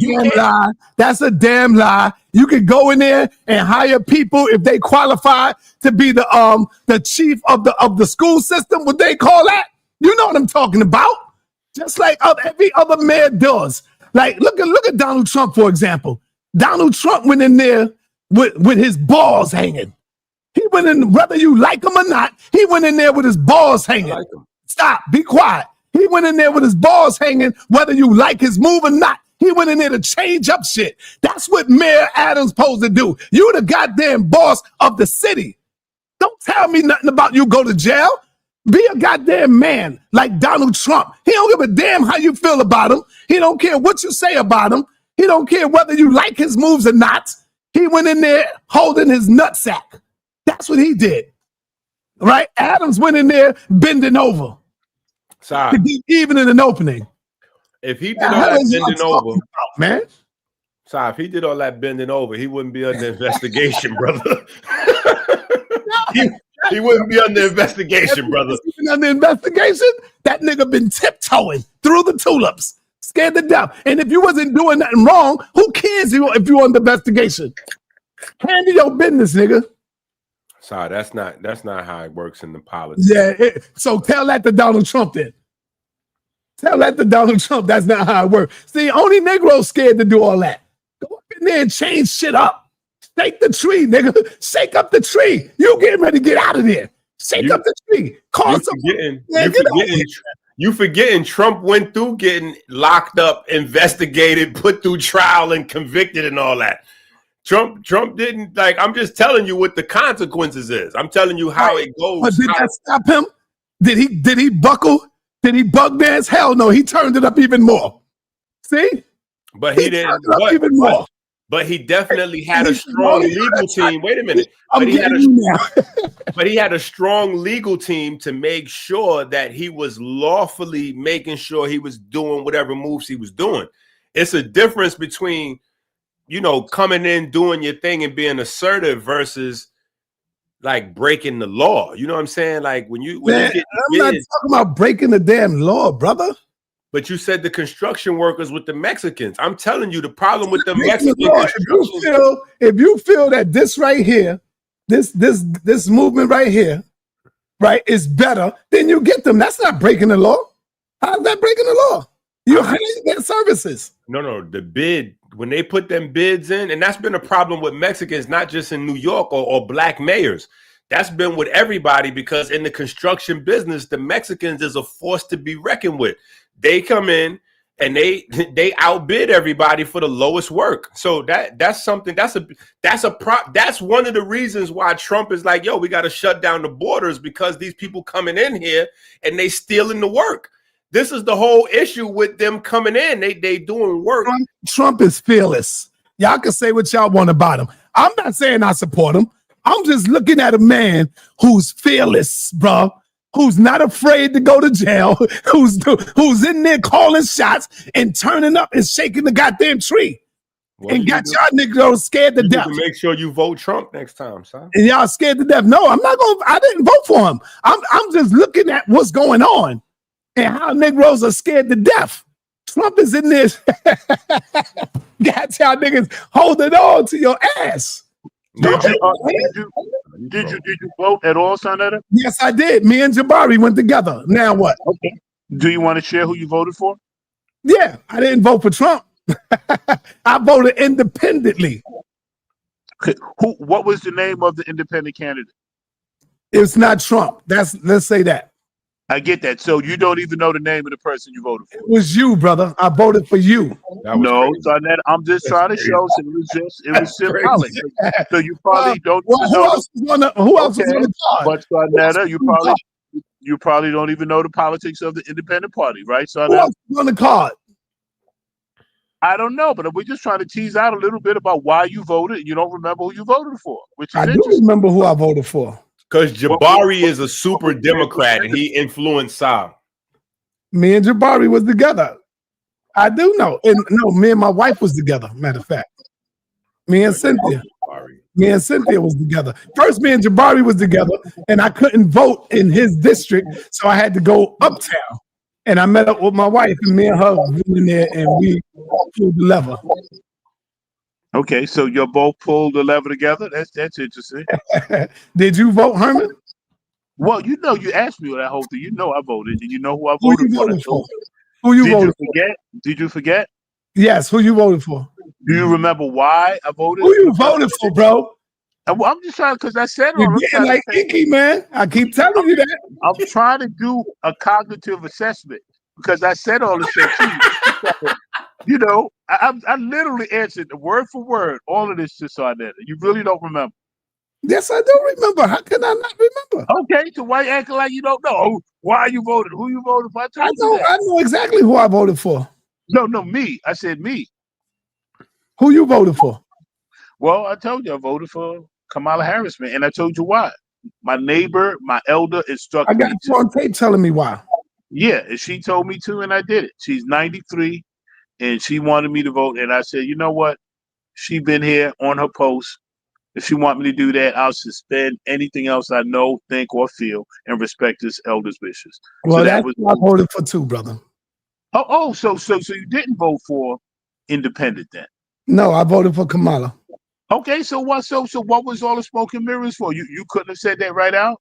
No, I just wanted to see where you was going. That's okay. Well, yeah, I guess okay. I guess they teach you that in double agent school. That's what we gotta keep an eye on you, man. All this evasive stuff, man. That's right. Y'all need to say pause after y'all say y'all voted for Kamala. Why? Yeah, of course. Come on, bro. Why? Come on, man. Who did you vote for, Inky? Trump. He said that with his chest, boy. Trump. I would have voted for a doorknob. Anybody besides Kamala. Okay, so are you happy with the services that Trump is doing so far? I'm happy that Kamala's not in office. No, I'll ask you something else, brother. I ain't asking about Kamala. Are you satisfied with the moves that he's been making so far? I'm satisfied. I voted against Kamala. Right, but I'm talking about Trump. I didn't mention her. Right, See, but what I'm saying, I'm telling you, Herman is just like you. No, but what I'm saying is no. Listen, you're asking me if I'm happy with my vote. I'm saying Kamala's not in office. I asked you, are you happy with the services that Trump has performed so far? That's what I asked you. I think he's so. What does that mean? Damn, bro. He can't even answer, man. Look at him. What does that mean? I can't answer. What you want me to say? He's doing horrible or he's doing amazing? I'm telling you so. Answer whatever you feel. I did, and you're critical of it. I'm saying he's in the middle of the field. He's doing. Are you happy with his services so far? And keeping Kamala out of office? Yes or no? I'm happy that he kept Kamala out of office. I see what Unk's saying now, man. I see what Cedric be saying now, man. Even though I think you're going to beat Unk, I think you're going to beat him. And one of the tactics is getting up under his goddamn skin. Because Unk got baby skin. Can I ask Inky a question, sir, please? Yeah, Unk got baby skin. He don't have tough skin. Yeah. Yo, after you're done, sir. Go ahead, I'm done. Inky, why are you just, your only reason is because you don't want. I have children. I'm not into trans nothing in my children's school. I'm not into trans. Hold on, let him finish the question. In my children's school. It's okay. Let him finish. Go ahead. Go ahead, Revelation. Ask the question.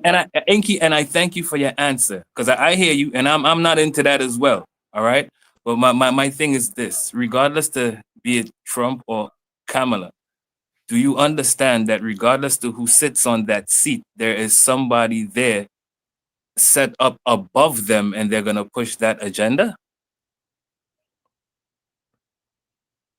You don't know. You're not aware of this. No, you don't. I disagree.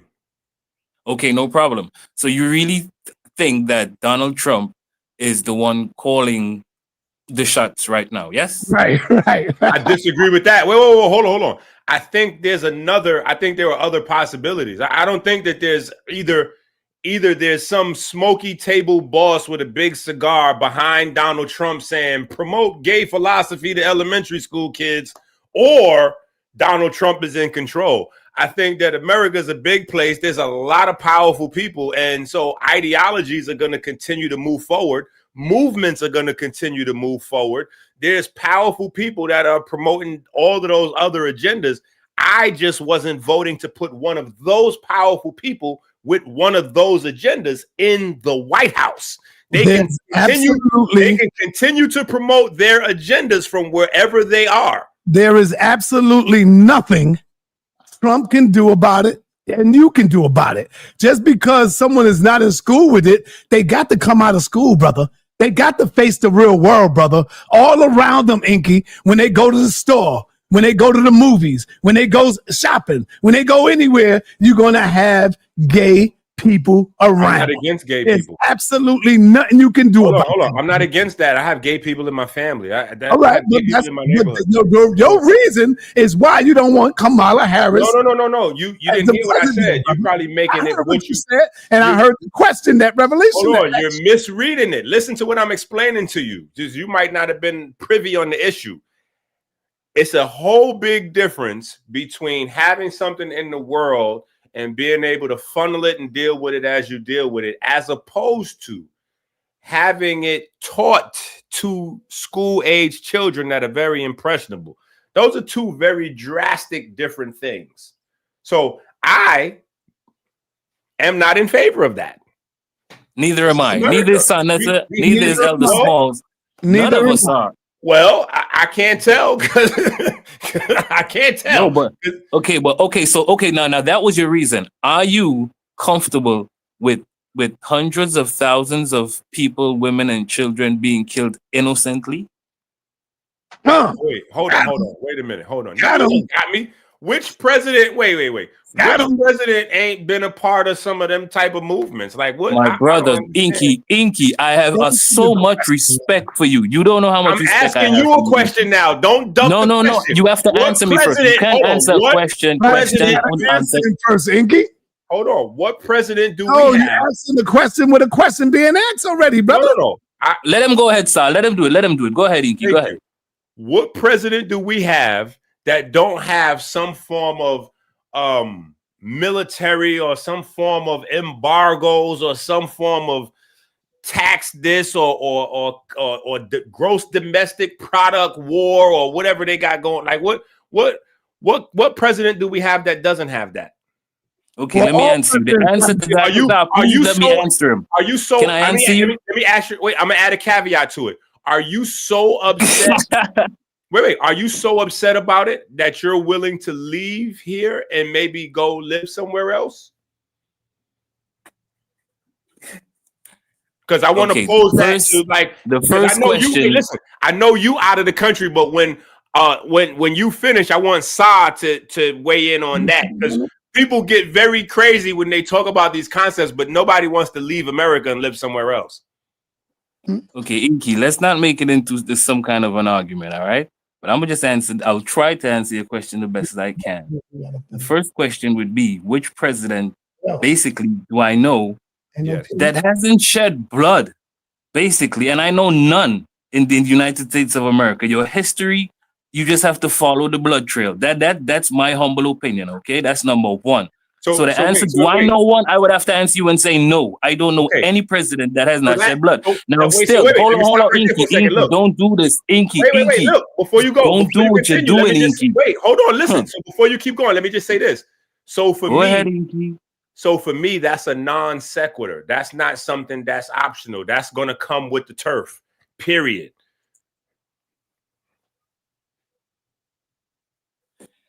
Basically, what you just said is that you would prefer for your kids, because you're talking about you don't want your kids to be taught about trans and certain things in the school, so you voted not for Kamala. No problem. Right. I don't approve of those things either. But the other person is perpetrating murders, wars, and all of these things. And your excuse is that, well, all of them does that, so it's okay. So now you basically hold on. Let me finish, Inky. Let me finish. What you're basically telling me is that you rather have a dead kid than a kid that could be gay. That's how far I'm gonna take it. You rather have a kid in war and at risk of being killed because of war than a kid being gay. Now I don't understand, because that's what you're saying. You're saying when she's not there, listen, I'm good because she's not there. Trump could do what he wants once Kamala is not there. That's basically what you're saying. You don't care what Trump does as long as she's not there. Hold on. Listen, that's not what I'm saying. That's what you're making it into. And you even said you're making it. That's how far I'm going to take it. You're taking it pretty far. So first of all, you would have to prove that if Kamala was in office, we still wouldn't be at war. We still wouldn't be engaging with these other countries. But you just said it's a non sequitur, Inky. You just said all of them is going to do war. So why would I do something like that? It's a non sequitur. I wouldn't do that. So if it's a non sequitur, that means that is not something that's on the table to vote on. That's going to come regardless of who goes in. It's not about the vote. I ask you about your personal opinion, Inky. It's your personal opinion. So then what are we talking about then if you're asking me my Your personal opinion. I just So wait, asked how are you about- challenging? Oh, Wait, man. how are you challenging my opinion and then saying it's not valid at the same time? You gotta listen if you're gonna ask me a You question. didn't even answer. I didn't even get your opinion. You asked absolutely me a answered question your without question. answering the question, Inky. That's what you Yes, I did. did. I answered your question. So then answer the question, and then I can't even say that I don't like your opinion. You didn't give one. I did. I told you what was the most important to me, most important thing to me voting. Oh man, we're gonna do this for her not to be there, Inky? Really? Yeah. Wow. Okay. I don't know what to say. That's it. Okay.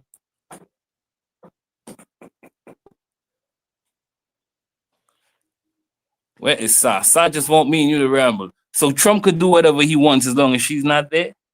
Trump only has 4 years. So in that 4 years, he can destroy the United States, and you don't have a problem with that. Is he going to destroy the United States in 4 years? No, I said he could. I'm not saying that he Hold on. would. Let me ask you a question. Biden was barely coherent. I agree. I agree. No, hold on. Biden was barely coherent. He couldn't even walk up and down steps by himself. I mean, like, what are we talking about? You know what I'm saying? Like, yeah, but if we're talking about coherency, then Kamala would be way more coherent than Trump, wouldn't you say? why in what shape, form, or fashion? Why? Did you not watch the speeches? Everything she said on one speech, she took back on another speech.